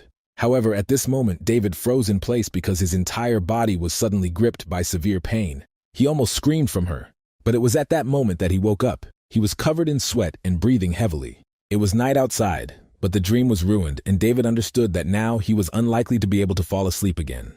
He looked at his hands and noticed that they were scratched with something, as if he was actually wearing his armor. The guy could not explain this, but one thing remained clear to him. These dreams were definitely not just a dream. Deciding that he wouldn't fall asleep anyway, David got out of bed and headed to the shower, wanting to wash away these memories. What these dreams really meant was that he was getting closer and closer to the truth, and the guy understood this. Moreover, now he no longer just had hatred, because the events he experienced in his dream looked too real. This feature must definitely have a connection with his movement into the past, and the disaster is definitely connected with people. There was a traitor among humanity. One can come to this conclusion simply by seeing the calmness of that silhouette in the circle of strangers. It seemed that the position of this traitor among them was quite high. David would even say dominant. We can also conclude from this that the attacks of aliens on the largest cities of the Earth and the Moon were clearly not accidental. Everything had been decided long before the war began, and David thought that he was right when he thought that some organization was involved in this. Some other structures would simply not have enough resources to organize such a large conspiracy. And now he had the most suspicions about the Walter family, but first he had to get closer to their leader. Now in the eyes of the ruling elite, David was like dirt underfoot, so the guy didn't know how to do it. For now, he could only prove himself in competitions to rise in their eyes. They said that the competition was organized in order to determine 4 winners who would go on a space expedition. And David understood that if he wanted to find out the truth, he must become one of these people. He finished his shower and left the bathroom, however. To his surprise, David saw Magnus on his way. He noticed that it seemed that he too could not sleep properly, and he even felt sorry for his friend. And Fatty thought that running around naked was too humiliating, because he would be disgraced by the entire school. Still, his worries were not in vain, because his opponent loved to make fun of Earthlings. The next morning, the boys met the girls, who noticed that they also seemed to have trouble sleeping. Angela thought that David already had good skills, but the psychological and mental state was also important. She only hoped that this bet would not affect his inner confidence in any way. Then Catherine interrupted them, saying that she wanted the guys to temporarily forget about their argument. She added that now they just have to show the best they can. Meanwhile, the audience was discussing that dark days had come for the Earth, because so far the score was 10-3 in favor of the Moon. People said that these losers should be sent to Mars, where they would also be of some use. The second stage of the competition began. By the middle of it, the Earth had lost 3 more fights. David thought that defeat in this tournament was a prelude to the beginning of the Moon's dominance in the solar system. Meanwhile, the audience erupted in thunderous applause as Chrissy Da Vinci delivered Luna's 6th straight win. David, by the way, noted that he actually met Chrissy at the training ground. But then Mila announced the beginning of the next fight, in which Angela represented the Earth. The girl was a little nervous. She felt as if a mountain was pressing on her, but she had to go on stage. In addition, David also encouraged her to do this, who said that this was a great chance for her. He added that she had to hurry up and show everyone what the Earth Federation was capable of. And Angela took over his passion, telling them to just watch how her power was recognized not only by the people of the Moon, but by all of humanity. The fight began. Both participants were girls, but Angela immediately appreciated her opponent and understood his plan. The girl fought at a long distance, not coming close to the lunar student. For this, she used a lot of weapons. However, this situation completely suited Angela, because she wanted to win with the help of her tactics. Moon Girl also seemed to notice that she wasn't fighting up close, and even told Earth 1E not to be afraid. She asked if her melee skills were so bad that she didn't dare use them.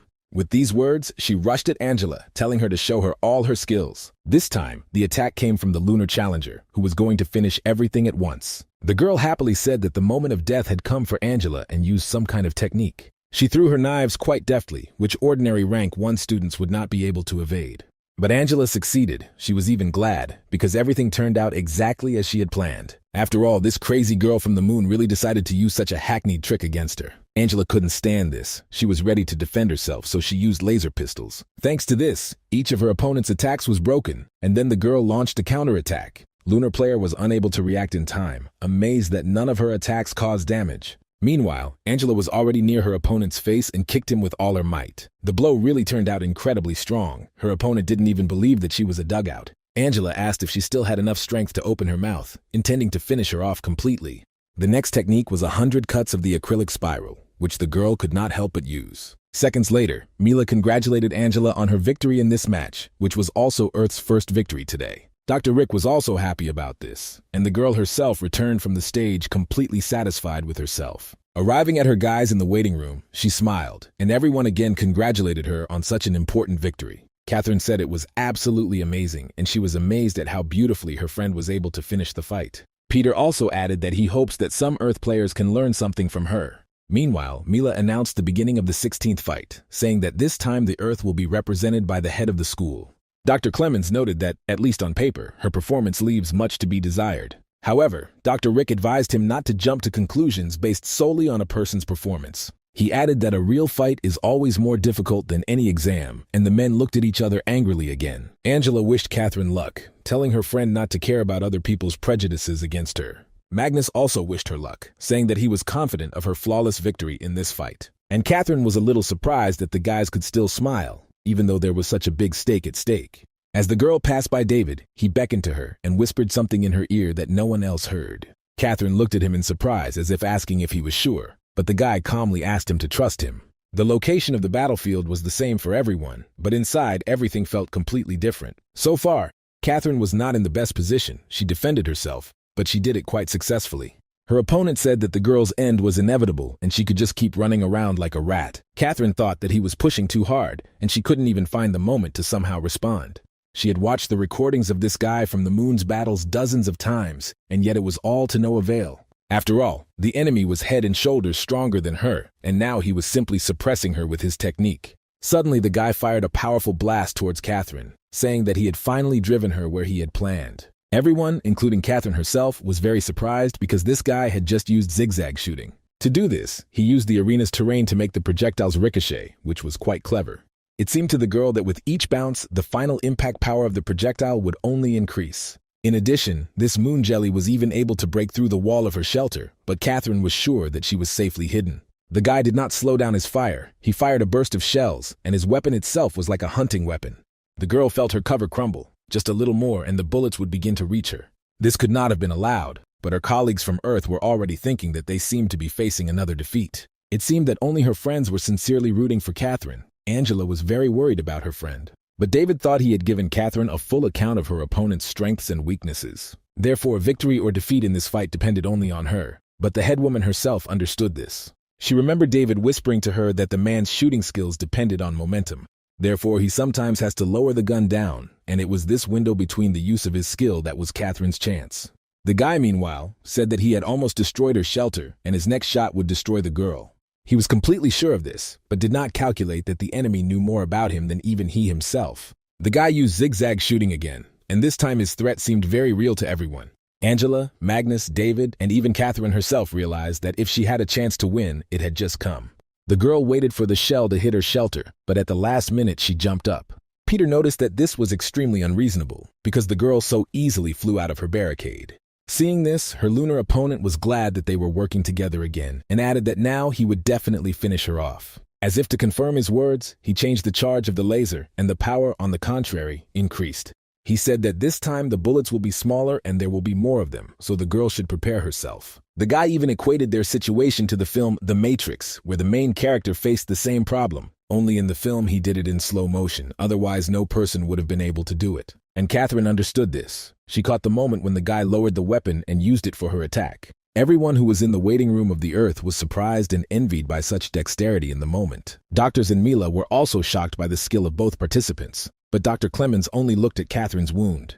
The girl really couldn't dodge one bullet, and it grazed her stomach, but her attack took off the enemy's head. Catherine leveled off in flight and landed safely. She immediately looked at the moon guy. But he did not move, and soon the system reported confirmation of the death of the representative of the moon, which indicated Catherine's victory. The girl was glad that the victory was again awarded to the Earth, although she still got a little hurt in the process. The three representatives from the ruling families of the moon looked surprised for the first time in all the fights at the competition. They did not understand how something like this could happen, but the Earth team was very happy. From that moment on, more and more people in the audience began to support the Earth thanks to these two girls. Alan Doyle, meanwhile, even contacted his subordinate, telling her to find information about this Catherine. Alain analyzed the girl and noticed that she needed to open herself completely in order to counterattack. And her way of avoiding a lot of damage from her opponent's shot is very inventive. But no matter how she dodged, it would be impossible to avoid fatal damage from the next shot. Therefore, there was only one way to explain the reason for her victory in this battle, and the guy brought the picture closer to the girl's ear. There was also a small scratch visible there, which indicated that Catherine had been analyzing her opponent all this time. This is what helped her win. Alain noticed that, during the campaign, there were still experienced soldiers on the Earth's side. But Chrissy asked if he really thought that Catherine was the only one in this fight. The guy was interested in her words. Then the girl continued, saying that it seemed to her that few people would be able to notice such a small habit of the enemy. Harry Lundberg, who was sitting next to them, said he could only hope that their judgment would be confirmed. However, Alain said that they were still leading in the score, so now the fights became more interesting to watch. Three representatives from the ruling families of the moon realized that the Earth also had guys who could repel their students. Meanwhile, Catherine screamed happily as she returned to the waiting area with her friends. The remaining seated players also congratulated her on such an unforgettable and bright victory for the Earth. And Catherine, looking at David, thought that this guy was really amazing, because he was the one who helped her. The fat man turned to his friend, begging him to tell him the same thing as the headman if it would help him win. But instead, David suddenly put his hands on his shoulders and asked if Magnus knew that he was the best shot in history. But Fatty did not understand what his friend was trying to tell him. He thought that he was hypnotizing him, but he knew that it would be strange. David was still saying that all Magnus needed to win was to motivate the hidden force to win when suddenly his phone rang. Magnus was distracted by him and ran into the corridor, saying that he urgently needed to answer an important call. And David thought that it wasn't that he didn't want to help. It was just that Catherine's situation was completely different. Magnus was now on the verge of awakening his genes and taking the final step. And to know his strength, he must rely only on himself, even if in this situation he only partially awakens. It turned out that Magnus had received a call from his friends from the shelter. They all supported him and wished him good luck. He even saw his teacher, who said that she asked the children to do everything beautifully, but as always, she failed. But Magnus replied that now he just hoped that she would not allow the kids to watch his fight. Then the woman said that he did not need to belittle his achievements, because all the lies were very proud of him. She added that Magnus had already become an idol for his little friends, who now considered him a brother. Then they all wished him luck once again and said goodbye, because Magnus also had to prepare. Hearing children call you the best was one of the most pleasant things in Fat Man's life, and he made a decision. Returning back, the headman immediately caught him, telling Fatty to get ready, because his fight was coming next. Jordan did not miss the moment to mock him, saying that he already thought that their cowardly chicken had run away. He added that his only hope was that they wouldn't have to watch a guy run naked around the arena. What he heard confused Magnus a little, and Catherine was angry that Jordan said this right before the fight. She wanted to go up to Magnus and cheer him up, but David suddenly stopped her, making it clear that he would do it himself. He approached his friend and smiled, and then leaned over a little and whispered the cherished instruction. Hearing this, Magnus was very surprised, just like Catherine was last time, because he definitely did not expect such a decision. After that, Fatty immediately ran off to get ready, and Catherine asked what he told him, to which David just smiled. He then simply replied that he told his friend that he would receive 100,000 yuan from the military council for victory. Angela and Catherine thought that it was not even normal that such a person was allowed to compete. The remaining seated players were of the same opinion, because for them, such an award was not worth being humiliated.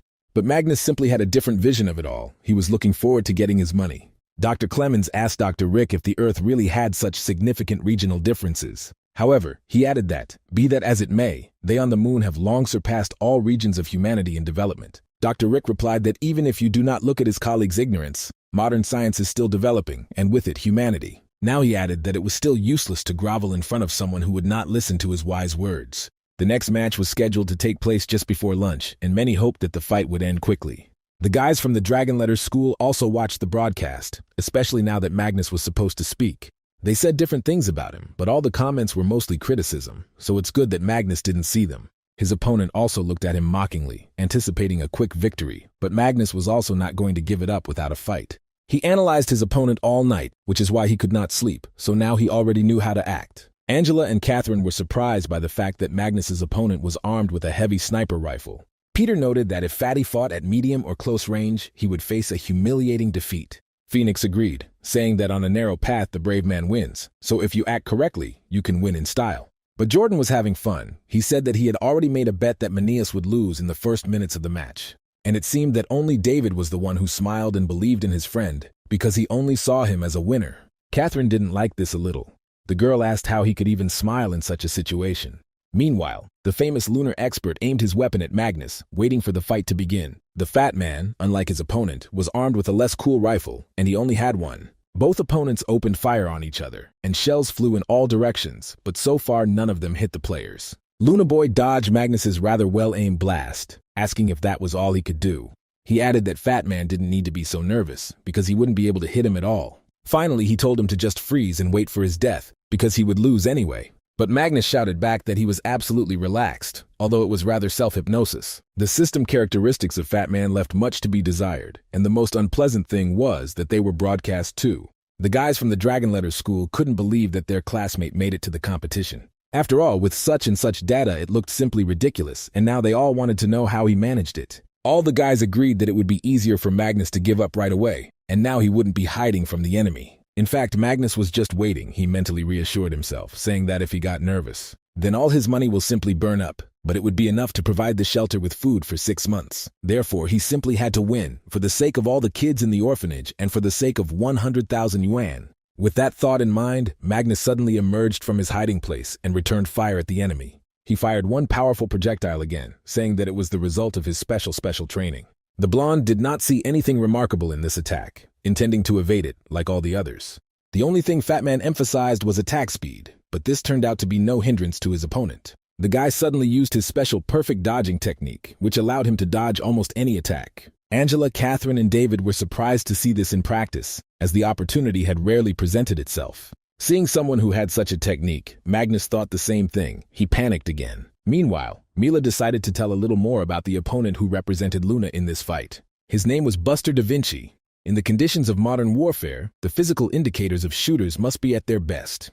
This was done so that they would have enough reaction to instantly dodge the shots of their opponents. And when a person reached this level, he received an absolute advantage on the battlefield. To achieve this, all 5 senses must be maximally developed, but Alain thought that Mila was being a little dramatic. Harry called out behind him, saying that apparently ordinary spectators from the lower classes liked it. Meanwhile, Buster spread his arms, telling Magus to feel free to shoot him as much as he wanted. The Earthlings understandably did not like this. They all wanted to go out and shoot this impudent person while looking for the moon.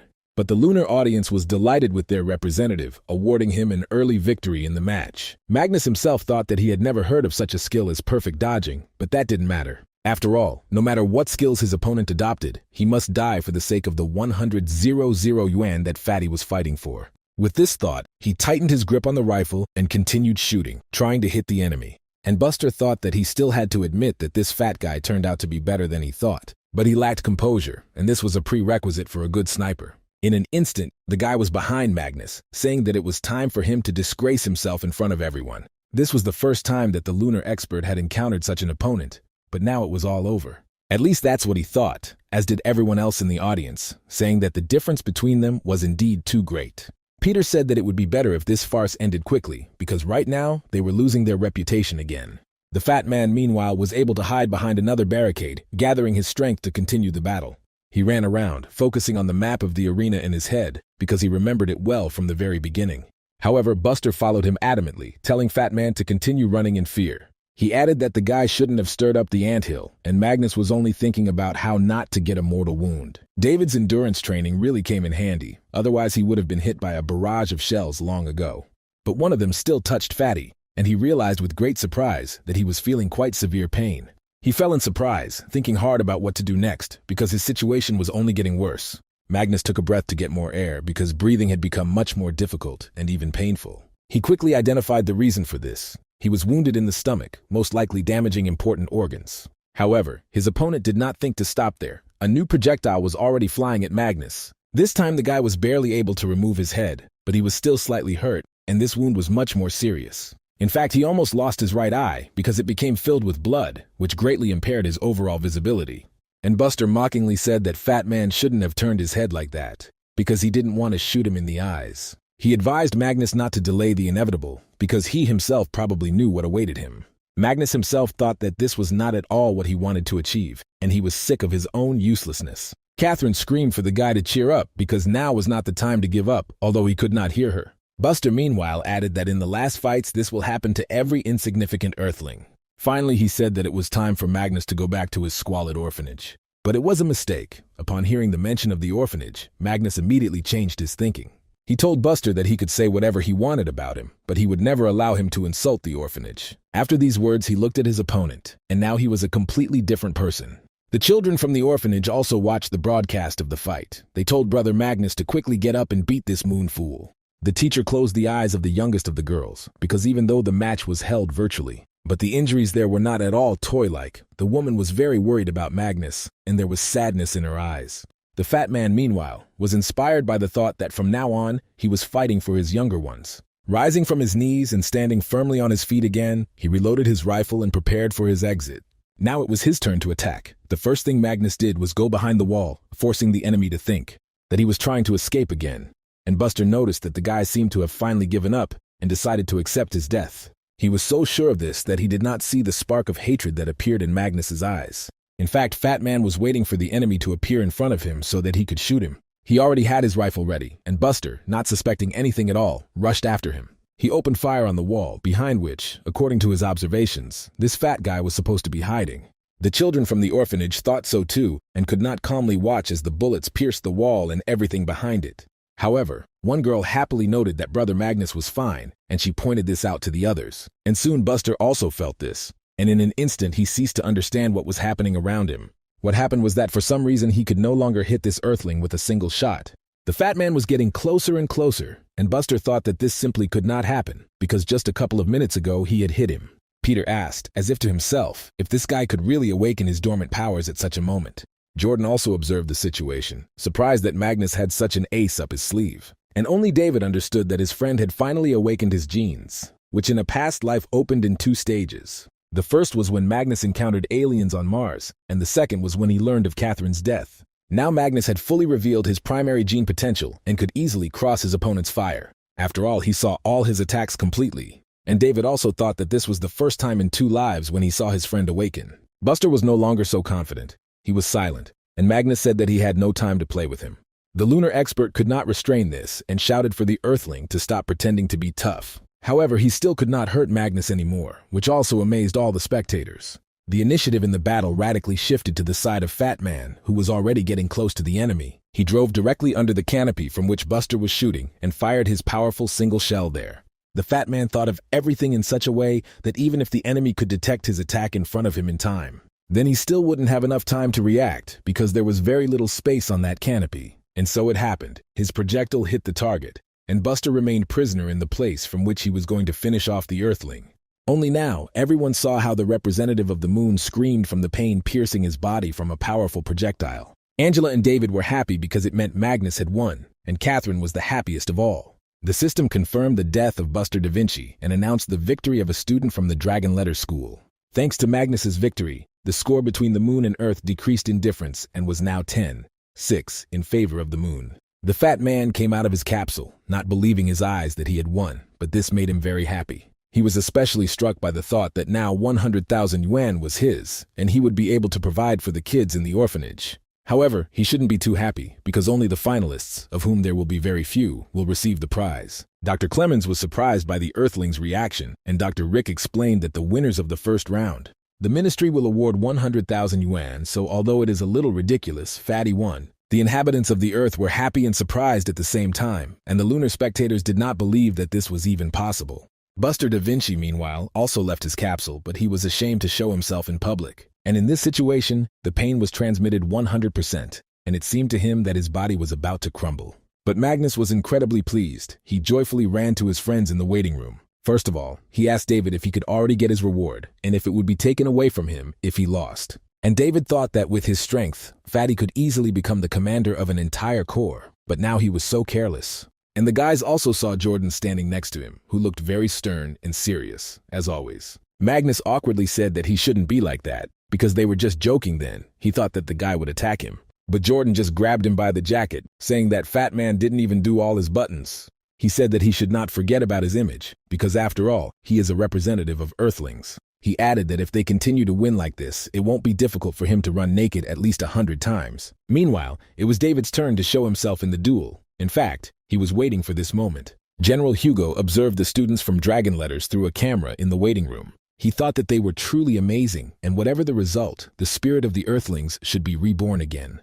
Jordan, meanwhile, said that a man is obliged to keep his promises, and therefore he will not go back on his words either. The guy began to undress, and the general was very surprised, asking what this Asian even allowed himself to do. Buster finally returned to Luna's waiting room, standing in the corner, not daring to look his comrades in the eyes. One of the older students approached Harry Lundberg, saying that he should return Luna's good score. And the guy assured him that he would return everything 100-fold, but Chrissy suddenly warned him. She advised not to underestimate her opponent, but Harry replied that he had carefully studied the information about him. The guy knew that David was a melee fighter, but they could only know each other's true strength in a duel. Both members took the stage, and the audience immediately erupted into thunderous applause, shouting Harry's name. The boys locked eyes again. Harry was confident that he could crush this boy from the earth. David seemed surprisingly calm. He was even a little amused by his enemy's attitude. Angela thought that this Harry Lundberg became famous for his skills as soon as he entered the school. They said that over time this guy would become the same great fighter as the 3 Musketeers of the Moon. All this only worsened the situation, for David and Angela began to worry when Mila announced the start of the match. Since students did not specify a desired standard battlefield, a random option was selected. The location was called a mountain peak, and the arena itself was located at the very top, making maneuverability difficult. The guys from the ranks of the spectators of the Earth began to be indignant at such a choice, because this arena was created for close combat. And David's opponent also had a 100% win rate in this location, which played to his advantage. Harry Lundberg turned to David, saying that he would allow him something, but he did not finish and froze in place. Dr. Clemens asked his colleague if this was the Earth's secret weapon, because it seemed that this guy thought he was already a champion. Dr. Rick hoped that David Hayden knew what he was doing. Otherwise, the morale that had been raised with such difficulty would quickly fall. Mila explained all the circumstances, saying that the Earth participant took a melee stance and did not seem to select any weapons. At this time, many of his relatives were watching the live broadcast, including Dina Gayden. Her friend, who was standing behind the girl, asked if everything would be all right with her brother David. But seeing Dina's look, the guy quickly remembered that he still had unfinished homework. But Dina still couldn't stand it and asked how he could say such things about her brother. The girl added that if there were at least 6 of the best lunar fighters there, David would have destroyed them all in less than a minute. She was not the only one who thought so and watched the matches. Michael also watched the live broadcast. He noticed that David's aura looked completely different during the fight, which was very different from his calm temperament. Catherine thought that David really was an amazing fighter, but she didn't know if his skills could compare with Harry. Still, you can't compare the selection on Earth with the battles of the final stage of the competition. The level was too different. Meanwhile, David asked the surprised Harry Lundberg what else he expected from him in such an environment. And Harry thought that he had never seen someone so dismissive of a lunar martial arts practitioner. He also thought that today he must definitely teach this impudent man from Earth a lesson. With this thought, the guy attacked David. His weapon was a special sword of his lunar fighting art, Sharon. Harry held out the blade, from which suddenly appeared many small blades of a similar shape. He used some kind of technique and spun them around himself, and then fired what looked like ancient spears at David. David managed to dodge the attack, but noted that the guy's speed was quite high, and his techniques were well honed. In addition, his lunar opponent had good intelligence, because his spears turned out to be explosives. The rock behind David, where the attack hit, split from the explosion, but the fragments did not reach the guys. Meanwhile, Harry attacked him now himself. He was very angry and wanted to finish off the Earthling as quickly as possible. But still, he had to admit that he had good close combat skills, in particular defense. Harry jumped back some distance, quickly assessing what attack to use next. This time he used aura. The ground under his feet cracked from the power that filled his body. David simply prepared for the next enemy attack. He was well acquainted with the character of this guy. After all, when analyzing an opponent, it is important to understand not only his strengths and weaknesses, but also the psychological aspect. And David understood this well in Harry, because all the attacks of the Moon Karateka were quite predictable for him. The only thing that could spoil the picture a little was the power of the attacks, because whatever you say, Harry Lundberg was an ace in his field. But the same could be said about David. The guy realized that the best thing in this situation would be to take the blow. So he covered his head and prepared to hold back the attack that Harry had already directed at him. And so it happened. And although the lunar representative put all his strength into her, David was able to stand still. In fact, the power of this attack also showed how high the level of Harry's gene awakening was. Dinah thought, what if we add to this the most professional training and education in the entire solar system? Then only one thing came out. Her brother was in a complete trap, from which she saw no way out for him. Meanwhile, David still could not completely resist the onslaught of the enemy's attack and flew back a little. Wiping the blood on his cheek, he said that perhaps they had enough of playing and should finish quickly.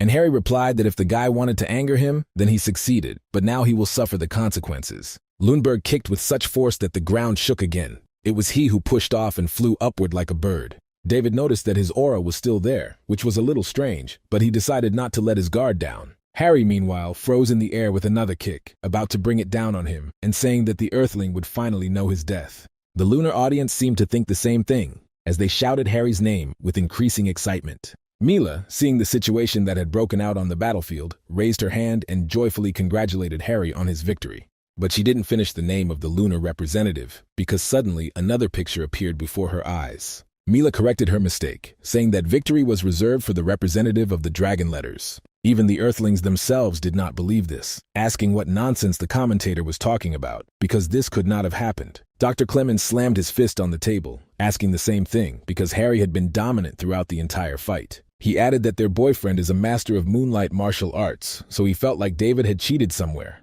After which the doctor demanded a replay of the final skirmish, being sure that the verdict was rendered incorrectly. In response to his demand, they showed a recording of the last fight when Harry attacked the still calm David.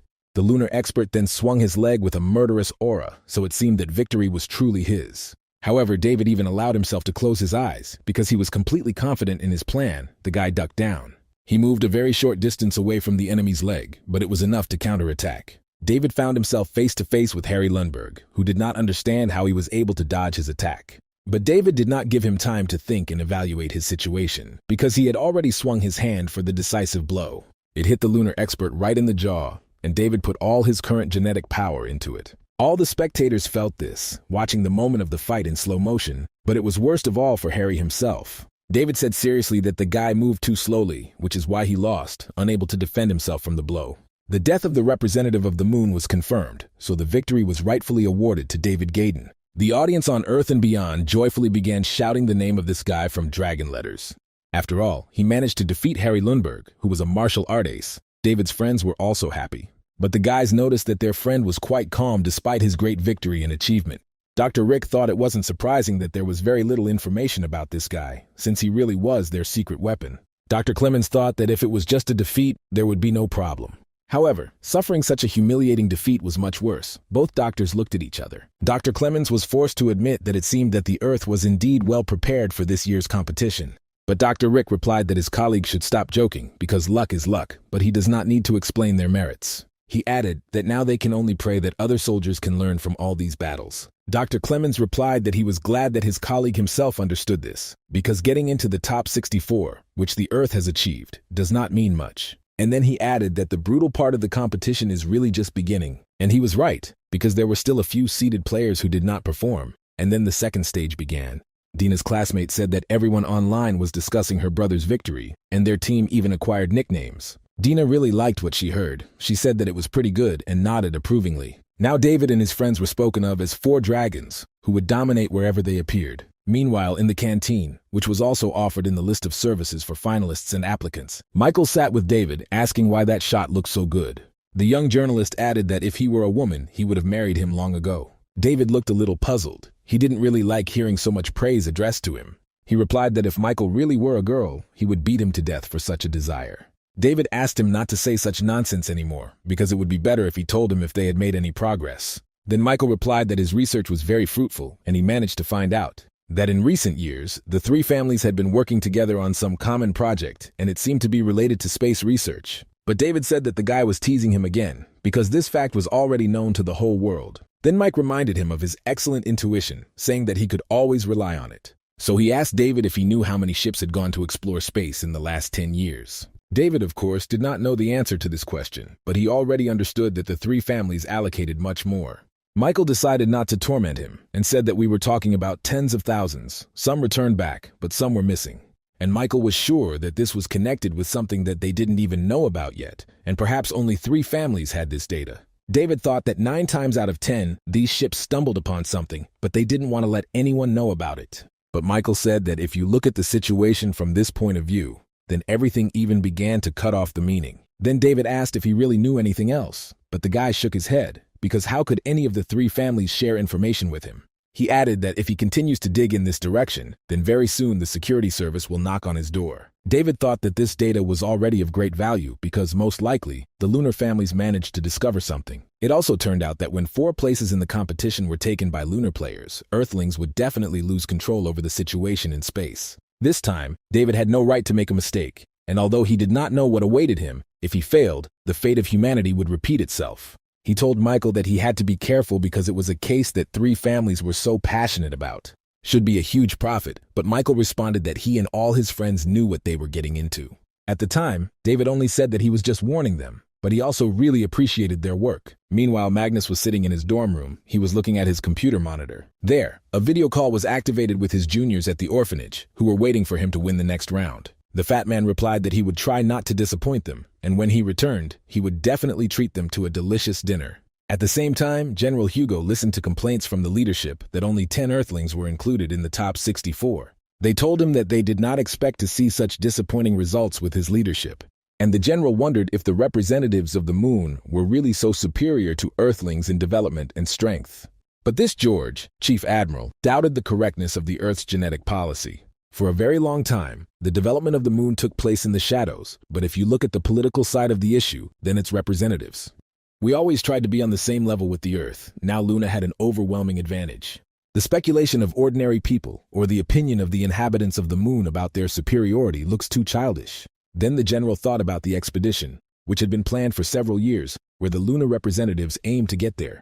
It turns out that their real goal is to show the Earth the futility of investing in their soldiers. Having considered everything from this point of view, the general thought that there could be no doubt the representatives of the moon were hiding something, and now everything depended only on whether the Earthlings could get at least one of the expedition places provided. Meanwhile, Mila welcomed everyone back to the competition after a short commercial break. She added that Clemens, Ph.D., and Rick Yankee, Ph.D., will again be commentating on matches with her today. The latter thought that, fortunately, the Earth had 10 more participants, and if not for this, he would have completely lost his face. Mila announced that the main fight of today can be considered the confrontation between Sybil and Chrissy. Dr. Clemens suggested also considering the situation of Catherine, who also passed further, but only due to her reaction speed. Dr. Rick thought about Magnus. He had reached a turning point because his new opponent was one of the 5 best shooters on the moon. The situation was even more interesting with David, who today was to meet his older brother Harry in battle. His name was Paul, and he had already experienced many battles in his 4th year, so the battle promised to be interesting. Dr. Rick thought that in the last fight, David had taken the moon martial arts seriously. Therefore, this Paul wanted to return his honor, because for a representative of martial art, this was very important. And if we look at everything from the perspective of a combat schoolmaster, then he must have given Paul an order. Meanwhile, David and Magnus were called over by friends, saying that they had already prepared snacks and could watch the game together. Phoenix noticed that although the situation was not going well for them, Dr. Rick was doing a good job. And all because the first 5 battles took place between representatives of the moon and his predictions turned out to be quite accurate. But then the time came for the fight that everyone was waiting for. Dr. Rick became a little nervous, because this was the first fight of the Earth today.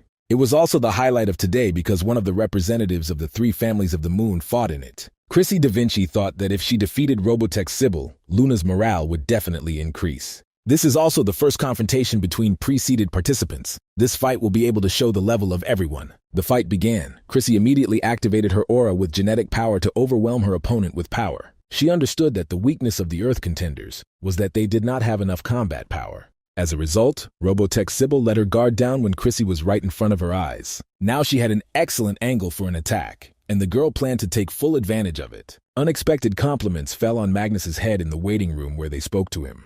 That he had to try the same techniques as Chrissy Da Vinci, and Fat Man was pleased with this comparison. David noticed that there were more and more people trying to please Fatty, and his friends seemed to like it. David also analyzed Sybil and Chrissy's fight, noting that the former made defense her priority. But after several blows, Sybil apparently discovered that her opponent was stronger than her, so it seemed to David that victory had already been determined, and he, yawning, headed towards the exit, and Catherine asked if he was really leaving already. Then the guy replied that he still had some unfinished business, so he had to leave. To reassure the headman, he added that if Chrissy was his opponent, then his charm would be enough for him. Meanwhile, Chrissy seemed to really have her sights set on winning as Robotech Sybil began to retreat. Magnus said that his friend suddenly gained confidence, which is why he said such words. David, who was already on his way out, stopped and said that Fat Man was talking too much and rushed after him. Still, his friend managed to escape, so David returned to the corridor, deciding to go to the smoking area. In fact, he had not smoked for a long time, but this habit was integral during his service time on Mars. David took out an electronic cigarette and took a drag, while behind him there was a sign indicating smoking. The guy thought that it would be quite difficult to do everything alone, because he was just an ordinary soldier. Besides, who would believe him if he told the truth and asked for help in his plan? And how can victory in this competition compare with the safety of all humanity? He had such thoughts now, but suddenly they were interrupted by someone's stern voice, saying that smoking is prohibited here. David even got scared and almost dropped his cigarette. Alan Doyle, the same representative of one of the 3 families, stood in front of him. At first, David even thought that Catherine was speaking to him. It seemed too much like Alain had conveyed her tone. The guy, meanwhile, said that it looked like someone was lost in their pleasant memories from the fight. And David replied that it seemed that one of the main family of Luna had a lot of free time before his battles. Suddenly, he extended his hand and asked David for a cigarette, saying that he had always wondered why people smoke. David gave him a new taste, which appeared on Earth quite recently, although the circulation was still limited. Alain took this specially produced product, examining the item from all sides and bringing it to his lips. He then took a drag, closing his eyes, but after a moment he began to cough violently. However, this was understandable, given that the lunar representative had never encountered nicotine before. David patted him on the shoulder, saying that it was out of habit, but advised him better not to develop this habit in himself. Alain exhaled the rest of the nicotine, and David took the cigarette, asking what brought one of the strongest of the moon here. However, Before Alain could respond, Catherine, who had been looking for David all this time, approached them. David, in a panic, thought that she had forgotten there, but the girl's expression did not bode well. Suddenly David turned his head, saying that he had nothing to do with it, and Alain himself approached him, offering to smoke. At first Catherine wanted to answer skeptically. Did he really think that she would believe him? But then she realized what he said. After all, Alan Doyle, one of the representatives of the three great families of the moon, really stood in front of her. Catherine finally realized that she might be facing a potential enemy, so she excused herself and ran away. Even though the girl said that she needed to go to the toilet, the guys already understood everything, and David thought that even the headman can feel awkward. Finally, Alain turned to him, saying that he had heard about David from Chrissy, and then asked, would David be interested in moving to live on the moon after the competition is over? And David thought that this guy was known throughout the solar system, both in the past and in the present. But also Alan Doyle had not yet radiated that aura and power of superiority, so David found something to answer him. He waved his hand in farewell, saying that if he ever needed a leader, he could always turn to him. Alain looked at David in surprise, because he clearly did not expect to hear something like this from this representative of the Earth. The guy thought that he seemed confident in his abilities, so it would be worth taking a closer look at him. David, meanwhile, had already dialed Catherine, saying that the headman also had a weak point, and she threatened to finish him off. But David only joked in response, saying that he, too, was not a bad guy, but Catherine did not appreciate such humor. By then, he had already returned back to the waiting room for the Earth challengers, who were still watching the fight.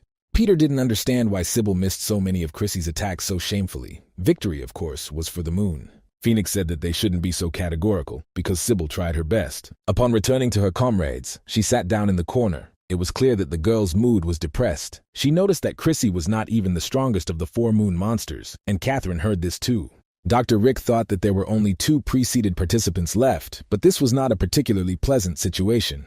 After all, at this rate, he doubted whether they would even be able to reach the quarterfinals of the competition. Harry Lundberg's older brother was adopted by the Lunar Art Combat School. One could say it became his home. Therefore, Paul Lundberg was not going to let someone disgrace his home. He wanted to take revenge on David. When the time came for them to fight, he mentally addressed him, saying that today he would lose. Viewers shared information that although Paul was not so popular, representatives of the moon had heard a lot about his strength. Peter also noticed that it was clear from the very beginning that revenge would overtake David, but now the most interesting thing remained.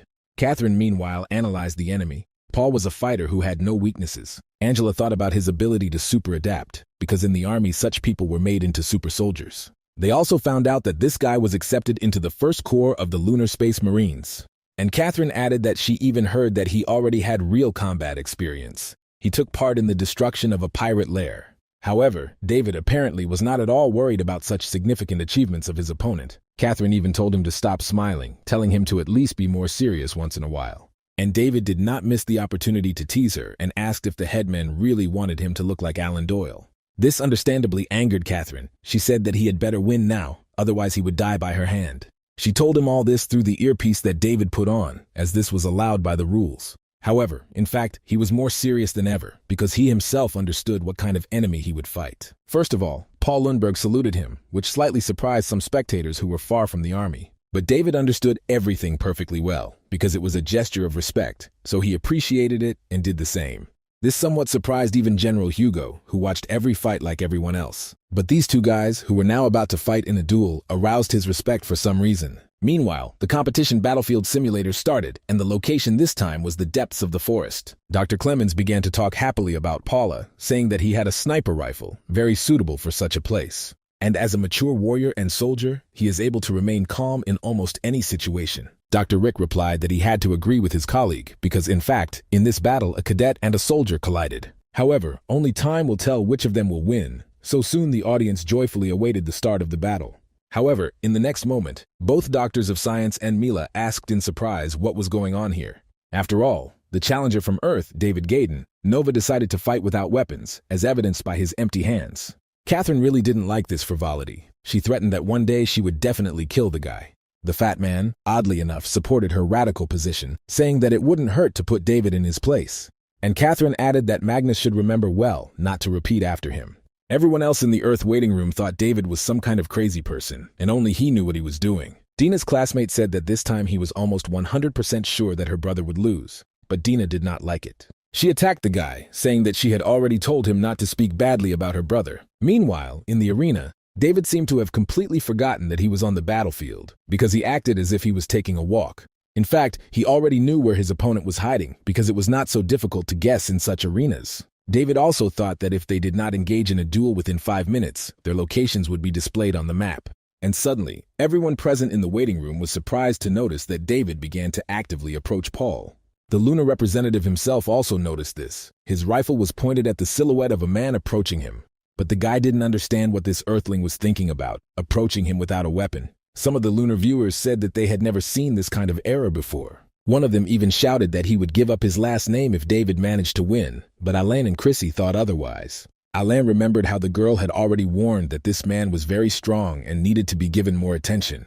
And if he treated his opponent so carelessly, this already said a lot, in particular for Paul too.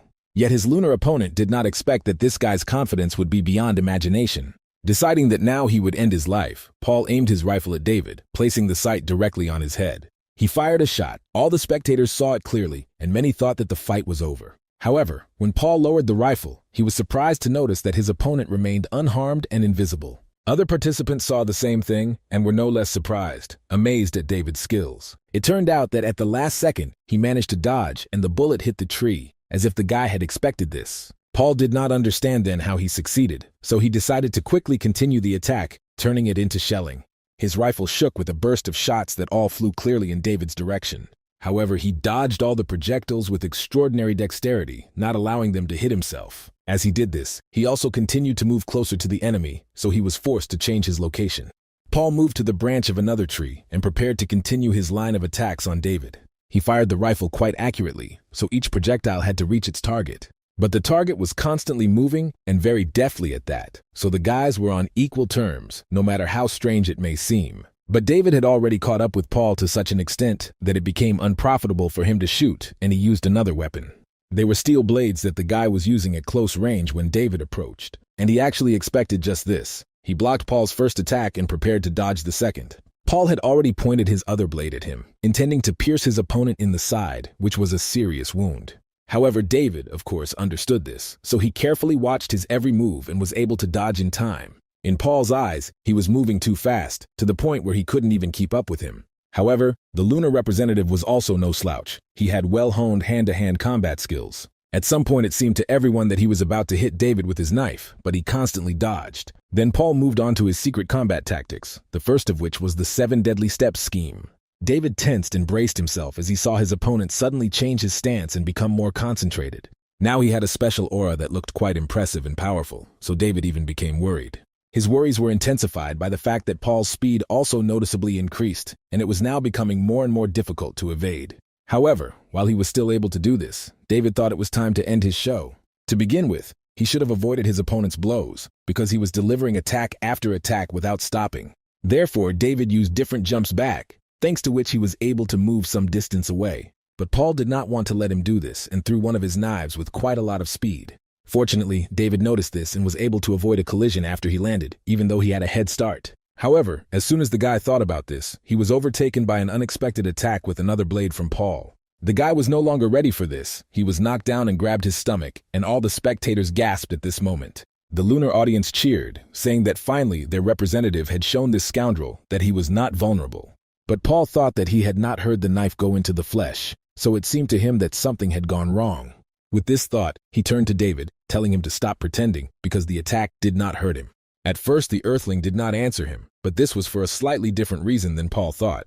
The fact was that David caught his blade with his teeth, which was aerobatics in hand-to-hand combat. He took it in his hands and said that Paul should not have put so much pressure on him, because now he also had a weapon.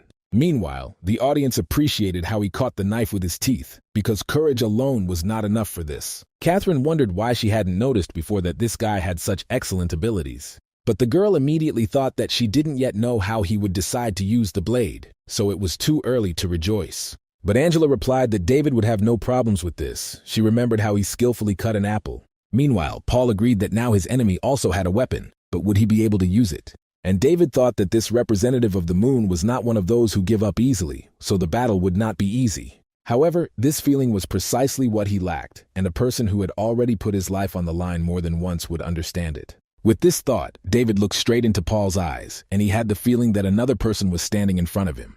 To be more precise, now he reminded him more of a monster that had crawled out of the darkness and blood. David prepared for the attack. He had already mentally created a picture of the battle and was ready to begin practice. The guy took a stance, and the audience and Paul himself noticed with surprise that this was a special formation. Paul wondered if it was really meant for the 7 deadly steps, but it was too late. They rushed at each other. This time David was the first to attack, and he did it with extraordinary speed. It seemed that he was fighting to the death, because in the movements of the Zupar, there was no fear of being wounded in response. So far, Paul has managed to escape all the blows. He was also quite good at dodging, but he was still a little behind. David's attacks took place right at the enemy's body. The latter managed to jump away at the last second. However, David did not reduce the intensity. He continued to deliver attack after attack, not allowing the enemy to rest. But this was a rather important aspect. After all, almost all combat principles were based on endurance. The only thing David didn't like was that his opponent was quite experienced and skillful. Because of this, the guy was unable to somehow injure him because he constantly managed to block the blows. Therefore, David decided to take the initiative and found a way to end the battle in his own time. He suddenly began to move the way Paul himself had done before, although he did not understand why the Earthling needed this. In addition, David used the same trick as Magnus himself, namely, first throw the blade and then finish it off. As if to confirm his words, a blade twisted by David flew towards Paul. Not that it was unexpected, but Paul had to admit that this guy's strength and speed were good. After all, he was able to repeat his movements so closely. The representative of the moon did not have time to finish this thought. In an instant, he suddenly felt something hard and sharp hit his armor, shattering it. But it turned out to be not a blade, as many thought, but a real branch that David threw at his opponent. The effect of such a wound was perhaps even greater than if David had fired a pistol. Meanwhile, the audience, both Earthlings and lunar spectators, was delighted with what he had done. Harry Lundberg thought with surprise that he did not believe in such a situation, where his strong older brother lost. And Chrissy told Alain that everything went exactly as she expected, and this guy Debdom should not be neglected. Mila realized that she had no choice but to announce the winner of this match, David Gaydon. Alain, Chrissy, and Landers realized that this man could become a problem for them in the future, albeit a minor one. When Paul returned to Luna's waiting room, Landers snorted that he and his brother were nothing but trash. Hearing this, Harry jumped up to answer the guy, but Paul calmed him down, saying that they should not pay attention. He added that David really has great strength, so you should be more careful with him in future. Meanwhile, David returned to the Earth's waiting room, still not expressing much emotion. The head girl immediately attacked him, asking when he managed to become so cool. And David asked if the girl would stop putting pressure on his head, even though he had a wonderful view of her breasts. However, it was still hard to breathe like that, so Catherine, of course, let him go and stood next to him. The rest of the participants came up to him, congratulating him on his victory and saying that the fight was great. Angela, in turn, wondered if this was really the same guy who once confessed his love to her. Or maybe only battles in the arena could show all his amazing masculine charm. The girl extended her hand, joining everyone's congratulations, and David smiled and hugged her to him. He said that the congratulations should look more sincere, which embarrassed Angela a little. The fat man noticed that, apparently, his friend's skills in approaching girls were as good as his abilities in battle. And Angela thought that after all, David was playing the role of her boyfriend, so it probably had to be this way. They finished hugging and looked at each other. David took the girl by the shoulders and smiled again. He thanked her, and Angela smiled back. Then David turned to his friend. He told Magnus to come to him quickly, because he noticed that he also wanted to hug, but did not dare. But Fat Man replied that he didn't want anything, and perhaps David's eyes were starting to fail him. Then David outplayed his friend, saying that he was actually addressing the head girl, with whom it was more pleasant for him to hug. Hearing this, Magnus didn't understand a little at first, but then he attacked him, chasing him throughout the hall. He asked if David really decided to laugh at him, but he would still catch up with him. Phoenix smiled watching this scene, but then his fight was announced and the guy went to prepare for it. A few minutes later, Mila greeted Earth with another victory, which the Shadow brought to them. Dr. Clemens said that it still seemed to him that it would become increasingly difficult for the Earthlings to win. And Dr. Rick replied that if a soldier's eyes are blinded by pride, he can easily lose. So another day of competition passed. In the evening in the dormitory, David and Magnus discussed the lunar representatives.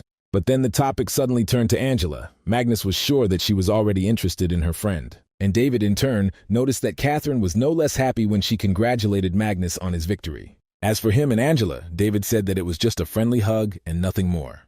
However, Magnus did not believe him, saying that there was no point in trying to deceive him because he already knew everything. The friend added that David was braver before, because even though he failed once, he should not have given up. David thought that in some ways he was indeed right, because when he gets his second chance, he must change his fate.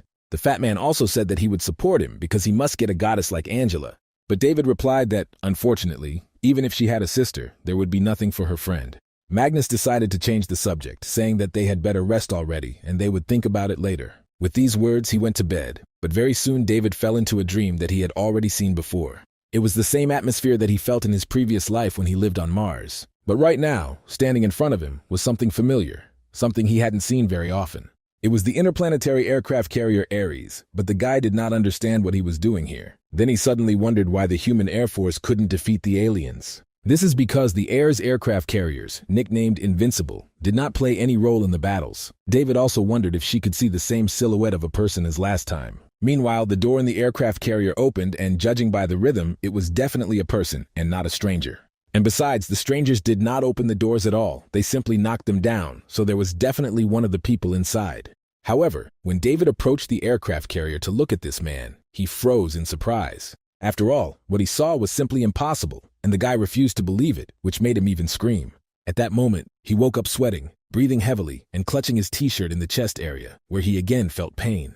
When he stood up and went to the wash basin, he was in a very depressed mood, which made him feel bad. In the reflection of the mirror, he saw that his scar had changed even more, and now resembled the shape of half a flower. David asked himself if he had really gone crazy, or if the world had become crazy and turned against him. Unable to contain himself any longer, he screamed, waking Magnus, who realized that something had happened. David thought it was all his imagination, a manifestation of his madness, so he smashed the wash basin. His eye and hands were covered in blood, and the guy himself shouted that there was no Mars or aliens. At that moment, Fatty knocked on his door, but without waiting for an answer, he went inside himself and saw David.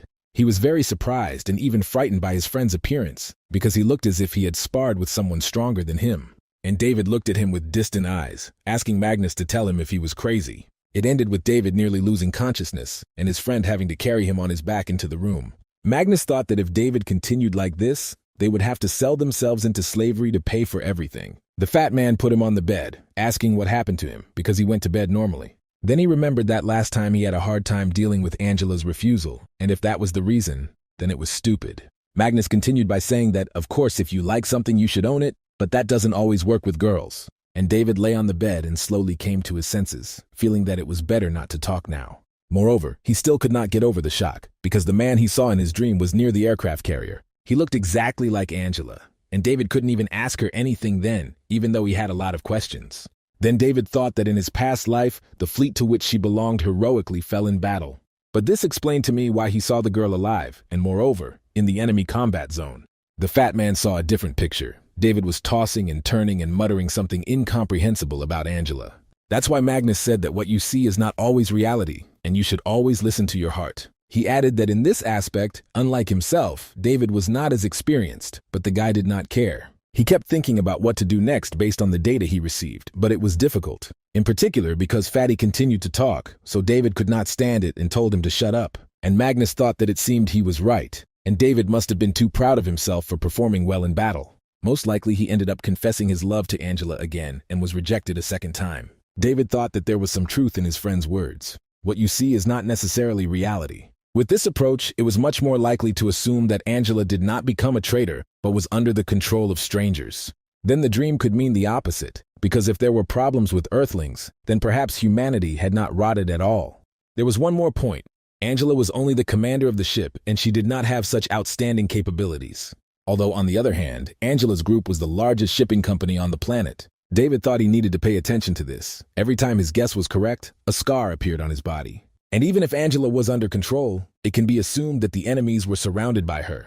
Meanwhile, his thoughts were again interrupted by the fat man, who continued to say that there were many more fish swimming in the sea. Many people wrote that they became fans of David, calling him the hope of the earth, so everything will be fine. Magnus added that he should communicate with the fans, and in the future, even if he loses, he can get a good position. Seeing that his friend was gradually beginning to understand him, Magnus wondered what he would do without him. But David quickly put him down by asking if he was ready for his next match, which didn't make him very happy. Magnus was in no hurry to answer, but David wasn't expecting an answer. He just needed his friend to keep quiet. He thought that if it was impossible to escape fate, then he had to face it. He then looked at his friend and Magnus realized that he was now using the same method that he had once used. It was a threat. David held out his hand, saying that if Fatty loses, then he will immediately tell the head girl that he likes her. And Magnus replied that he could not continue to threaten him with this, because then their friendship would come to an end. But David understood perfectly well that Magnus simply had nothing to say, and he tried to threaten him with something in response. The next day they walked together with a tray full of food, and David reminded his friend of his fight. He added that in fact his opponent was not that strong, but Magnus did not answer. He was offended. Then David handed him his steak, saying that it was as an apology, and Fat Man could not help but accept it. He took a bite, and David told him not to forget now. Once he ate the steak, he must win. The Fat Man thought that this was probably not up for discussion, but he told David that one steak was not enough for an apology. And although he would not like to be in the spotlight, it now seemed quite possible for him to win this match. Besides, everyone will be happy about this, and the headman will also be happy. He liked this idea. Meanwhile, some spectators noticed them on the observation deck, recognizing two of the dragons. Everyone thought that David Gaydon had become the real dark horse of the earth in the current competition. A few minutes later, Mila welcomed everyone back to the arena for their new challenges. She added that this time they would be very harsh for the representatives of the earth, and David was thinking about his own. He was interested in whether Angela could really become the transmitter of humanity, so he decided for himself that this girl should be known better in order to get at least some new leads in the study. Meanwhile, Angela noticed that he was looking at her and turning around asked if there was something on her face. David shook his head a little embarrassedly, saying that he just wanted to ask if she had already studied her opponent.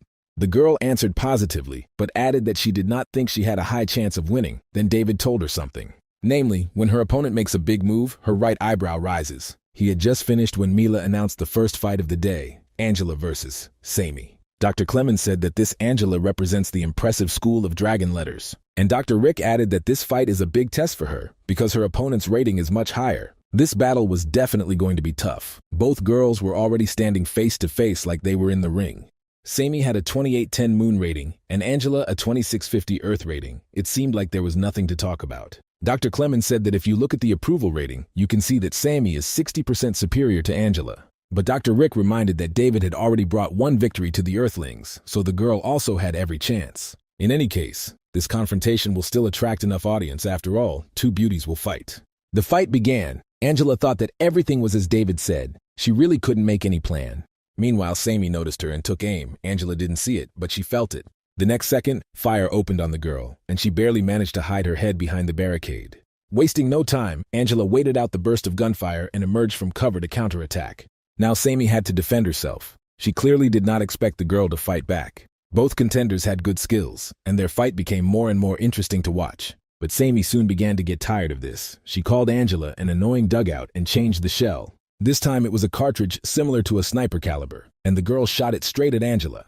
And she, seeing how the projectile was approaching, could not figure out how to avoid a collision with it. Therefore, she found no other way out but to run to the edge of the skyscraper. This was the location of their battle. The girl then jumped off the building, surprising everyone onlookers, but Angela had a plan and it worked. There was a fairly large explosion, which meant that the projectile had stopped chasing her and crashed into something. And so it was. Angela was flying down, and she was very lucky that she did such a thing, because this way she also avoided the wreckage. But Sammy did not intend to let her go like that. She rushed after Angela, activating a special power. Wings appeared behind her back, and some powerful pillars grew on her legs, which allowed her to fly. However, not only to fly, but also to attack, she opened aimed fire at the fleeing Angela. Meanwhile, several more explosions occurred at the top of the skyscraper, which created a chain reaction. This time, debris fell in all directions, and Angela had to defend herself while firing back. For some time, everything was filled with smoke and shots, which were heard occasionally in this large cloud of dust. This was also the only thing that the spectators could see, and everyone realized that the girls were fighting to the death. Dr. Rick thought that Angela was a rare and outstanding warrior girl, of which there are very few on Earth. Her skill level is quite high, but even so, Sammy was head and shoulders above her. It was immediately clear. The audience also realized that most likely, this battle would be no different from the previous ones, where the moon defeated the Earth. David thought about Angela, and for some reason he remembered one moment from his past life. He sat with Magnus over a cup of punch and they talked about good memories from the time of Mars. As for Angela, information about her came constantly. She became one of the main soldiers of the younger generation. But returning to the War Office to report on the situation, David met Angela again. At that time, she was already a major general, and the guy really didn't want to believe that she decided to go against humanity. But then David thought that this was unlikely, because if the aliens had the ability to control people, the war would not have dragged on.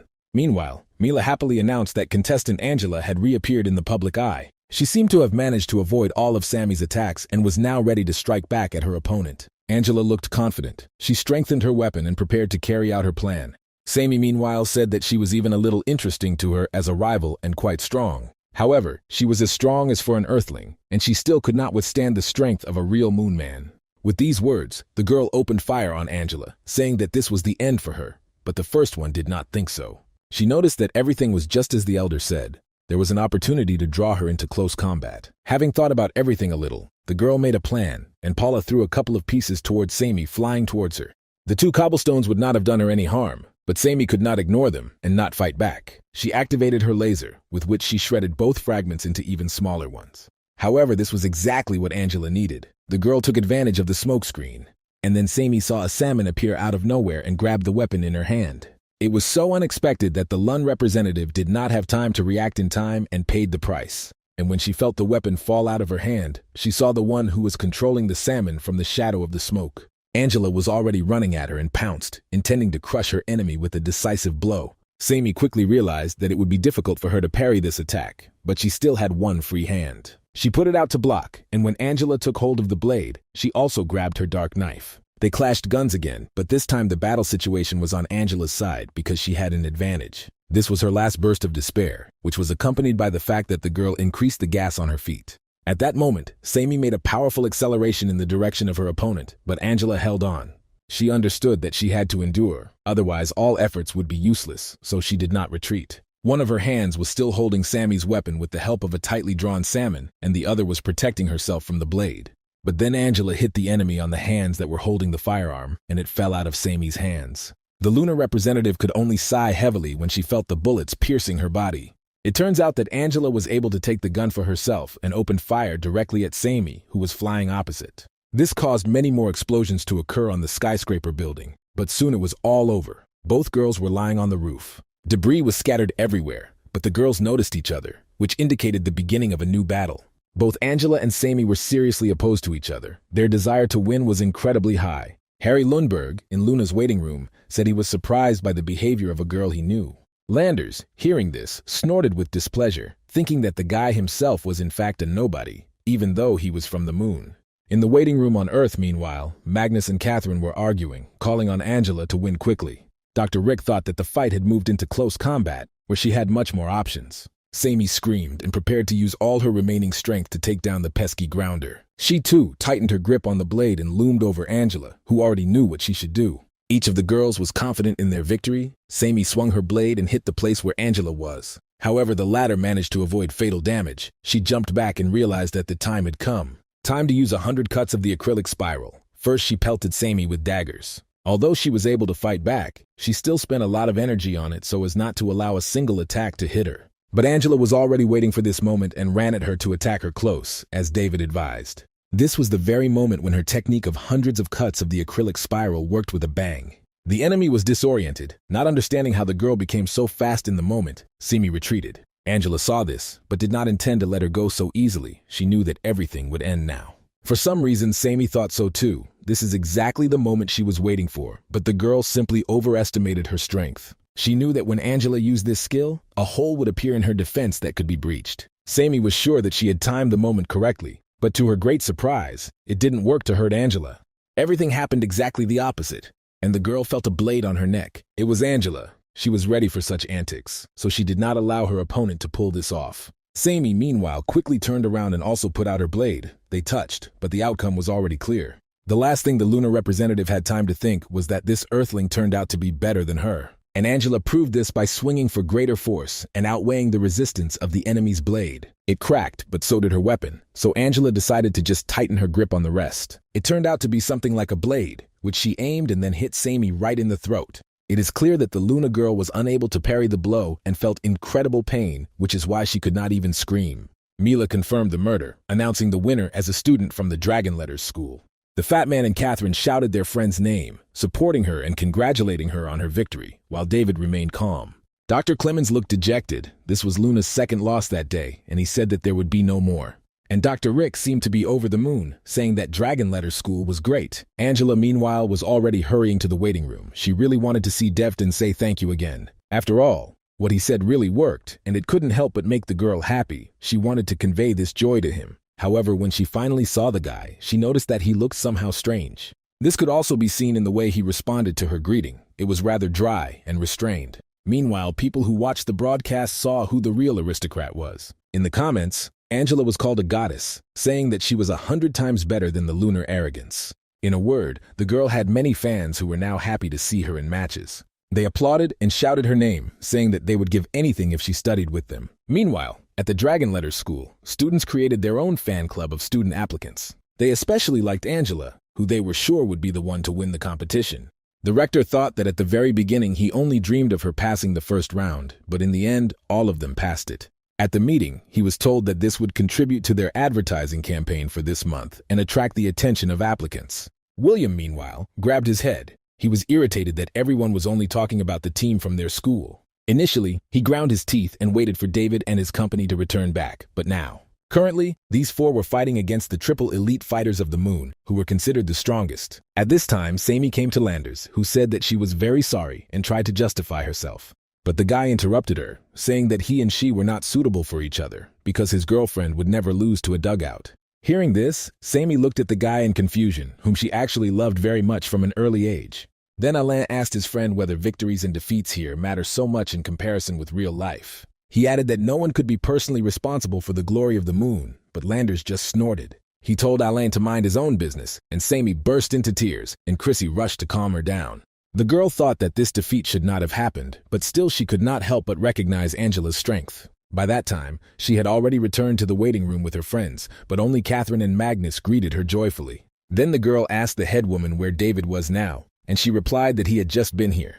Hearing this, Angela turned her head around and finally saw the guy walking into the corridor. It was David, and Angela ran after him, shouting for him to wait for her, but he didn't stop. When the girl finally caught up with him, she said that the tactics he came up with really helped her a lot. David didn't say a word, so Angela added that she thanked him very much for his help.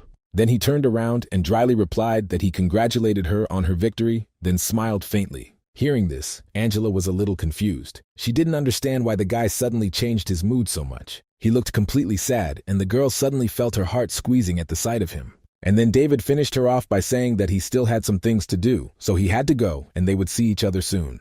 Tears appeared in Angela's eyes. She did not understand why he was behaving this way and where this distance came from. Meanwhile, Dr. Clemens tried to somehow justify Luna's honor after the loss, saying that she was not lacking in resilience. He also said that defeat in one battle could not make them fall apart and that they would return victory 100-fold.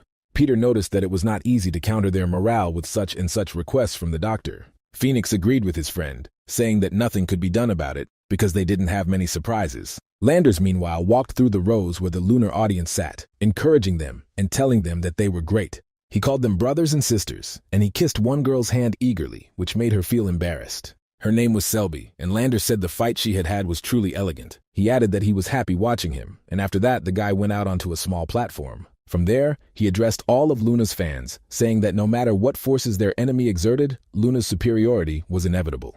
She added that she hoped that in future battles, there would be no mercy in each of their hearts. After all, they must give 100%, and empathy will only hinder this. Therefore, in order to crush their opponents, they should go and show themselves in the arena.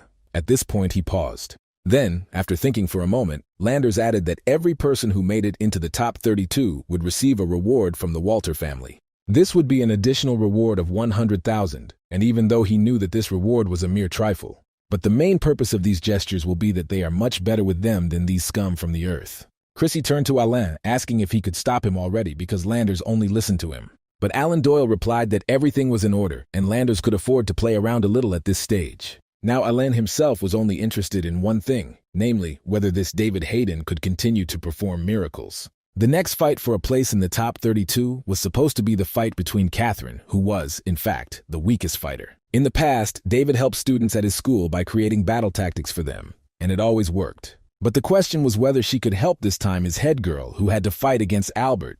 The guy knew very well that the Earthlings analyzed their opponents in advance on the internet. But, unfortunately for Catherine, he did not have a single flaw with which she could win.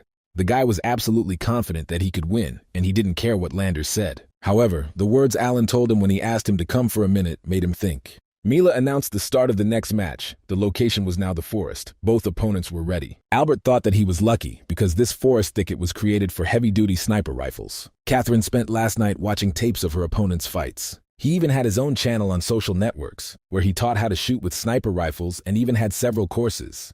In them, he shared knowledge that helped snipers of any level learn to shoot more accurately. Now Catherine thought that she simply had to use the methods she had learned yesterday. After all, even if she can imitate at least half of what she saw, she will achieve incredible success. In fact, Albert was her idol, and she was very grateful to him for all the advice and lessons in his videos. What the girl didn't expect was that her next opponent would be him. Albert smiled sweetly and said that he heard Alain say that he was her idol, which made Catherine blush a little.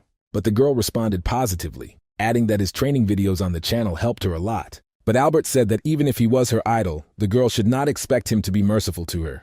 However, he allowed Catherine to choose the arena for their match, and the headman, in turn, said that their opinions were the same. She said that they were both using all their powers, but Albert thought that he would have no reason to do so. Dr. Rick and Dr. Clemens agreed that the Thicket Arena was ideal for 2 snipers. Mila added that, in simple words, this arena was created to equalize the chances of all fighters to the maximum extent possible. Angela thought that Albert was very strong and perhaps had the best sniper skills among humans. He definitely shouldn't be underestimated, and Fat Man asked David what secret plan he had developed this time. But he replied that this time he simply promised the headman to reveal one secret if she won. Hearing that his Catherine would fight without prior advice to win, Fat Man became worried. If you evaluate only your sniper shooting skills, then Albert was 60 to 70% superior to her. David thought that this was the first duel when the chances of winning were negligible for the Earth. Catherine, meanwhile, thought that she had not seen Albert take the disguise with him. The girl even wondered if Albert was really so sure that she wouldn't be able to detect him. The Forest Thicket is an arena for ultra-long-distance battles. The complexity of the fights is equal to the epic rank. And if you add to this some means of disguise, then it will be impossible to remain calm. Catherine understood that very soon she would have a chance to see Albert and his rifle. She had entered an optimal combat state and was already using her camouflage skills, looking for a convenient position. Dr. Clemens thought that both participants were using the best sniper rifles, which had one feature. There was an anti-intelligence device built inside them, but Mila interrupted his train of thought. She said she thought the 2 snipers felt like they were on a knife's edge right now, and Dr. Rick agreed. With that, they decided to see what would happen next, but to their great surprise, no one saw Albert. In the place where he had just been, there was no sign of the guy anywhere, and Dr. Rick realized who would remain the winner in this round. Albert, meanwhile, was already standing in a completely different place. In fact, he had an idea where Catherine was hiding. The skill with which he moved so quickly to a new place was called perfect mimicry. Now all that was left to do was the guy, too, began to look for a suitable place for a position. The viewers of Earth slowly began to support Catherine less and less, saying that she could not win here.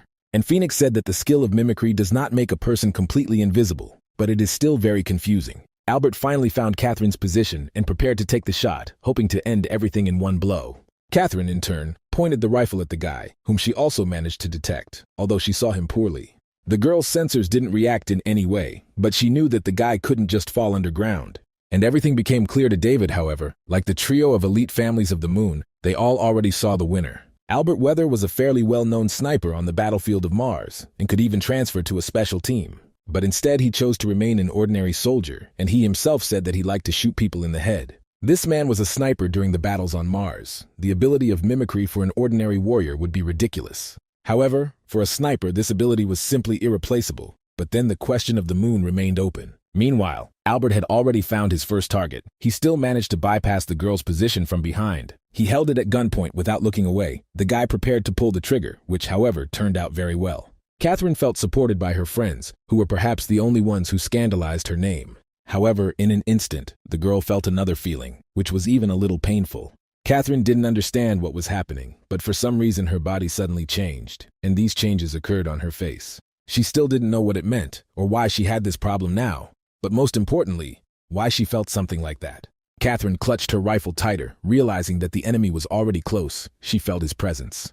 But it was difficult to notice the exact location. The girl was spinning in all directions, trying to find Albert. But it was all in vain. She did not see where he was hiding, although she understood that he had probably already found her.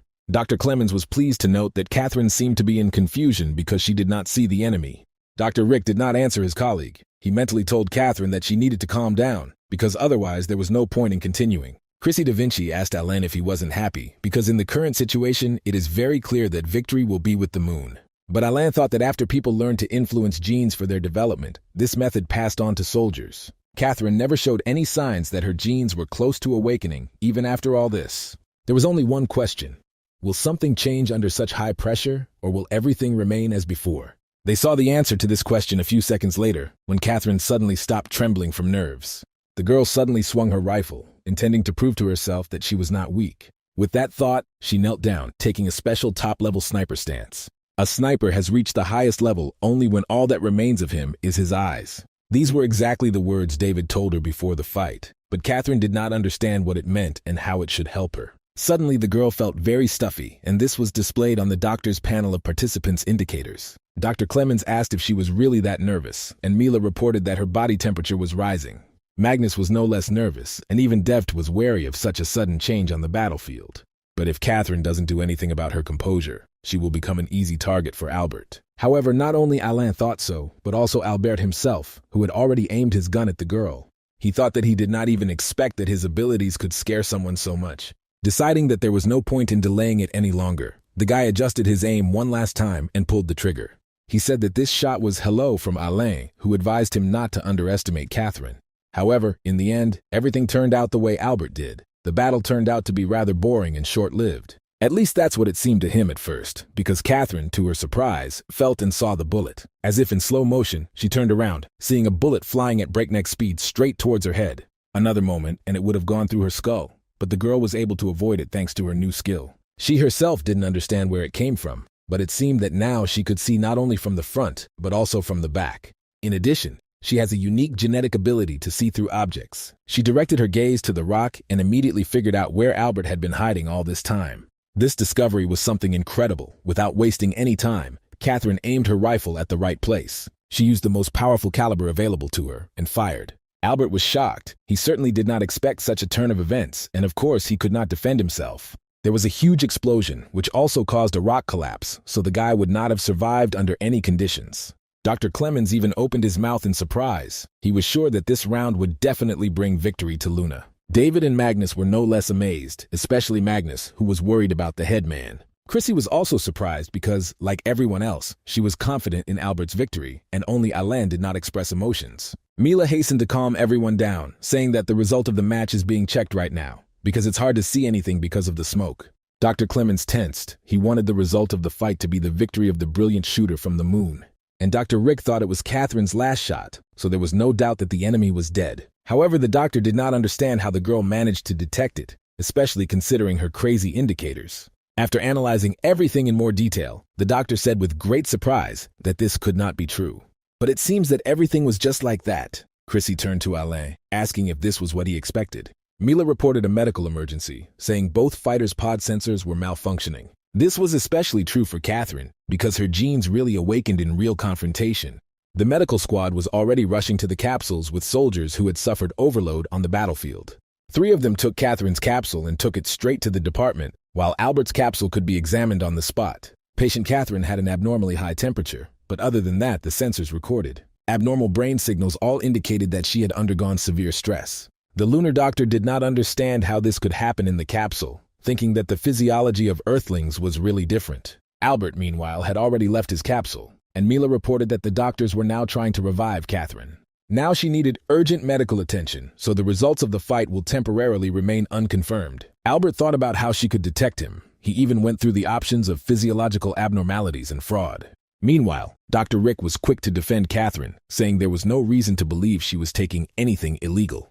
However, the audience did not think so, especially the lunar audience, which began to blame Catherine. It was hard for Magnus to listen to this, because they said that the Earthlings could not afford to lose. That's why they turned to cheating, but Fatty did not intend to simply tolerate and listen to this nonsense. He said that Catherine would never use anything to win, while Angela was thinking about the reason. In short, it seemed to her that her friend's genes were unlocked and she received amazing abilities. Therefore, the fact that the head girl saw through Albert's mimicry was truly amazing and could only be explained this way. Then Peter added that usually the awakening of genes occurs at the age of 15, 16, and this is the same for all people. Phoenix added that awakenings are quite rare, but David said he was confident in Catherine's case. The people of the moon are still continuing to research this phenomenon. They have found that humans adapt well to new genomes. The awakening of recessive genes occurs extremely rarely, but in such cases side effects appear. In fact, the best way to achieve gene awakening is to put yourself in a deadly situation. And everything that was happening now with Catherine reminded him of an awakening,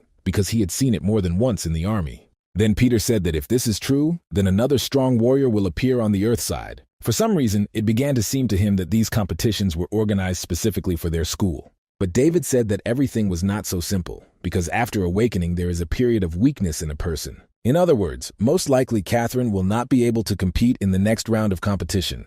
Besides, even if she awakens some skill, it will most likely only be auxiliary. Meanwhile, Mila reported that the results of the medical examination revealed that Catherine did not consume anything prohibited, but due to the heavy load, her body was exhausted. Now she needs to stay in the hospital, but the girl's victory in the fight was confirmed. Dr. Clemens said that in short, Catherine experienced an incredibly rare phenomenon. Meanwhile, at the Dragonletter School, students could not get enough of the news of Catherine's victory. Many said that from that moment on, she became their goddess, while others boasted that she was their headman. Senior students could not believe that another representative of their school made it into the top 32. Meanwhile, Mila reported that it seems that after Catherine's victory, the luck of the Earthlings has come to naught. Dr. Clemens happily picked up on this, saying that in the face of the power of the moon, any participant can only surrender. After all, the time has come for the last match in the qualifiers for the top 32, in which Magnus fought. His opponent was a guy named Fabio, ranked 2600. Phoenix had already fought him once. Friends in the Earth's waiting room encouraged Magnus before the fight, telling him that he had to give 100%. David also said that everything depends only on himself, and he believes that his friend will definitely cope. Suddenly, Fatty's gaze fell on the stands, where he saw an expert from Asia also supporting him. This made a great impression on the guy, because just recently he said that they would lose after the first round. But everything turned out to be completely different, so now Fatty was full of confidence and headed to his capsule. In the arena they met Fabio, who outwardly reminded him of a hero from a famous manga.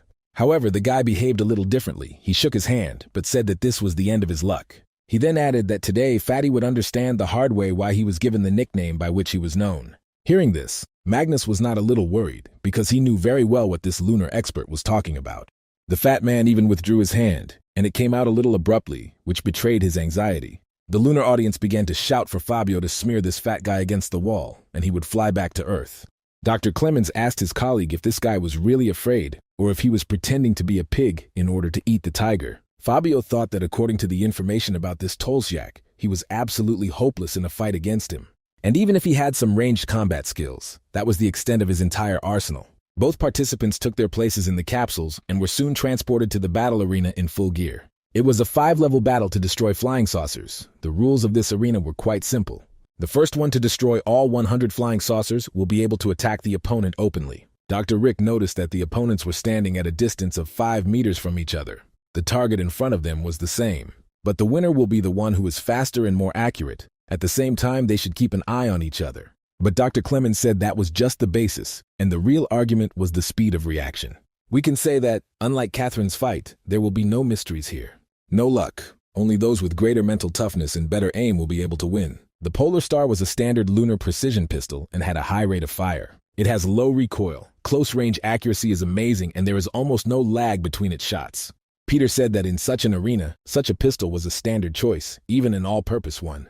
Therefore, the guy said that Magnus should also choose something similar. At least his weapon would be good. Phoenix agreed with his friend, but the next second he screamed in surprise, amazed at Fatty's choice. After all, he chose a weapon of the high-type Tiger Duty, which in general was not bad, but was clearly inferior to the Star. Dr. Clemens noted that this weapon was developed on Earth, and although it had good performance, but its recoil was too strong. You had to pull the trigger almost non-stop to fire it. Dr. Rick thought it was still a weapon that needed ammo, so he hoped Magnus knew what he was doing. Meanwhile, Mila announced a countdown, after which the participants could start shooting. The viewers of Earth were also disappointed that he did not change weapons, saying that this way the victory would definitely be for Fabio. Angela wondered if Magnus really used this weapon on David's advice, which would be quite logical. David himself sat next to the girl and thought about how his friend fought during the war on the battlefield of Mars. In addition to the heavy sniper rifle, Magnus then always took with him a Tiger Duty, which he continued to use. But David never used the video during his time at the academy. Considering Catherine's recent awakening, he seemed to have some influence on events. Now it was even difficult for David to imagine how many points Magnus could score. It was clear that the friend had not really calculated his strength, because it was already difficult for him to stand on his feet. Fabio, of course, noticed this too. He said that it seemed that some people could use a visit to the gym from time to time. He added that Fat Man was shaking in his guts, and he might not even say that he was so scared. Still, he said that if Fatty could win this confrontation, he would take his last name. Magnus was silent. He did not answer, and did not succumb to the enemy's tricks, although they did not pass without a trace. Mila announced the start of the fight, and Fabio finally thought that it was difficult for such people to control themselves. It seemed to the guy that victory was already in his hands, but not he. Not others even suspected how it would end. Dr. Clemens, as always, was confident that Luna would win. The smile never left his face, unlike Dr. Rick. Both contenders opened fire at targets that looked somewhat like a practice test. After all, the targets here were also moving, but the problem was that Fabio was faster and had already destroyed 10 targets. All this was accompanied by explosions, and Peter shouted for Fat Man to move and start shooting too. I was driving while he just stood still, but even David was worried, because the main thing here is speed. In the meantime, Magnus was clearly inferior to his opponent in it. Dr. Clemens laughed contentedly. He said it was the first time he had seen a competitor so intimidated at a shooting competition. The targets kept falling in all directions, and Fabio managed to shoot them all down. So far, his skills have been expressed in the fact that he has not missed a single target, but he has not yet revealed his main trump card to win. Peter said that if he continued to do nothing, he would very soon lose and be left in even greater disgrace. Phoenix and the others echoed this thought, and David seemed to be the only one who remained calm. Meanwhile, Fabio realized that his opponent would not do anything and decided to speed up the pace. He continued shooting with his pistol, by which time he had already shot down about 30 targets, almost reaching half. But Magnus still remained standing motionless, as if waiting for some opportune moment. Togelpi Fabio turned to him, saying that if he didn't want to move so much, then he would take over his plates too. As if to confirm his words, the guy aimed at Fat Man's targets, intending to destroy them too. Suddenly, everyone saw and heard a big explosion, as if someone had fired a powerful weapon. It turned out that it was Magnus. At some point, Fabio's words forced him to act, and he fired one shot. However, this was enough to completely seize the initiative, because everyone was surprised at what he did. This gave Magnus an opportunity, and he took advantage of it, firing his machine guns in all directions, hitting the targets. He also did it quite quickly. Despite the weight of the chosen weapon, he had already shot down at least 20 targets. It ended with the Earth's audience cheering, shouting the name of the winner in this round. It's not difficult to guess that it was Magnus who became him, and Dr. Rick was especially happy about this. Mila announced another victory for Earthlings. Even from the girl, it was clear that she announced this without much enthusiasm. Even taking into account the general unfavorable situation for Earthlings, the 4 dragons still made it into the top 32. The students of the Dragon Letter Academy, who appeared out of nowhere, almost single-handedly defended the honor of the Earth. Reporters were already pestering General Hugo with questions, asking if they could interview the students. But the man apologized, saying that at the moment the team is not ready to give any interviews. He explained this by saying that their matches turned out to be quite difficult, so now they all need rest. The general glanced at David out of the corner of his eye because the guy was very interested in his fights. The man did not even expect that he and the people around him would be able to create such an incredible miracle. Meanwhile, the Luna representatives listened as Lander said that he wanted only one thing, and that was a crushing victory. But in the end, he couldn't believe that as many as 6 Earthlings made it to the next stage. But Chrissy answered him that the guy shouldn't have underestimated the power of David Gaydon, to which Landers just chuckled, saying that everything was just beginning. Doctor said about Catherine that she was physically and mentally exhausted. However, her current situation is not dangerous. The awakening of genes will definitely cause some changes in the girl, but they should not be dangerous to her life. The doctor said that now nutrients are constantly entering her body, so her long sleep will soon end. He told this to David, Magnus, and Angela, who came to check on their friend, but she was still unconscious. David was the first to head out, telling the guys that the doctors would take better care of Catherine here. Finally, he said with playful sarcasm that the head girl should get well soon, because he was able to get into the top 32. Meanwhile, General Hugo returned to his room and opened the door, walking inside. The first thing he did was throw away his jacket, after which he sank onto the bed and began looking for the TV remote control. At that time, they were different, like all pieces of technology, but soon the man found the remote control and was able to select the correct channel. The remote control resembled a slightly enlarged telephone, and when compared with the best models, it was even like a telephone. The general listened to the report about the 4 students in the top 32 and thought that if they were evaluated, then they all had their shortcomings. When you play the role of a dark horse, your morale is at the level of heaven, but this also has its disadvantages. After all, it is easier to crush the dark horses than the rest, so the general thought until the next stage. Meanwhile, David thought that he was still holding out hope that he could take Fatty to a special training session. But contrary to his expectations, he was never able to wake up his friend. Perhaps this was a reaction to the awakening of genes. Now it seemed to David that Magnus was no different from his future self on Mars, although something like that would only make his friend happy. Suddenly, David's bracelet with a built-in phone vibrated. It was a message from Michael. He briefly wrote to him that trouble had happened and they needed to meet urgently, so David went to him. After some time, the guy arrived at the place, wondering why Michael called him to this deserted kind of alley. Suddenly, Michael himself appeared from around the corner of the building, and to David's surprise, he looked tired. The young journalist even had bags under his eyes, indicating sleepless nights in recent days. When he saw David, he told him to follow him quickly, so he decided to act rather than analyze.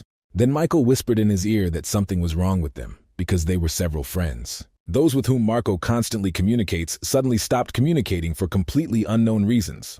David asked if they had discovered anything recently, and Michael replied that there had been some progress. Some of his friends also became very interested in their subject of research and helped him. In particular, one of Michael's friends worked at the Walter Corporation, thanks to which Michael received the password this morning.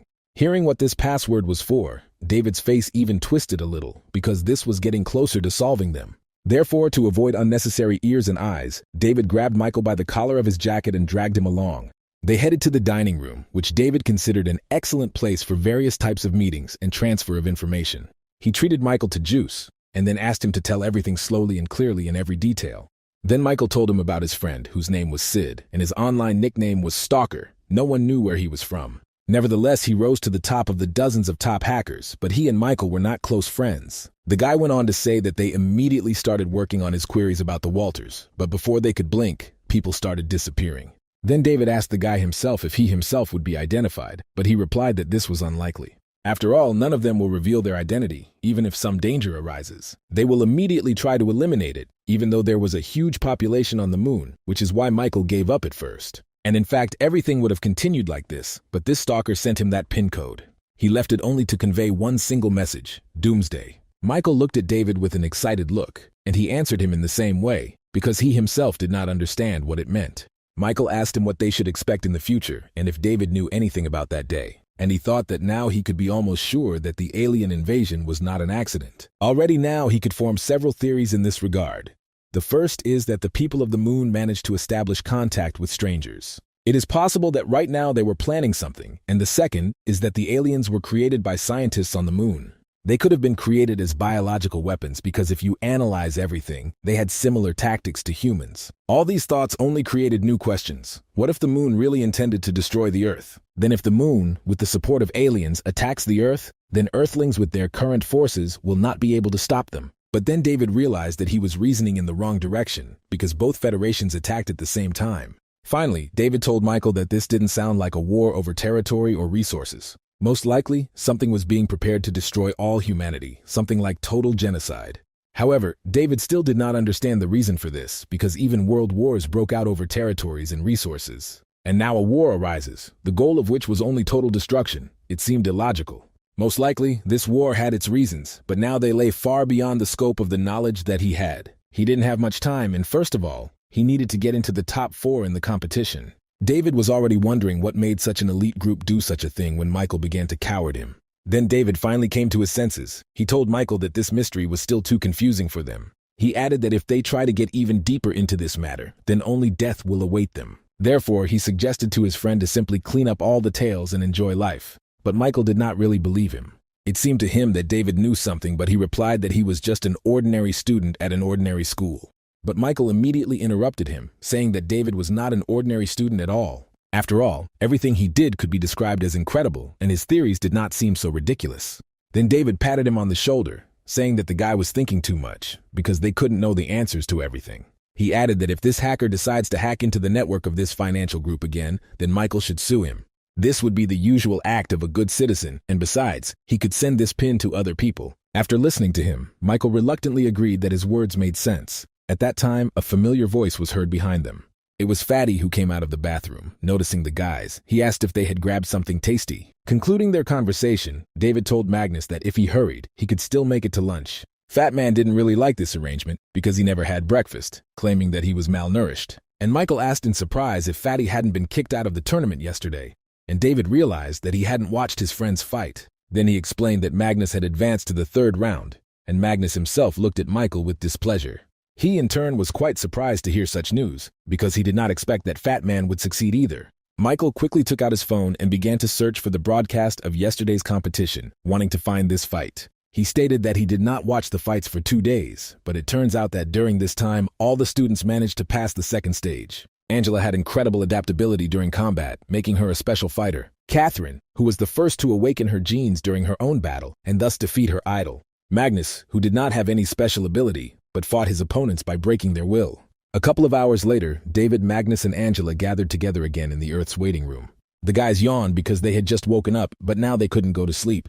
A few minutes later, they were joined by Peter and Phoenix, who also advanced to the next stage. Then they all heard a message from Mila, who said that Catherine would not be able to continue in the competition. After all, the girl still hasn't been able to come to her senses, but this won't interfere with the rest of the fights. Next up will be Shadow Phoenix versus Chrissy Peter versus Skycolor Floyd. Also David versus Prince of Darkness Landers. Magnus versus Anthony, and Angela versus Alan Doyle. Angela said that it was like she had won the lottery because she got Alan Doyle himself. Phoenix recalled that this guy was known as the first fighter of the moon, so he must have been very strong. Moreover, he had not yet given 100%, so now it was difficult to say anything about his real strength. Peter said that he got Floyd, who was a master of close combat, but it was still better than the moon art. The guy turned to David, asking if he could tell him something useful, because he had already encountered something similar. Magnus stated that Anthony had as many as 3,000 points, and if they had collided in real life, he would have given up immediately. Hearing this, Peter laughed loudly and slammed his fist on the table at which they were sitting. He said that he really admired Magnus's restraint, because even in such a situation he could joke. Peter then broke out into a motivational speech and said that they had come too far to give up. After some time, the stands were filled with spectators again, and Mila was already greeting everyone. She said that the third stage of the competition would begin any minute, and Dr. Rick was thinking about the survey. It was held by the organizers of the competition, and according to its results, 60% of the audience believed that not a single Earthling would make it into the top 16. And only 1 person in 100 believed that all 5 applicants from Earth would advance to the next stage. Given all this data, Dr. Rick thought there was an 80 to 90% chance that he would become the most humiliated commentator in history. Dr. Clemens, meanwhile, turned to him, mockingly asking how many Earthlings he thought would go further. To this, Dr. Rick replied that quantity will never trump quality. After all, even if only 1 Earthling went forward, he could still become a champion. Dr. Clemens fell silent, although he thought that they would still see who would laugh last. Both men exchanged angry glances, because each considered their nation to be the best. Mila, who had already learned to understand these two at a glance, saw that a new quarrel was now brewing. And so it happened. A moment later, the doctors were already quarreling again over whose fighters were better and who would win in the end. Meanwhile, in the arena, there was a battle between the contenders of the moon, of which there were many more left. Peter noticed that they had 2 more Luna fights ahead of them, which was quite tiring. And David said that victory in such battles made it possible to defend only the pride of an individual warrior of the moon. They didn't even have much fighting spirit. And then Peter turned to Phoenix, saying that he would soon be beaten by the goddess. The guy replied that he would pretend that he had not heard anything, and meanwhile the last 3 fights had ended in the arena. Dr. Rick concluded that they ended quite well, but the most interesting was yet to come. And Dr. Clemens quietly said that the old man can boast as much as he wants, because soon 5 disappointments in a row await him. He added that he already foresaw the beginning of his colleagues' excuses, but Dr. Rick did not answer. Now the time has come for the 4th fight, in which Phoenix and Chrissy will collide for a place in the top 16. Phoenix looked a little unsure, but that was understandable when facing such an opponent. If you compare their approval ratings, it's 36% versus 64% respectively, but the numbers aren't always true. The applicants had already entered the arena, and soon a location was chosen, where they were immediately transported. This time the arena looked especially great, because it was located simply in the air at a high altitude. Any mistake or wrong step could be the last, and each of them understood this well. The opponents took up their fighting positions and prepared for the start of the competition, awaiting the command. Soon she entered, and both students forgot about everything except winning the current round for themselves and their country. Phoenix was the first to attack. He remembered what David told him, so he did not take his eyes off Chrissy. The guy's weapons were 2 crescent blades, which he wielded very well. It was one of the best melee weapons. Chrissy was wielding her sword. When the tip of the Phoenix knife was at her eyes, she also began to act. The girl jumped and did a somersault over the guy, who cut the air in the place where her head was a second ago. And the girl was already flying at him, holding out her sword to attack. Now she had an advantage in the form of speed. After all, she struck from above, which meant it was much more difficult to block, and Phoenix felt it.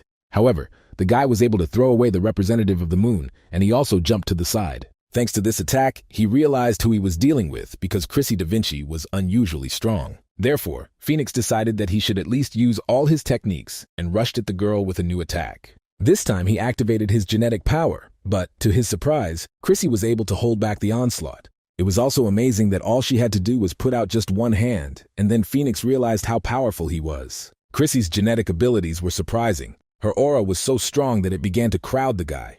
And then the representative of Duna put her blade forward, which Phoenix could not see due to her own attack. This turned out to be his fatal mistake, as a second later the sword passed through his body. Phoenix was killed in the virtual world, at least that's what all the viewers thought, but everything turned out to be a little different. The first to notice this was Chrissy, who realized that the guy had simply disappeared, although she could not explain how he managed it. The body she pierced dissipated into a dark cloud that began to envelop the entire arena. Soon visibility became almost zero, but Chrissy understood that the enemy was moored somewhere close. Her fears turned out to be true. Soon the girl felt someone approaching her at high speed. Chrissy was unable to react quickly, so she became nervous when the guy suddenly knocked the weapon out of her hands. At this point, the audience shouted excitedly that the Earthling could win, and even the lunar audience thought so.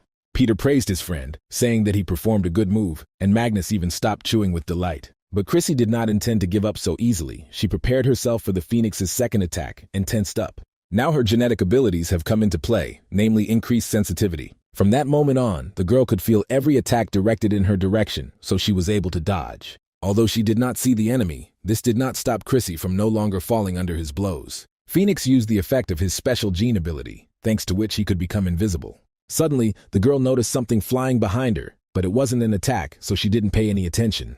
It turned out that it was a Phoenix blade, which for some reason the guy threw in a certain direction. The fact that Chrissy ignored this moment was a fatal mistake, because Phoenix created a ring of lightning. It was his special lightning elemental attack, with which he drove Chrissy into a circle, where her body was pierced by lightning. Phoenix himself was already rushing to her to finish the job and win this fight. He had one more knife left. The guy threw the gun right at the girl, and everyone thought it was the end for Chrissy Da Vinci. Phoenix himself thought so, but just in case, he decided not to weaken his defense and not remove the invisibility effect. All eyes were focused on Chrissy, who had to somehow free herself from this ring, otherwise she was promised defeat. However, Chrissy would be Chrissy Da Vinci if she couldn't get out of such a situation. She even smiled a little and seemed to be calmly waiting for Phoenix to approach her. However, instead of the guy, she saw his blade, so Chrissy began to act seriously and activated her technique. She turned out to have a shield, which she made with the help of lightning, which a second ago pierced her body. But now they have become her protection. Moreover, this barrier stopped the Phoenix's knife and turned it against him. Then a huge electrical wave followed, which touched the guy, and he realized that his effect was disappearing. This was because he was attacked by his own power, so his invisibility stopped working. Seeing that his special ability was cancelled, Phoenix panicked, because this meant that the initiative had passed to Chrissy. And so it was. The girl unexpectedly easily knocked off his ring and found herself in front of him on some kind of wings. Now it was her turn to attack, and she smiled contentedly, anticipating an imminent victory. Phoenix discovered with horror that he could not move. It seemed that the girl's ability was also paralysis. This must have been the reason why she sent a wave of lightning at him, because she needed to find him. The lunar audience immediately picked up on this change in the battle, shouting the name of their goddess and telling her to destroy the guy. David thought that the girl was using compressed air control to suppress her enemy. Her next move would likely be to kill Phoenix, and right now Chrissy was attacking him. Phoenix desperately thought that he had to resist with all his might. After all, this was just a small trick. The main thing is that he still had a chance to win, and as long as this remained so, he had something to fight for. But then Chrissy waved her leg, creating a whirlwind of her special pink aura, which she directed at the guy. A huge wave of the girl's power fell on the almost defenseless Phoenix, who did not know how to dodge it. A moment later, there was a big explosion, and all the spectators eagerly waited for the smoke to clear. After a few more minutes, the arena became visible again, and everyone saw who was the winner. It was Chrissy Da Vinci, who brought another victory for the moon in the confrontation with the Earth. The audience of Earth was very upset to see that their representative lost, because he was so close to winning. Dr. Rick swallowed nervously. Sweat appeared on his forehead from what he saw, because the moon had just shown its level. Chrissy Da Vinci had just defended her last name. Her strength exceeded all expectations. Mila had no choice but to happily report the victory to the student from Luna, and Chrissy closed her eyes contentedly. Landers laughed a little, saying that it was an incredible ability for both Chrissy and Phoenix. The girl's attack, enhanced by her ability to control air, is similar to a salvo from a rocket weapon. The guy added that only a madman would fight her in close combat, and then he turned to Alain. Landers added that, as his friend could see, the Earthlings somehow knew the weaknesses of their fighters. But Alain replied that they would discuss this after the end of the competition, because now there was no point in going into it. However, Landers was not satisfied with this answer, and then Alain assured him that he was still thinking, that the source of their problem was on the side of the Earthlings. Hearing this, Landers boiled, saying that he could not say that. After all, you can't turn a blind eye to such an obvious problem if it later causes even bigger problems. But Alain just looked calmly at his friend. He saw that he did not understand the whole essence of the situation. He reminded that he is responsible for all his decisions, so they should finish this topic. Besides, right now he was more concerned about their unity than finding the truth in this matter. After listening to him, Landers agreed, saying that he had nothing more to say. In any case, they both do everything for the glory of the moon. But the guy also thought that if something went wrong again, it would be a big blow to Aiden's leadership. Now he still retained his authority because he was considered the most powerful fighter on the moon. But when he falls from the top of the leadership, he, Landers, will have a chance to take this place. Meanwhile, the viewers of the moon and even some Earthlings joyfully greeted their celestial goddess. Everyone wanted to be like Chrissy Da Vinci because her wind control skills were simply incredible. They said about Phoenix that he turned out to be so fragile, and the guy himself had already left the stage and returned to the waiting room. Peter said that unconscious mental calculations coupled with the special ability of invisibility were useless against her. He also talked about Phoenix techniques, and David added that Chrissy seemed to be able to control even air pressure. Angela even despaired a little, because Alan Doyle was an even more amazing person. The girl couldn't even imagine what abilities he would eventually have, and this made her nervous. DevTD noticed this. He thought that Alan and Floyd were about equal in strength to Chrissy, so you can already imagine. No matter how difficult the next fight would be, Peter noticed that Magnus had an unseeded player. After all, only 5 candidates were among the seeded players of the moon, and Fat Man was lucky not to end up with one of them in the arena. Although Magnus himself did not understand this, his battle would soon become a cause of either joy or grief for his team. Meanwhile, Mila announced the start of the first match of the afternoon, in which Peter competed from Earth. He faced his next opponent, who looked too confident. General Hugo continued to observe the suffering in which the Earthlings took part. There weren't many of them left, but Peter's opponent was now recognized as the strongest participant. This opinion was shared by the Earth War Ministry, and it was he who had the best chance of breaking into the top 8. However, in the list of the most terrifying opponents of Earthlings, Floyd took first place, surpassing even Alan Doyle. It was very strange, but both candidates found themselves in an arena that was somewhat similar to the previous one, where Chrissy and Phoenix fought. Now both opponents were melee specialists. Floyd put his weapon forward. It resembled a simplified copy of a halberd. Pitera also decided to show off his blade and pulled out a rather large steel sword that looked majestic. Now they were only waiting for a signal from Mila, and the girl soon sent it, giving the command to start. Floyd quickly assessed the capabilities and weaknesses of his opponent. He thought that he would attack first, and Peter did the same, only his sword turned out to be much larger than it seemed at first glance. Its blade was 30 centimeters thick and its length was almost 2 meters. Pulling the sword back, the guy prepared to deliver just one crushing blow to the enemy and cut off his head. As expected, his sword was the first to reach his opponent's weapon and fell on him with all its weight. Floyd immediately felt the pressure with which this strong man was pressing because Peter's dimensions were truly impressive. He could easily overwhelm his opponent with his weight, but in competitions this was not enough, and the big man understood this. Still, he decided to try all the techniques using the Phoenix tactics and activated the first move. He first swung his sword with great force, causing a hurricane, and then used the heavy sword technique. Peter was known for his skill with a heavy sword. Such students were worth looking for. Floyd was now one of those who felt the full power of this golden guy. It was extremely difficult to restrain his onslaught. The lunar representative realized that he would not last long like this, and if he did not come up with anything, he would lose this round. Peter, meanwhile, prepared for the next blow, which was supposed to pierce the guy. He swung again and brought his sword down on his opponent, but this time Floyd used tactics. He stopped the huge sword with his blade, surprising most of the spectators in both audiences.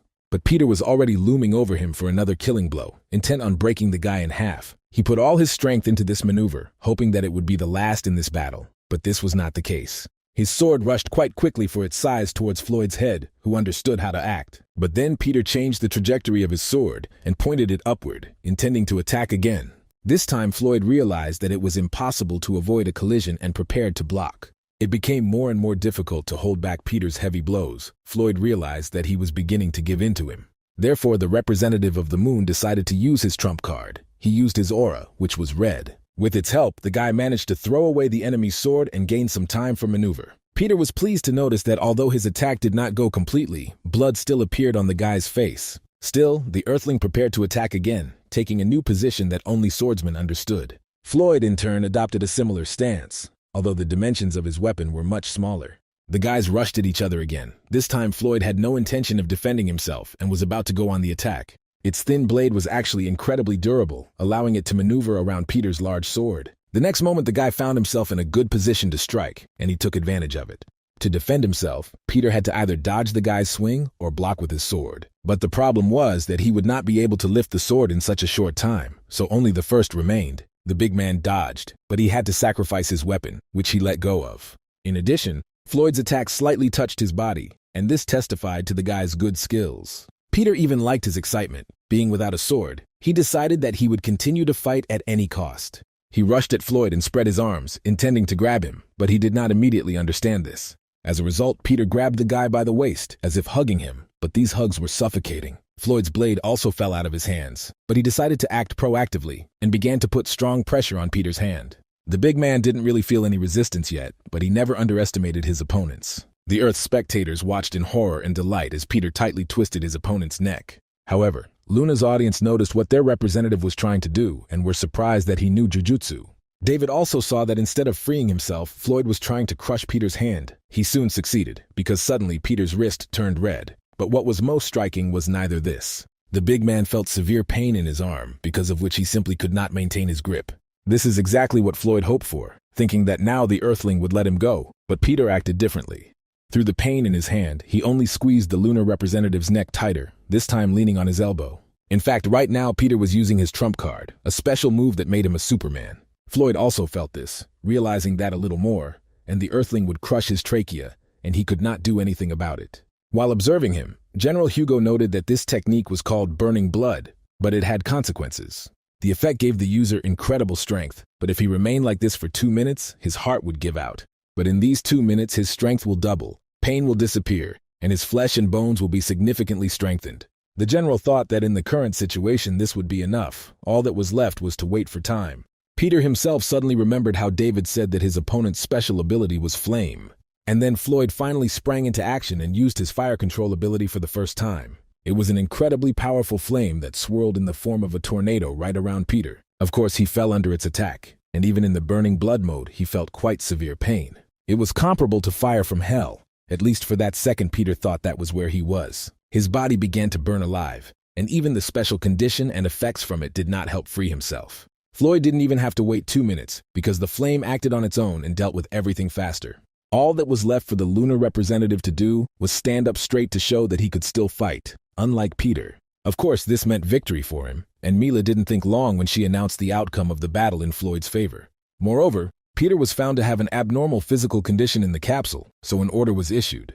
Immediately prepare a medical team, because a shock of this level is quite capable of causing considerable damage to the soul. Dr. Rick thought with annoyance that this was only the first day of the fight for the top 16, and all their fighters had already been defeated. The doctors who analyzed Peter's condition concluded that he lost without showing an ounce of self-control. After all, burning blood was such a minor ability compared to Floyd's super flame. Looking at the reaction, Dr. Rick believes that Floyd deliberately allowed himself to be caught in order to use the flame more effectively. He picked the right opportunity at such an exciting moment, and it was the right move to win. Meanwhile, the spectators on the balcony said that there was nothing more to see here, so they would come tomorrow. Hearing this, David was a little upset. He understood that Floyd had everything under control from the very beginning. Whatever you say, Floyd is one step ahead of Peter in the development of his genetic abilities. And although the Earth also began to develop its genes with the start of the competition, it is far behind the Moon in all aspects. And whether he could join the leadership group and gain access to secrets depended only on his battles. The current situation was not very good, but not bad for David either. He just had to avoid making a mistake. The guy was thinking that tomorrow there were only 3 of the Earth's applicants left from their school. On the second day, the same jury team gathered, and the first fight was supposed to be the fight between Alain and Angela.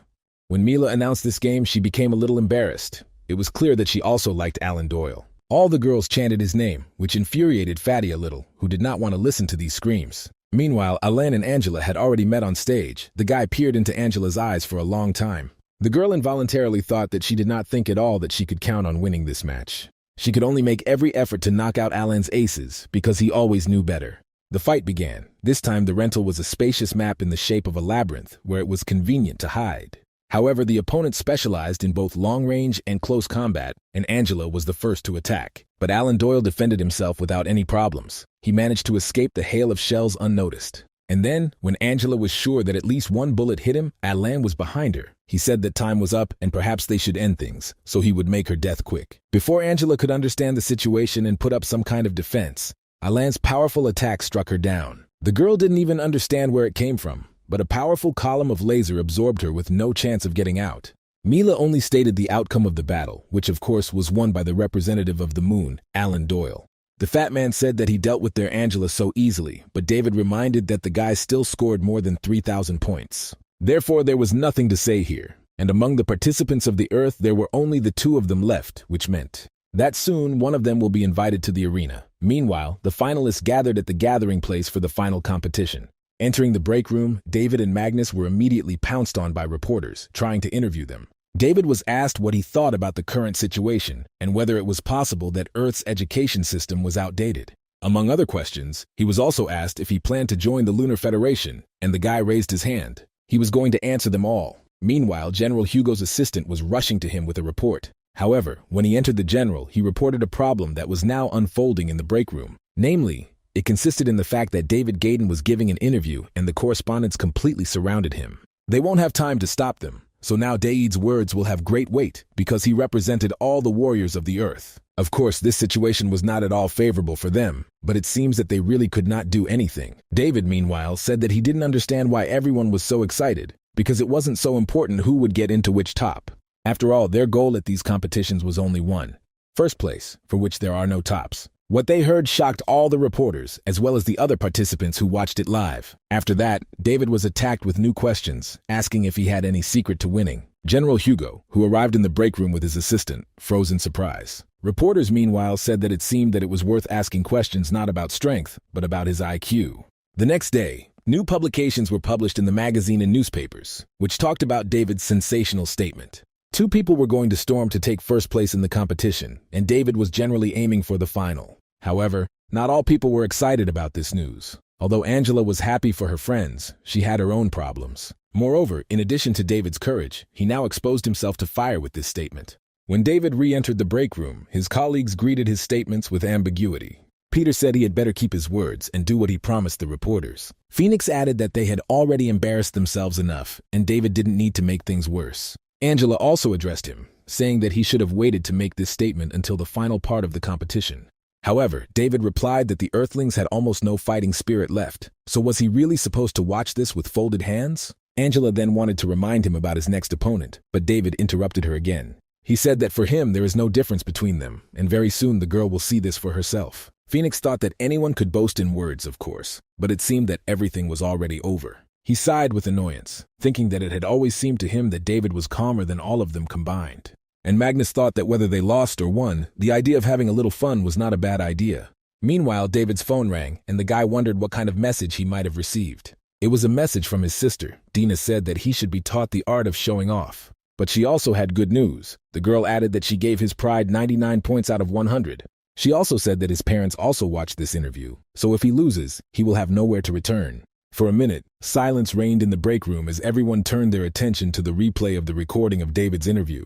It was broadcast by all channels, both on the moon and on Earth, and everyone again heard about the guy's goal to take first place. Everyone who had not yet seen this statement stopped doing anything in surprise. One person, who was also a student at the Dragon Letters Academy, was especially happy about this. It was William. The guy thought that the most accurate definition of David's actions would be death. After all, initially he could have simply finished the competition modestly and already received his share of the privileges. William even doubted whether he even knew who Landers was, because did David really think that this person was? He will simply ignore the provocations of such scum. Fortunately, their battle was about to begin soon. He will put everything in its place. David and Landers were already preparing to go on stage, waiting for the announcement of their fight. The lunar inhabitants really did not like David's person. They rooted for Landers with all their hearts, wanting to see David's collapse. Dr. Rick also thought with annoyance that this child did not know that he should always leave himself room to retreat. Throughout the tournament, he showed more and more surprises, but now it seems his tricks are over. The guys had already met on stage. Landers was the first to extend his hand to him, saying that today he would feel what real strength is.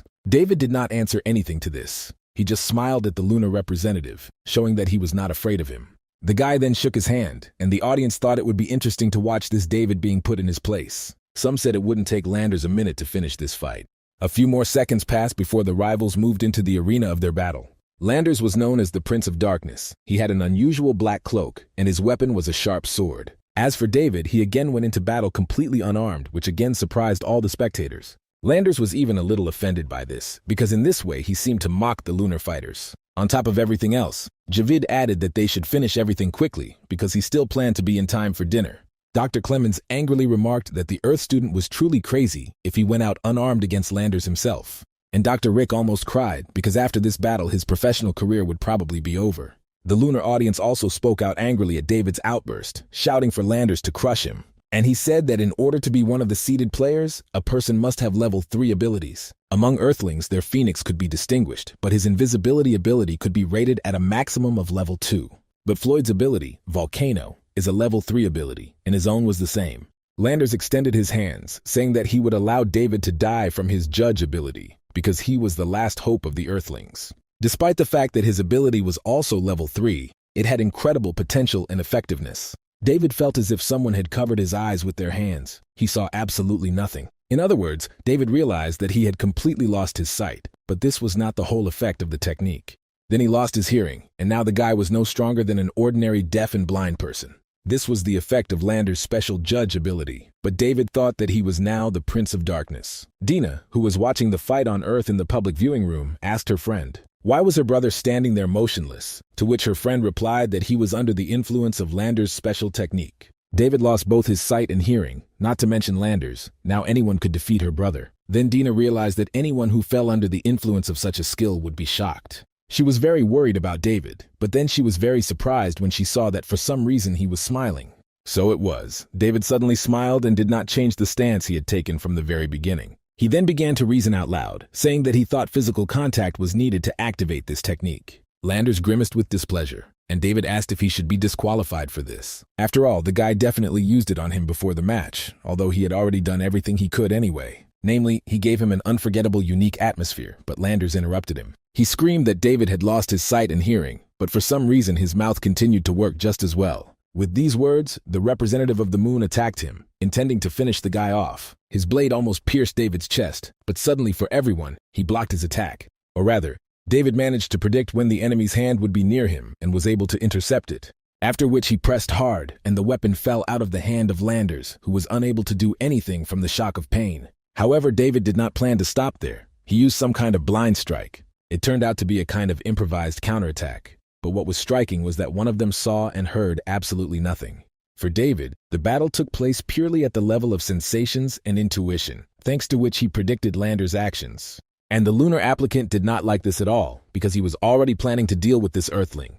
To free himself from his technique, the guy kicked David, pushing away from him and flying some distance. He planned to attack David with a new counterattack, but there was something he didn't understand. Landers couldn't help but think that this David Gaydon's strength was quite unusual after all when he grabbed him. He stopped feeling his hand, although he had previously trained with more experienced fighters in hand-to-hand combat. This made Landers feel insecure, something that never usually happened to him. After all, David had lost both his sight and hearing, but he could still somehow see him. The guy wasn't even sure that this was possible. But when Landers' gaze fell again on his smile, which did not leave David's face, everything became clear. The lunar expert judged that the Earthling definitely used his sense of smell and touch. It was unfortunate to admit, but David's skills were truly amazing, but that didn't change the fact that he had already lost. Suddenly, Landers grabbed the floor of his plan and began swinging it like a propeller in front of David. The fat man, discouraged, asked what trick this lunar boy decided to use this time. Peter replied that he was trying to confuse David's charm and came up with these countermeasures very quickly. Angela, meanwhile, became even more worried about the guy, because with all her heart, she wanted him to win. David really got a little confused. He stopped smiling and wrinkled his face, trying to track his opponent's actions. And Landers, seeing that he did not understand when to expect an attack, realized that now was the right moment. Suddenly, he grabbed the hem of his cloak, about to throw his blade between it. Landers took aim and threw the knife immediately after he waved his cloak again near David's eyes. The tip of the blade had almost reached the guy, even though he wasn't watching him, but David managed to get out of it this time too. At some point, he again felt that something was approaching him right in the eyes, so he had to defend himself. Then the Earthling inhaled air, which for some reason became a bright, bloody color, as if he was inhaling blood itself. Suddenly, David's hand intercepted the weapon flying at him and grabbed the hand of the one who threw it. This is because Landers rushed to attack after throwing his blade to finish off David, but he did not expect such a turn. He froze in surprise, which quickly turned to horror when Landers saw what the guy was about to do. And David, still without emotion, raised the blade that he had just acquired and swung it at the enemy's hand. It was unclear how he guessed the trajectory, because he could have just as easily cut off his own hand, but this did not happen.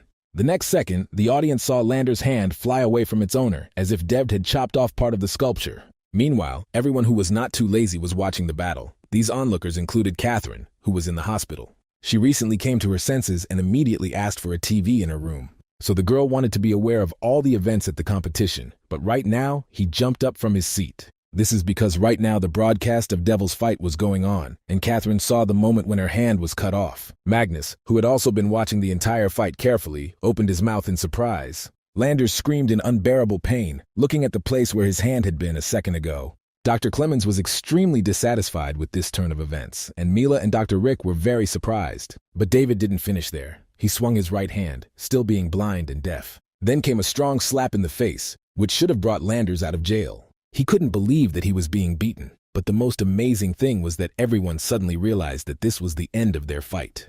Vazzy David hit his opponent on the head with such force that it flew off in the same way as the hand before. When this happened, David's eyes suddenly opened and he spoke quietly, so that only Landers could hear him. He said that such a green boy like him could not know anything about real strength. Alan Doyle and Chrissy, who were watching all this, thought that their friend had lost his life in a rather strange way. They weren't the only ones who thought so, because the whole audience also shouted that this couldn't happen. David Hayden, like Catherine before, was suspected of fraud, so an audit was announced. Dr. Rick himself did not understand what had just happened, because he had never seen such techniques. Both participants had meanwhile left their capsules. Landers had one last thing to say to David. He approached him, and he was already waiting for the Prince of Darkness, smiling slyly as he came closer. Landers shouted that he would kill him, and David did not think that he had won, because he could believe that he was already dead. And David couldn't even answer anything because the guards ran up to Landers and were putting the guy down.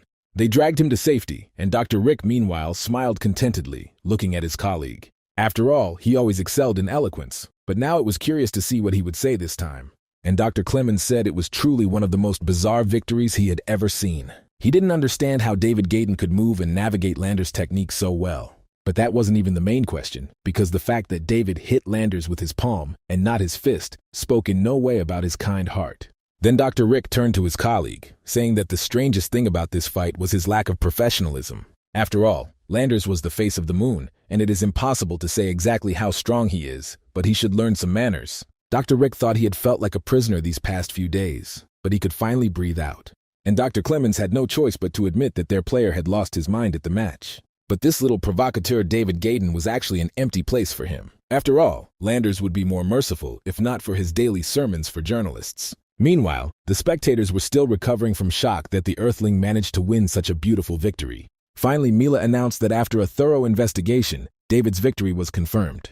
The audience erupted in loud cries of delight, everyone cheering the guy and wishing him good luck. Some girls have already completely turned into his ardent fans, saying that they want children from him. All this was also observed by General Hugo, who never dreamed that they could go so far. The decision to give David Gaydon the opportunity to fight in this fight turned out to be more correct than ever. After all, just 5 minutes before the start of the match, the Earth's military council decided to severely punish the guy. They sent orders to arrest him, bolstering their motivation with the harm his actions had caused. A serious blow to the Earth. However, now he showed his talent and wiped everyone's nose, achieving victory. This guy just wanted to shake up this jar of spiders. After all, he had the blood of the Earth's military flowing in him. Now all the plans of the Luna representatives have been disrupted by David. He will become a real thorn for them. David himself thought that he expected something a little different from Landers, hoping that in his anger he would discover interesting abilities. But in any case, this lunar egoist remained his main suspect, and Angela followed him. David was heading to his break room when he suddenly stopped due to a sharp pain in his chest. He leaned against the wall and grabbed the area of his heart, squeezing it and wondering if it had started again. However, he did not find any new marks. This time the sensations came straight from inside his heart. And this time it only stabbed once, so the guy didn't understand how this damn skill even worked. Deciding that in any case he should return to his room, he continued walking and soon entered the hall. There he was, a little surprised, because he saw in front of him all his friends, who surrounded him on all sides. Their faces expressed respect, delight, and anxiety at the same time, and David realized that the guys wanted to tell him something. At first they were a little confused and looked at each other, waiting to see who would speak first. And David, who still didn't understand what to expect, looked at them in surprise. His gaze fell on Angela, who for some reason did not dare look into his eyes and constantly hid them. Then David himself asked why they were all looking at him like that, because he deliberately said those words in the interview. After all, the last few fights had been completely one-sided, and if he had lost 2, it would have meant ruin. Therefore, the guys had to understand that their strength was in unity, and even if his friends did not support him, then they could definitely give up. The boys and girls looked at each other, They understood what David was talking about, but had difficulty obeying it. Peter suddenly laughed, saying he was glad David was able to avenge him. He added that if he really has enough skills to become a champion, then he should do it. Phoenix added that they are also not such petty people and understand everything perfectly. But Peter clarified that, of course, until the end of the final battle, no one would be able to name the winner anyway. It's easy to talk about this, but when you meet these monsters in battle, the moon becomes invincible. Even their Asian friend said that they were all members of the same team, and David would have a hard time ahead. Therefore, they must support him in any endeavor. After all, he is their last hope. Listening to all this, David even felt a little awkward and said that the guys were doing a good job so far. Then Phoenix turned to Magnus, saying that it was his turn to go on stage. And Fatty thought that if this was a long-distance confrontation, then there was a small chance. But if it's a close fight, then it's over. He lowered his head and sighed heavily. Dev TD thought that it didn't even make sense for him to continue stimulating his friend, because he had already exceeded my task. And it will be very awkward to force him to continue doing something that he doesn't want to do. Meanwhile, Mila announced that it was time for today's final confrontation. Magnus's opponent watched David's fight, realizing that he won thanks to his perception. But Fat Man was another matter, because his abilities were still unknown, and the guy doubted him a little. After all, he watched his first two fights, concluding that Magnus draws strength from the provocations of others. Therefore, he should not give him a reason to splash out the accumulated excitement. It was supposed to be just a direct battle, without any provocation. The guys got their hands on it. Close or long-range combat was not important for the lunar expert, because he had already made the core of his tactics. They were encouraged to treat their opponents with respect, without ridicule or threats, so as not to run into trouble. Meanwhile, on the way to the capsule, Magnus received a message from Catherine where she encouraged him. After reading this, Magnus was so charged that he was ready to move mountains to satisfy the desires of his beloved. The girl herself thought that her message would have almost no effect on the outcome of this fight. He did it anyway because David asked her, which means she couldn't refuse. However, to be honest, both Magnus and David had surpassed her, or so Catherine thought. After all, the guys were no longer the same as at the academy, and her physical condition still had not stabilized. The good news for the girl was that she went through the awakening of her genes, but this was not enough. Everything that had been happening lately had confused the girl a little, because she didn't understand. Why did Deb suddenly become so powerful, and why is now a trace of sadness constantly visible in the depths of his eyes? And he also developed some kind of indescribable trust in her, and Catherine couldn't help but wonder if he really liked her. But that obviously didn't make sense, because he definitely liked Angela, but it was still weird. David thought that his strong friendship and trust with Magnus was forged during the war. Therefore, he understood his friend like no one else, and now it was Catherine who could have the greatest influence on him. And so it happened. Fat Man entered the capsule, fully charged for victory. Dr. Clemens again allowed himself to express that this time their player would crush the Fat Man with one blow. And Dr. Rick said that his colleague should not scratch his tongue in vain, and that it would be better for them to arrange a small bet. He stated that if Manus lost, he would run around the arena naked. Dr. Clemens became wary, asking what kind of childishness this was, because they were both respected people. But Dr. Rick replied that it didn't matter now, and it was better for his colleague to make a choice. And Dr. Clemens said that he was not afraid of his intimidation, because he was absolutely confident in his player's victory. He added that if he wins, he won't even ask his colleague to run naked, but he did not agree. He thought that Magnus had a lot of problems, but he was the type of person who showed incredible results. He just needs to be motivated, and it is such people who most often create real miracles. The duel began. This time, the players' arena served as the location of a military base on Earth. Magnus's opponent had incredibly strong skills and immediately used aura. Magnus, for now, was simply looking closely at how he was fighting in order to find possible weak points. The lunar expert's choice fell on the Cheetah laser assault rifle. Magnus chose the duty of the Tiger twin pistols, which he had already dealt with before. Both guys were serious about winning, but there was something new in this fight. Dr. Rick recalled that, as everyone already knew, their players' shooting skills were at a high level. But Dr. Clemens didn't like it. He reminded that all the participants from Luna were professionals. Their argument was again interrupted by Mila, saying that both opponents were quickly moving towards rapprochement.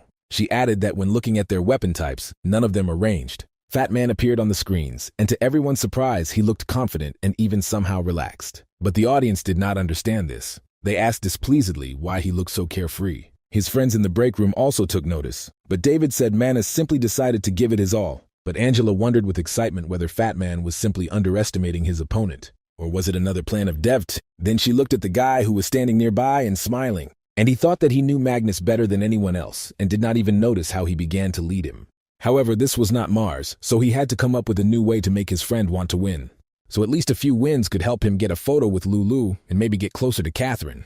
Now Fatty was in his optimal state when he splashed out his pent-up excitement. And this showed that he really wanted to win this battle, for which he entered his strange combat mode. His lunar opponent watched every move on the map carefully. And finally he noticed Magnus, a little surprised that he opened himself up like a target. But on the other hand, this meant that the guy was simply giving him the opportunity to finish everything faster. His opponent took aim once more and prepared to pull the trigger, wishing Magnus death. Then he fired. His hand didn't even catch up, so the projectile was sure to hit the target. However, unexpectedly, someone's attack flew at high speed towards the shooter himself. The lunar expert literally felt it and could only lower his head at the last moment. But this attack was soon followed by another, and this time it almost hit him. Magnus, of course, was shooting. He went out into the open area not to milk the target, but to figure it out. The location of your opponent, who only now realized this and was even a little scared. But this guy looked completely defenseless, but he reacted to his appearance with lightning speed. The representative of the moon thought that he should try again, because perhaps the earthling was just lucky. He emerged slightly from cover again, preparing to open fire, but again felt the attack. Magnus acted proactively, as if he read his opponent's every move. Now they switched places, and a barrage of shells fell on the lunar player. Of course, it was almost impossible to evade everyone, and something began to bother the guy. But Fatty seemed to be having fun. He shot quite accurately, imagining that he was at the firing range.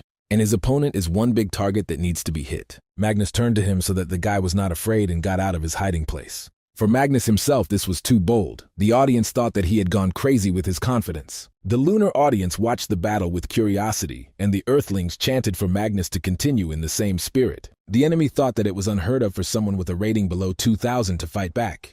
Whoever had a rating of 3,000, because this spoke of his own unprofessionalism. So the guy shouted, "Does Fatty really think he can beat him?" He grabbed the gun and ran away from the roof, where he had been sitting all this time, thus changing the location. And Magnus thought the same thing, reasoning that it was time for him to change his position. It was only after some time that his opponent again felt a barrage of shells. This time he hid behind a truck, but Magnus found him without stopping shooting. The lunar expert was again at a disadvantage, because he still couldn't stick his head out. He could only watch the enemy out of the corner of his eye, making sure that he finally stopped shooting. However, instead the guy saw only the cheerful face of Magnus, who seemed to be having fun. Suddenly he said that since his lunar friend did not want to go outside, he would lure him out himself. And then his words were reinforced by a powerful salvo from pistols, which he put together to form a rifle.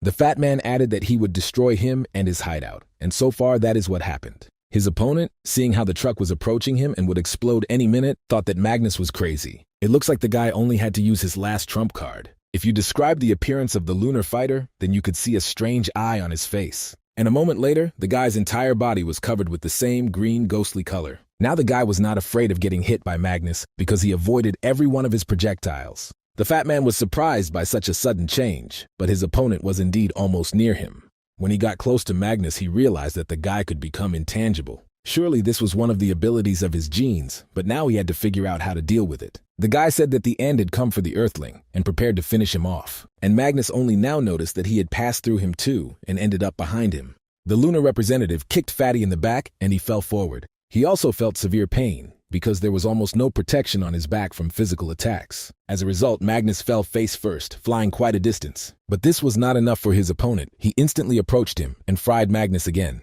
Blow after blow continued to fall on Fat Man, causing him to experience serious problems. The lunar audience applauded, saying that he should have done this in the first place. Dr. Clemens was also pleased to notice that Fat Man's rhythm was off and turned to Dr. Rick. He said that he still had time to retract his words because victory was promised only to one of the participants. And this will probably turn out to be their lunar representative because right now he is targeting the defenseless Fat Man. Then the air was cut by many shells fired at him, but the battle still continued. Magnus did not intend to deviate from his principles so easily, and he had one principle: win for Catherine. With this thought, he instantly jumped to his feet and opened fire first before his opponent. To everyone's surprise, Fatty's movements also became much more complete and precise. Suddenly it spun, creating a kind of tornado that would repel all attacks directed at it. And his opponent, seeing that he was firing while spinning, just laughed because this still wouldn't stop him from shooting. But he didn't take into account that Magnus was an excellent shooter, and even while spinning, he hit him for the umpteenth time. His opponent returned fire, and now it was a battle of marksmanship between the two contenders. But soon everything became clear when one of Magnus's projectiles shot through the moon guy's head. Dr. Clemens' glasses fell off, and Mila froze in surprise, and only Dr. Rick smiled contentedly. In the arena, meanwhile, Magnus slowly slowed down and stopped spinning. Mila announced that the winner was again a student from the Dragon Letters Academy. Dr. Clemens thought that he would now have to run naked around the arena, But then Dr. Rick turned to him, saying that after all, they managed to become good friends during this time. Therefore, he will not have anything against if his friend refuses the terms of the bet. Meanwhile, Magnus's friends were ready to joyfully welcome the new winner from Earth. David remembered that his friend had previously used this technique in the war, calling it the rotating dragon spiral. When using this skill, its accuracy reaches an incredible level. In the past, during the battles on Mars, before David himself went through an awakening, Magnus had saved his skin several times, so perhaps he had awakened before him to begin with. However, then he did not tell him about this, so as not to spoil his self-esteem, and now his friend remained just as modest. The audience on Earth cheerfully shouted his name, and someone even said that this fat man would become the king of weapons. There really was some truth here because during the war, Magnus helped develop the famous Smirch pistols. He was also talked about as the first who was able to go through all 3 rounds using only ranged weapons. Therefore, he was named the best shooter of these competitions, and the title of best fighter went to David. This time, the Dragon Letter Academy showed a truly unexpected result. General Hugo wondered with curiosity how far these guys could go. But one thing was clear for sure. They became a real team that would become the best in the future. When the Earth participants left the break room, they again saw reporters in front of them. Phoenix said that now it looked like it would happen again, and David looked at the approaching journalists. They are already holding out a microphone to him to interview him, and the camera is shining. First, he was asked how he felt now, and then he was asked to say a few words on behalf of the Earth participants. Hearing this, a smile appeared on David's face as he realized that this was a good opportunity. The guy unexpectedly said that this competition turned out to be quite easy. A journalist from Luna asked if this was really his way of expressing his contempt for Landers. After all, he recently defeated him in the most unusual way, which won him fame. And David, seeing that the woman had rather large breasts, said that he would answer her question if she came closer. The woman did so, and David, enjoying her company, said that shame was on the person who tried to humiliate others. Then the next reporter asked if it was true that he used a special ability in battle. And then they turned to Magnus, asking him to answer a few questions. He was asked if Fat Man had some secret that allowed him to achieve this winning streak. And Magnus smiled contentedly and replied that Lulu taught him all this. When another journalist asked if he had already made his next plan, Fat Man responded the same way. He said that he planned to devote time to Lulu, which slightly discouraged those around him. Still, few people knew that Magnus idolized the famous idol, considering her his goddess. The journalists wanted to ask a few more questions when suddenly, one voice interrupted them all. It was a woman with red hair who asked David if he really thought he could become a champion. The guys looked at their leader together, because David could no longer be called otherwise. And he stuck out his fist and said that he already had the heart of a champion. All that was left was to get the title. It was already getting dark outside, and the competition itself was coming to an end. There was still about half of the way left. Meanwhile, Magnus had fans who brought him gifts to special points. And Fatty sent everything for the most part to his younger children at the orphanage, where they were very happy about everything. It is also worth saying about Catherine because the number of her fans has also increased, both on Earth and on the moon. But the girl was not forgotten, and her friends, Angela, Magnus, and David, regularly visited her. Angela always came with some kind of fruit to support her friend, but something also bothered her. Namely, she did not understand why David suddenly became so indifferent to her. Looking at him, she no longer felt in him the interest in her that his eyes once sparkled with. But even though it was really unpleasant to feel all this, Angela could not do anything about it. After all, they never even really started dating him, and when he himself admitted his feelings, she personally rejected him. With this thought, Angela peeled more tangerines for Catherine and held them out to feed her friend. She looked at her gratefully and then glanced at the guys and became a little embarrassed. They looked like they were attending a funeral, so Catherine addressed them. She told them not to pretend that she was sick because the doctor said that she was fine. But Magnus recalled that the doctor said that she continues to be listed for further observation. He wanted to add something more about awakening genes, but David interrupted him with a slap on the head. And Magnus realized that he had said too much, because Catherine never acquired any new abilities. It was like winning the lottery and then finding out that your prize was $1. But Catherine replied that everything was fine with her, because she never even dreamed that she would face an awakening. And she was even more interested in knowing how Fatty dealt with it, because he also went through an awakening. Magnus replied that he could not say anything specific, but while they were at the academy, his appetite increased. And then, over time, he simply began to feel that his powers had increased, and his body's reactions had noticeably sharpened. Angela asked if he had any other consequences from waking up, but Magnus only replied that he ate more. The girls were a little disappointed, because they expected to hear a more comprehensive answer. But in fact, awakening was considered a rather painful process. When previously dormant genes went through awakening, the flesh and bones of a person underwent transformation. But looking at Fatty, it didn't look like he was in any pain, so heaven itself must have been helping him. Then Catherine asked David if he would tell about his awakening if he had already gone through it. And he replied that this was no longer a secret because he, most likely, had already gone through an awakening. He noticed that his physical abilities also improved, as did his appetite, but he began to have difficulty sleeping. In particular, he was having nightmares more and more often. Hearing this made Angela feel a little uneasy. She thought that perhaps it was because of them that some kind of misunderstanding arose between her and David. And Catherine told her friend that, come to think of it, the two's appetites had actually increased. She addressed the guys, saying that now a huge number of people are pinning their hopes on them. It seemed to her that the guys were probably under enormous pressure, but they replied that there was nothing like that. Then Catherine said that Angela should help her control these two idiots. And Angela, with an awkward smile, told the guys that now the whole world was talking about them as the god of war and the king of weapons. However, she asked if they had to be so self-centered, and David recalled that all the people of the moon behaved this way. At that moment, another member of the team entered their room, namely Michael, who had good news. He said that the lists of fights for passage into the top 8 had finally appeared, and the guys were ready to hear them. Michael began to read out the distribution. The first fights included Chrissy against Fedor, Alain against Bob, Olivia versus Betsy, Brandon versus Anthony, Beasley versus Phil competed the next afternoon. But when Michael got to the evening fights, he was very surprised and even a little worried. He then announced that Antaeus would oppose Magnus and Floyd would oppose David. Even Catherine, lying on the bed, came to her senses, saying that this was a very bad draw.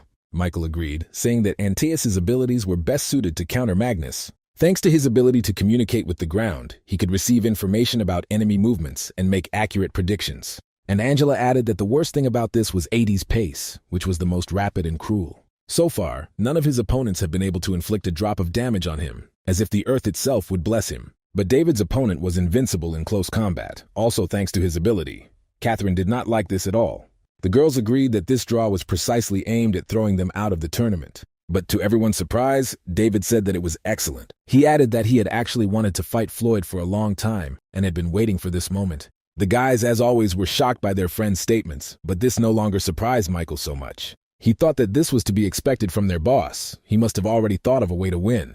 In fact, even in his past life, David thought about how to spar with Floyd. Much to his regret, the gap between them was too great, but now they were equal. So David cleared his throat and said that he actually wanted to try to be friends with him. After all, in the future, if he wants to have a picnic, he won't even need to make a fire. Angela thought that only David could really laugh and joke in such a situation. After the start of the battle for a place in the top 8, all arenas will become open to equalize the chances of all fighters. There will even be an arena in space, and all this is aimed at weeding out the weak and promoting the strong. They talked like that for about another hour, and then everyone went to their dorm rooms. The fat man fell asleep instantly, but David tossed and turned for a long time because he couldn't do it. His stomach began to hurt sharply, which was completely unwelcome, but the guy could not do anything. He grabbed it, asking himself what fate had in store for him this time. Still, the guy couldn't stand it for long and got out of bed, heading to the restroom. Having entered there, he first went to the mirror, wanting to look at his chest, where the scar was. However, the guy was surprised when he slightly lifted his t-shirt, because during this time the scar had changed a lot. It was getting bigger and bigger, and David didn't understand when or how it was happening. He only saw that the scar had already reached his stomach, which made the guy more and more nervous. The scar still had the characteristic purple indentations, but that was not all. David was surprised to discover that he had another foreign growth. He even thought that he had become infected with something, but it was not clear what. The alien attack wouldn't happen for another 5 years, so they obviously couldn't infect him. Therefore, the infection he received occurred at this time, but it was not clear how. At first he thought it was Michael's doing, but the man was trustworthy in every way. Then suspicions fell on the pre-match check, in which Luna's representatives could have done something to him. However, at that time they still didn't know anything about him, and then a third option came to David's mind. Angela. In the dream she was too suspicious, but in reality she was too suspicious of their family, which headed the transport corporation. There was a lot of pressure from Luna, so we can say that the girl had some kind of motive. But at the current rate of spread of this infection, he still had a chance. At least that's what David thought, telling himself that he just needed a little more time. The next day the competition continued, and now the place in the top 4 was determined. The audience was incredibly happy about this, because the strongest fighters remained, which means the matches would be interesting. Meanwhile, Mila greeted everyone again and announced that the first 2 fights would be among the lunar fighters. Dr. Clemens mockingly said that the Earthlings had only 2 fighters left, but soon the strongest of the lunar representatives would win, and all the garbage would be eliminated. This is how it happened so far. Alan Doyle and Chrissy Da Vinci defeated their opponents without any problems. Angela said it was no surprise that they both managed to progress to the next stage. Finally, the time has come for the third duel, in which the first Earthling Magnus will face the lunar monster Antaeus. During this time, Fat Man had already formed a considerable fan club, which now supported him. Both members headed to the stage, Magnus looking serious and collected. Now he had more confidence in his abilities, but Antaeus tried to break his faith. He said in a mocking tone that his luck had come to an end, and he would not last more than a minute in the arena. This statement aroused interest in this battle even before it began, so everyone was prepared to see something incredible. After some more time of additional necessary procedures, the contenders finally began the battle. The location of the match was again the thicket of the forest, only here the landscape was slightly changed. Anti was the first to attack and chased Fatty throughout the arena, trying to wear him down. Magnus just managed to break away from the guy, but he was already flying towards him on a piece of rock. Antaeus hovered in the air for a moment, mockingly telling Fatty to show himself. However, he then noticed that he had been waiting all this time for him to appear in order to counterattack. Magnus chose a new weapon for this fight, which he also mastered very well. The pistols were somewhat similar to his previous ones, but they had one feature, namely that now Fat Man could fire both single shells and bursts. But so far, Antaeus managed to evade all attacks. He was approaching Magnus, and he continued to shoot, completely concentrating on the enemy. Perhaps thanks to his maneuverability, Antaeus was able to descend to the ground without being hit. However, the guy thought that this Fat Man was already awakened, and this caused certain problems. After all, the chains of the soul blocked Antaeus himself, and Magnus needed time to shoot. And no matter how quickly he shoots, the flight path also takes some time. And Anti himself could easily determine Fat Man's next movements, and when he fired another shot, he pushed his piece of debris at him. Magnus's projectile hit a piece of rock, causing an explosion followed by a smokescreen. But Magnus knew that now his enemy would try to take advantage of this and attack, and so it happened. Antaeus appeared at the moment when Magnus least expected it. However, Fatty was still able to notice his attack in time and dodged at the last moment. Antaeus struck with his claws only the air where Magnus stood a second ago, and he was already aiming his pistol at the lunar expert. Antaeus himself understood this, but he had one more trump card, for which Magnus was not ready. It was the guy's weapon, which he slightly transformed with the help of his gene power. He hit Fat Man with it. His body was pierced by an electric one, which for some reason was pink. Magnus felt the pain and was forced to jump away from his opponent to come up with a new tactic. And Anti angrily stared at him because he had already seen the end of this battle, which would end in his favor. Magnus, meanwhile, was able to get back to his feet and aimed his gun at his opponent. But Anti didn't seem to care. He said that next time he wouldn't hit so weakly. The Fat Man remembered that this guy's special ability was connected to the earth. In addition to using it to increase your speed and constantly change trajectories, he also felt the movements of the enemy, who was in contact with the ground in any case. Peter, who was watching the fight with the others, said that Magnus should hurry up. After all, to win, Antaeus only needs to get close to Magnus before he himself is killed. But that's exactly what Fatty was counting on. He wanted the guy to come closer. Therefore, he himself allowed him to do this, pretending that he simply could not keep up with the pace of his attacks. But Antaeus finally flew close enough and almost touched Magnus with his claws. And he decided that this was the ideal moment, so he launched a counterattack. Anti thought that now was the perfect moment for him to end everything. But when he saw what Magnus was preparing to do next, he was almost speechless. After all, Fatty suddenly increased in height and bent over the ground, planning to do something. He hit the ground with all his might, causing Antaeus to even be thrown up. The guy asked the Earthling if he was really tired of living, because it was a suicidal technique. But Magnus calmly replied that they could fight like this for about another minute. And the greenie was not joking. He instantly pulled out another pistol and opened aimed fire. The whole subtlety of this plan was that Magnus caused a small earthquake in this way. It was then that Anti wondered if this Fat Man really knew about his perception through the earth. For now, the initiative had truly passed to Magnus, leaving Antaeus to defend himself. The Fat Man understood that he needed to deal with the enemy while they were in the air. After all, he will not be able to shake the earth forever, which means sooner or later he will lose. Therefore, he decided that he would do everything quickly, and the first step for this had already been completed. All that remained was to guess the moment when he could best inflict fatal damage. However, this was not easy to do, because his opponent also perfectly understood his situation. All Anti needed was to get close to the Fat Man again and attack him. One attack was enough, and everyone froze, waiting to see if he would succeed. Now he will reach out his hand so that at the right moment he can activate his claws and attack. And then there was an explosion. A heap of smoke again filled the entire space. But soon the audience saw Magnus, who flew back from the powerful recoil. His friends thought he should have succeeded this time, but David shouted at his friend to be careful. Of course, Magnus didn't hear him, but David warned him about Antaeus, who still managed to survive. He said angrily that Magnus was quite smart, causing him trouble. But now he could only think about how he would die. With these words, Anti swung his hand. He cut off Magnus's hand, in which he was holding one of the pistols, and did not have time to react. Having landed, the guy again prepared for the next maneuver to finish the job. Thus, after a moment, Magnus's second hand flew off, which was not at all good. Anti approached the helpless earthling. Now there was no doubt that he had won. However, David did not like his behavior because the guy could finish everything with one blow. Instead, he licked his blade, saying that it was Fat Man's destiny to die with both his hands cut off. He wanted to bring out the enemy's emotions, wanting to see in them despair and pleas for mercy. But instead, Magnus just looked at him with eyes full of determination, and this infuriated Antaeus. He swung again and slashed Magnus in the eyes, after which the murder was confirmed. The lunar audience was delighted. They made fun of Fat Man, who had previously been nicknamed the King of Weapons. The arena chanted the name of the winner, awaiting the next equally interesting match. Meanwhile, Magnus emerged from his pod and hung his head despondently as he heard his opponent's name over and over again. He was heading back to the break room when he suddenly heard David's voice somewhere in front. He really ran to him first. He was clearly worried about his friend, because he immediately put his hands on his shoulders and said that there was nothing terrible in his defeat.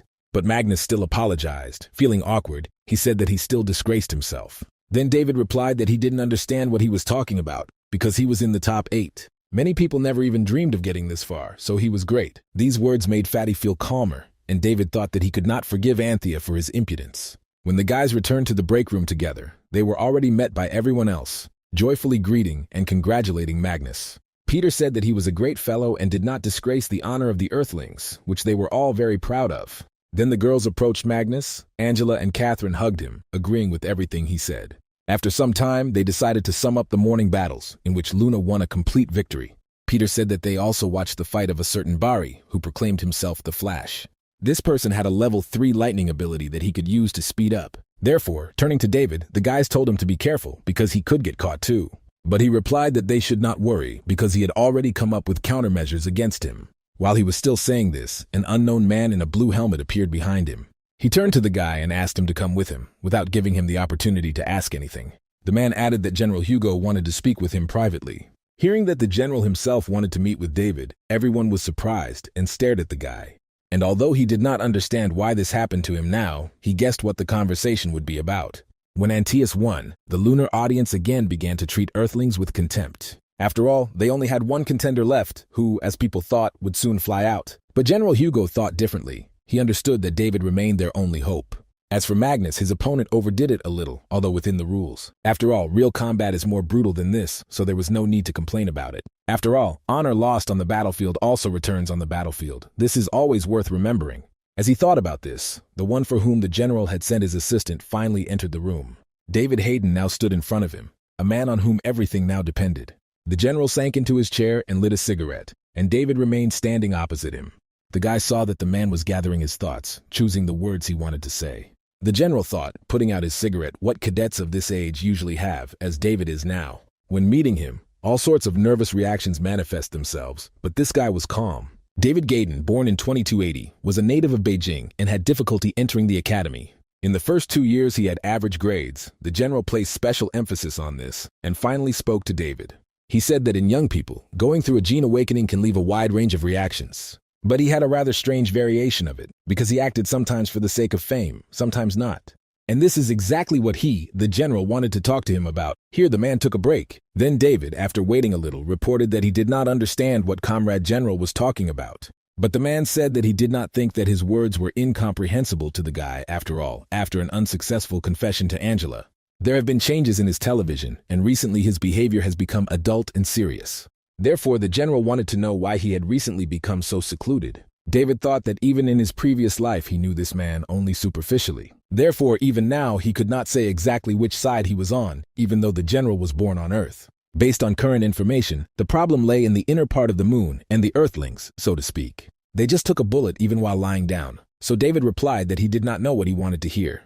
But the general continued to glare at him. He said that he would simply draw conclusions based on what the guy told him. Then David replied that he did not know whether he had gone through an awakening at that moment that the general was talking about. However, after that incident, his thinking in battle became clearer. Only he added that he began to have nightmares often, and they were connected with the future. David said that he dreams of humanity, including a world war, as a result of which both the moon and the earth were destroyed. But he did not have the necessary background for this, so he decided to take a high place in the army. General Hugo knew that the people of the moon had most likely discovered a habitable star. They wanted to take it for themselves, and perhaps David's dreams were about this.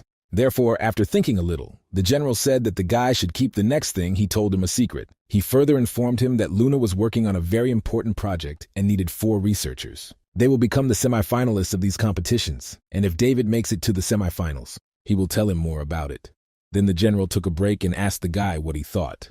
And David thought that the general should be on his side, because the entire alien plan was for the Earth to be in passive defense. On the lunar side, he, as an Earthling, had no chance of getting inside, so it was worth starting from the earthly side. In the future, the moon will lead the launch of the Aurora project, but the Earth will not have the initiative there. And although he and the general were thinking in different directions, the essence was the same: how the expedition turned into a disaster. Therefore, David reported that he was quite confident that he could compete for the championship. And the general liked it. He slammed his fist on the table, saying that the guy should show everyone the power of the Earth. David nodded and turned to leave because he already had to prepare for his fight. And the general thought that the main thing for Earthlings was profit, and Luna made many concessions in order to take full control of the project. This clearly showed there was a problem, so David should have been in the top 4. This way they will at least have a chance. Meanwhile, Mila announced the start of the next match. This was the last battle for reaching the quarterfinals, in which the last participant from Earth would fight. All the spectators of the Earth Federation chanted the name of their last hope, while the lunar audience shouted the name of their challenger, Floyd. Dina, who never missed a single match of her brother, was now more excited than ever. Dr. Clemens commented that Floyd from the moon was coming out of the left aisle into the arena. The guy looked completely confident. He didn't seem to care about this fight at all. David was already walking towards him, who also did not express any special signs of excitement. He even smiled a little. Dr. Rick commented on his exit from the right passage with particular excitement. The opponents locked eyes and seemed ready to start fighting right on the stage. A few minutes later, the guys were already in their capsules, ready to move. The system generated a virtual arena, which this time was the roof of a skyscraper. But the audience was much surprised by something else, because all eyes were focused on David. And all because this time the guy chose a weapon, which was a lava blade. Floyd had his constant rapier, which he wielded masterfully. The guy also noticed a change in the enemy's mood, realizing that he was serious. Mila noticed that they both chose titanium swords. David even had one with lava elements. Clemens mockingly said that it looked like the god of war had started using weapons. And Dr. Rick said that this is an awkward respect between the powerful, and his colleague is simply too young to understand it. All of David's friends also watched the fight in the recreation room. Peter especially watched everything. After all, Floyd had been his opponent before, and it seemed like he was deliberately waiting for him to get close. All because the guy had the ability of a volcanic explosion, which would become a thorn in David's side. David himself also perfectly understood the main strengths of his opponent. However, he did not intend to lose. Looking at Floyd, the guy had already decided how to act. He took a fighting stance and prepared to defend himself, but this was only a test to find out Floyd's motive. Both opponents smiled lightly as they each understood the other's next move. The next moment, they rushed at each other with incredible speed. This indicated that both had already undergone the process of awakening their genes. David ran at his opponent, but did not swing his sword, which surprised the audience a little. Floyd held his blade so that it would be convenient to strike first. A second later, their weapons touched, and a very powerful aura formed around them. It was so strong that it became visible even to the spectators, who were frozen in their seats. Floyd looked at David differently, because the fact that he was able to hold back such an attack spoke volumes. The guy from the moon thought that he really was completely different from the rest of the Earth. More attacks by the contenders against each other followed, but they were immediately blocked. Floyd moved incredibly quickly, managing to change the trajectory of his rapier strikes. But David was in no way inferior to him in this. He also skillfully wielded a sword, using all kinds of tactics. Suddenly, Floyd shouted for the guy to come to him, but there was no hatred in these words. There was only a sporting interest in them, and David answered with the same excitement that he was already on his way. The next moment their blades met again, but again neither was able to outweigh the other. This time, however, the guys remained in their places, deciding to use a different method. They became fencing, which both were equally well developed. However, each tried to get the other, coming up with all sorts of cunning tricks. Finally, Floyd decided to move into a more aggressive fight and took a new stance. He suddenly swung his legs like a taekwondo fighter, but none of them hit David. After which he created some kind of shield, but one precise blow from David in its center ended everything. The guys were again at a distance from each other, which meant that a new clash awaited them. Floyd rushed in first because he suddenly realized one significant problem. It was present in both of them, and it was fatigue that overtook each person. Sooner or later they would both fall exhausted, so it was necessary to finish everything before that.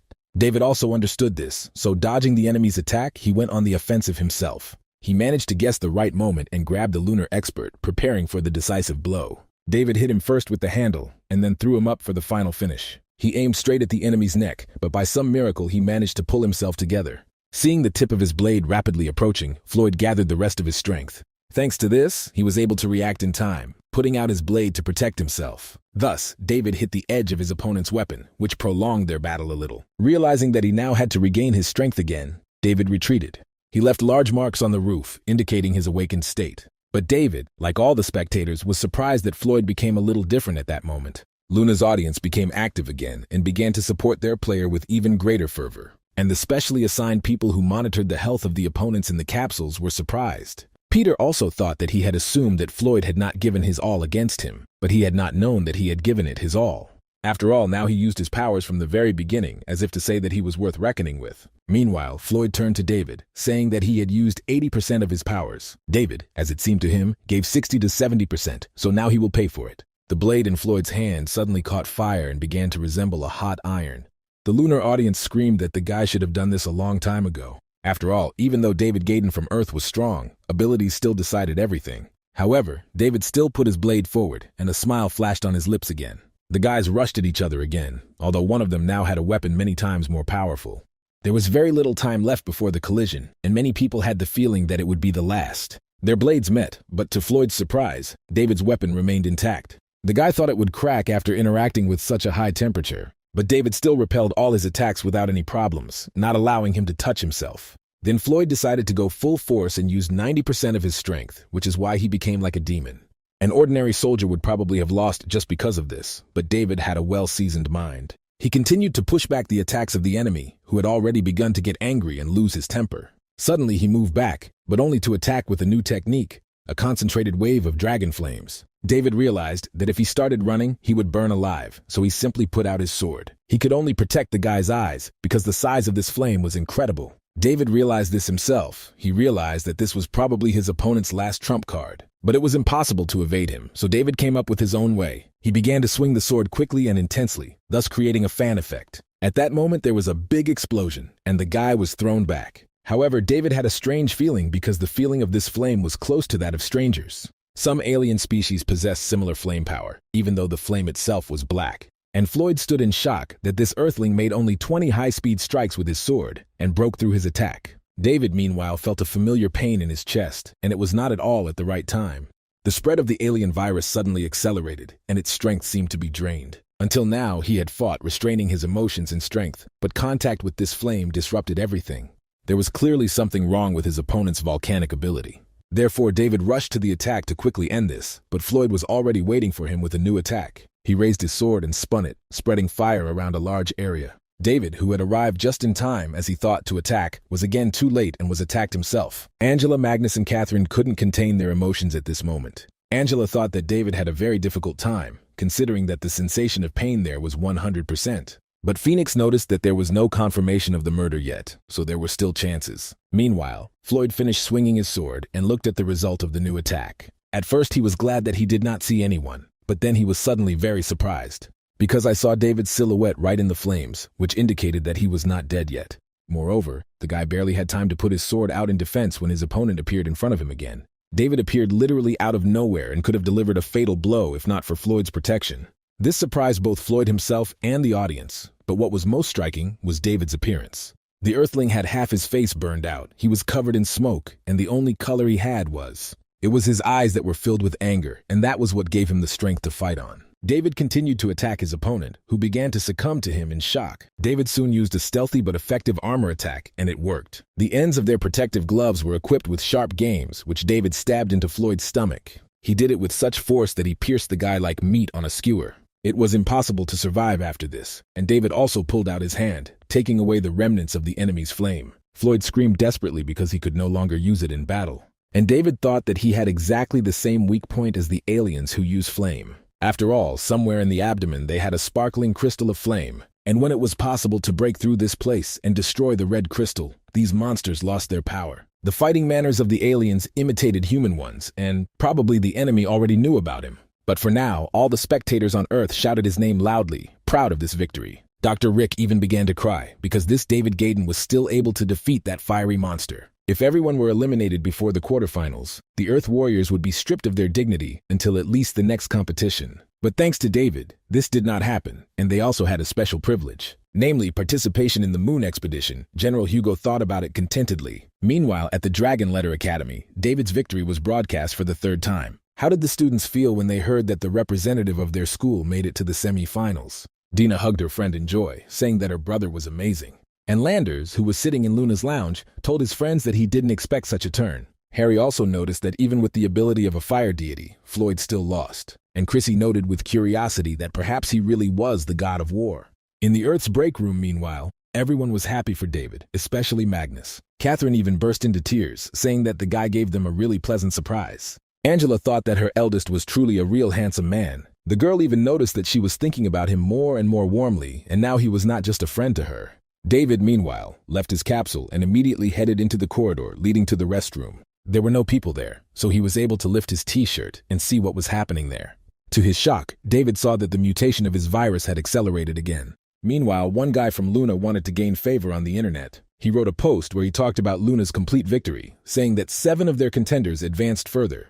However, someone under the nickname The Brightest Star of the Hayden family wrote under his post that David was with them. This was written by Dina, who now inserted this phrase under every similar post, which greatly infuriated the lunar people. David himself, meanwhile, came to the Civil Hospital of the Moon, wanting to sort out his problem. He also wanted to find out what was written in Catherine's report, so he asked the reception about it. But there they told him to wait a little, saying that they would soon bring him from the department. David thought that after the battle against Floyd, the tingling sensations in his heart had become more frequent. If this infection continued, he could very well even die, but he had to stick to the plan. It was possible that this was a genetic variation, but obviously there was some outside intervention involved. David also thought that there was definitely something wrong with Landers, because he said that he was doomed. After arriving on the moon, each fighter was examined, and Landers may well have had access to the results. David decided that he absolutely had to win the semi-finals, but until he slowed down the mutations, it would be difficult. During this time, he came to Catherine's room, where the girl shared that this trip to the moon was like a dream. Then David told her that she just needed to do everything possible, and the rest would be decided in the process. But Catherine still said it was a shame because it was a miracle she had gotten this far. The girl then asked David if he thought she should try the B12 reagent. But David answered her quite rudely and sharply so that she would not even think about it because she already had the best outcome. Catherine was a little surprised by this. She said that she simply asked his opinion. Then David apologized, looking down guiltily, but said that it was still not worth doing this. Catherine nodded and suddenly said with a smile that she knew he was doing this for her good. The girl added that she didn't know about this domineering side of him, but now it was clear why Angela liked him. Hearing this, Angela felt a little awkward and then completely sad.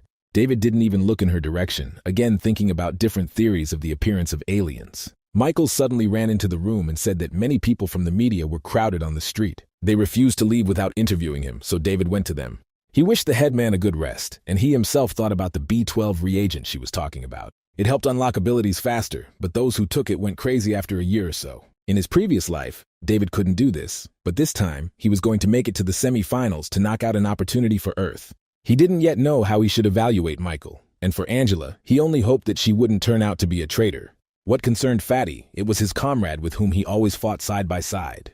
He went outside to quickly deal with the journalists who had crowded there during this time. He was about to give his first interview when suddenly someone called out to him. Turning around, David saw Landers, Chrissy, and Alain, and thought that he was just looking for an opportunity to meet the first. David turned to him, saying that he knew that the guy did not accept defeat. Therefore, he offered to give him the opportunity to correct his situation, but Landers did not fall for the provocation.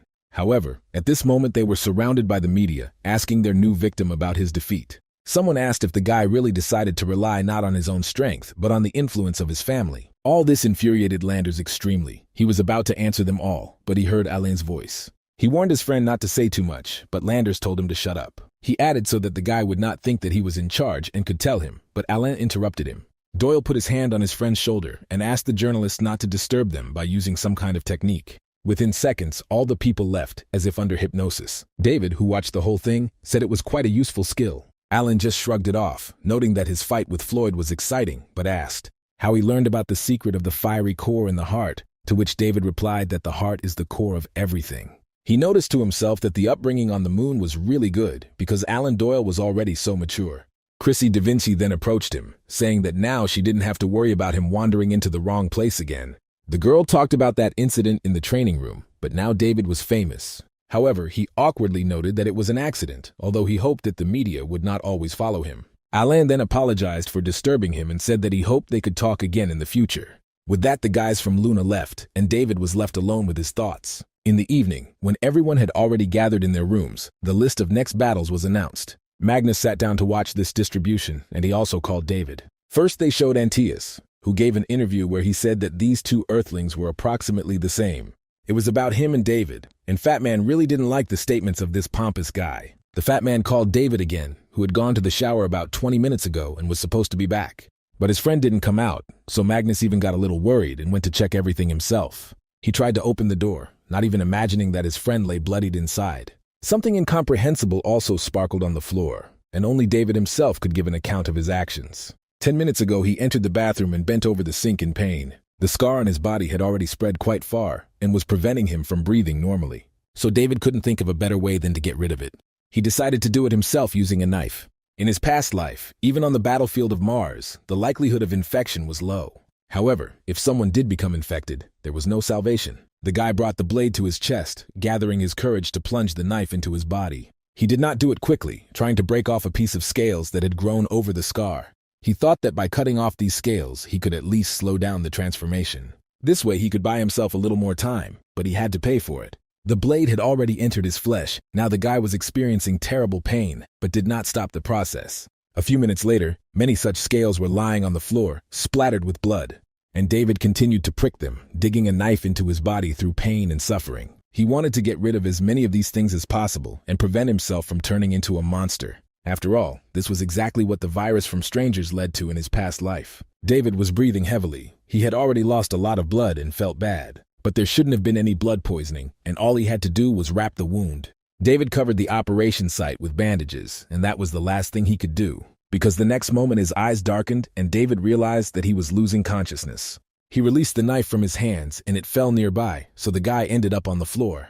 When he tried to open his eyes, he saw Magnus and Angela in front of him. They looked happy and were very happy when he woke up. The Fat Man noticed that he was just in time because they had been sent meat and alcohol, and David slowly realized, to his surprise, that he was on Mars. Suddenly, somewhere in front, some noise was heard from underground, and then some kind of monster appeared in front of David, taking away his friends. The Fat Man screamed in despair for his friend to quickly come to their aid, and it was at that moment that David woke up, still slowly opening his eyes. He touched the wound on his body. It was still holding up, although not perfectly. And the fat doorman continued to knock on the door, asking his friend if everything was okay with him. Then David quickly put on a t-shirt and opened the door, saying that it looked like he had eaten something wrong. Fortunately, Magnus did not suspect anything. He began to tell him about Anthea. The friend wanted David to show him that the Earth was better than the Moon, but he did not listen very carefully. The next day, the quarterfinal matches began. David woke up and did not feel at his best, but that was understandable. He also felt that it seemed that foreign bodies had grown into his heart, and the scales cut off yesterday have already begun to grow back. He tried to get up and did it with considerable difficulty, moving away from the bed. He suddenly started feeling dizzy again, and his chest area started tingling again.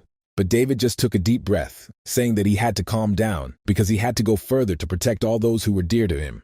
Meanwhile, the matches came to the most interesting match. The first fight that opened today's competition was his fight. Mila announced this hesitantly at first, as if something else was planned. However, then she repeated everything with complete confidence, saying that this is a battle that will decide fate. Dr. Clemens introduced his challenger to the left side of the stage, Antaeus, and Dr. Rick did the same, greeting David from the right side of the stage. The Earth's audience shouted joyfully, supporting him, but someone noticed that he was all pale. Antaeus also drew attention to this, asking if he really did not sleep all night because of fear. And David thought that he had a lot of regrets in his previous life, so he should make up for them in this one. The quarterfinal competition arena was different, and the waiting rooms were also different. Catherine, Angela, and Fatty were now sitting at the table, and the head girl noticed something strange. It seemed to her that there was something wrong with David, as if his condition was even worse than hers. Angela worriedly wondered if something would go wrong in this battle. After the last incident, Deb began to behave strangely, and now the girl thought that perhaps it was because of her. David himself, meanwhile, had already entered the capsule, ignoring the tingling sensation in his chest. Antaeus knew that, according to the information, the strength of this David was in long-range combat. To tell the truth, Auntie was a little scared at first, but Alain said that he had a good feeling. And until now it has never failed him, so, according to the headquarters plan, he must force David. Resort to firearms. David thought that first of all he had to avenge Magnus. Not much time had passed since his return in time, But he had not done anything good, so he was obliged to at least please his friend. Both opponents put on their equipment and prepared to move. The location of their battlefield was quite symbolic because it was Mars itself. Anti thought that Alain's premonition was correct again because this was simply the ideal place for him. Dr. Rick noticed that Antaeus's choice of weapons was too vulgar because he also took a shield. He combined all this with the Riemann rifle, which had good firepower. Antaeus thought that if he stuck to his tactics, he could win. David, meanwhile, looked concentrated. He had not yet opened his eyes. And when he did this, he was very surprised to see the battlefield of Mars in front of him. Dr. Clemens noticed with equal surprise that the guy had taken a Cuban-type weapon for himself. It was simply pointless to take him for long-range combat, but if you take him, then two at once. After all, these were dual pistols, and the audience was also surprised to see his choice. Someone remembered a person who recently completed a task from a competition to evaluate the legendary rank for the first time. So given the shooting technique from the video, one could assume that it was none other than David. People began to massively open the recording of the walkthrough and compare the guy from the video with David. The similarity was simply striking, so many made an impressive discovery. After all, it turned out that David was much stronger in long-range combat than they thought. The fact that news about the secret expert had spread throughout the world was reported to General Hugo. He decided that it was too late to block the news anyway. But given David's current physical condition, now was not the best time for this. Therefore, the general conveyed something to his assistant, and he replied that he understood everything. The guy went to carry out the task assigned to him, and the general returned to battle. Antaeus, meanwhile, analyzed that the energy of this dried-up soil is quite fluid, so it was even easier to control than on Earth, which was very good for the guy. After all, he knew that even Alain and the others wouldn't dare fight him, so he hoped to see that same fear in David's eyes. However, he looked calm, thinking that Mars felt quite realistic here. It was still just as deserted, and here the force of gravity was twice as strong. David thought that it all seemed like a dream, and it was as if he was in his last fight from that life. The audience also looked at him with special awe, as if the guy was about to do something unique. But Catherine didn't like his behavior. She reproachfully said that he took the time to pose. But on the other hand, it meant that his condition seemed to be back to normal. Anti, however, also looked calm. He was the first to open fire on the enemy. The battle began, but David did not even look at his opponent, which annoyed Antaeus. But in reality, David was just coming up with a plan for this fight, and he finally finished it. A characteristic smile appeared on the guy's face as he dodged the first projectile. And then he continued to dodge all the following shots, not forgetting the tactics he had just come up with.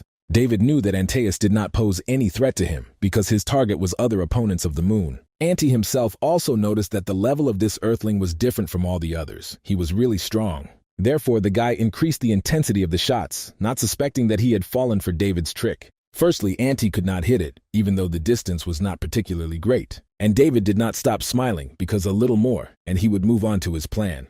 And the plan was to lure the guy with him and then surprise him. David fired literally from behind his body, and Antaeus barely had time to put up a shield to block. However, it was not for nothing that David chose only one pistol, since its power was very great. Antaeus had to move away a little, and although he was surprised that an earthling was capable of such a thing, but still, the guy knew that he was in his own environment, so he couldn't lose. He opened fire on David again, and David jumped back again, preparing to counterattack. This time he placed emphasis on both legs, ducked down a little, and fired in one powerful volley. Antaeus still put up his shield, but now it turned out to be a mistake. After all, it was not enough to hold back the onslaught of such a powerful gust, so his shield cracked. Anti was greatly surprised and frightened at the same time, having lost his protection.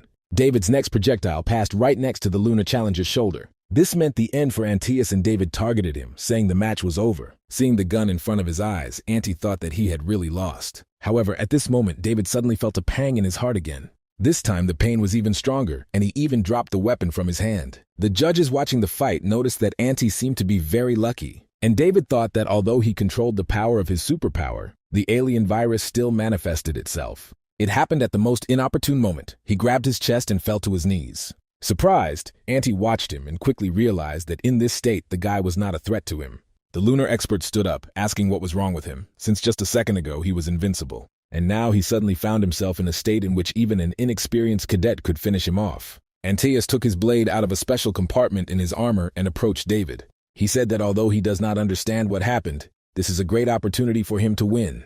The spectators also shouted what David was doing, saying that the judges should stop the fight. All his friends were also worried about his friend. They did not understand why he suddenly fell. Dina was equally impressed by what was happening, and besides, she received a strange letter.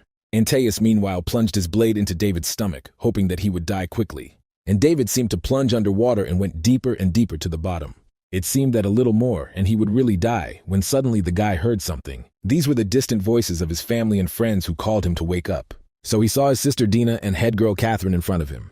And then Magnus and Angela showed up, and David realized he couldn't just leave them all. That was not all. The guy gathered his last strength and seemed to break through the ice over the river of his despair. Thus, he was able to get out of there and grab Antaeus by the hands. He was surprised that the Earthling was still alive, and David looked at him with a creepy look. He squeezed his opponent's hands so that he had no time to dodge or run away.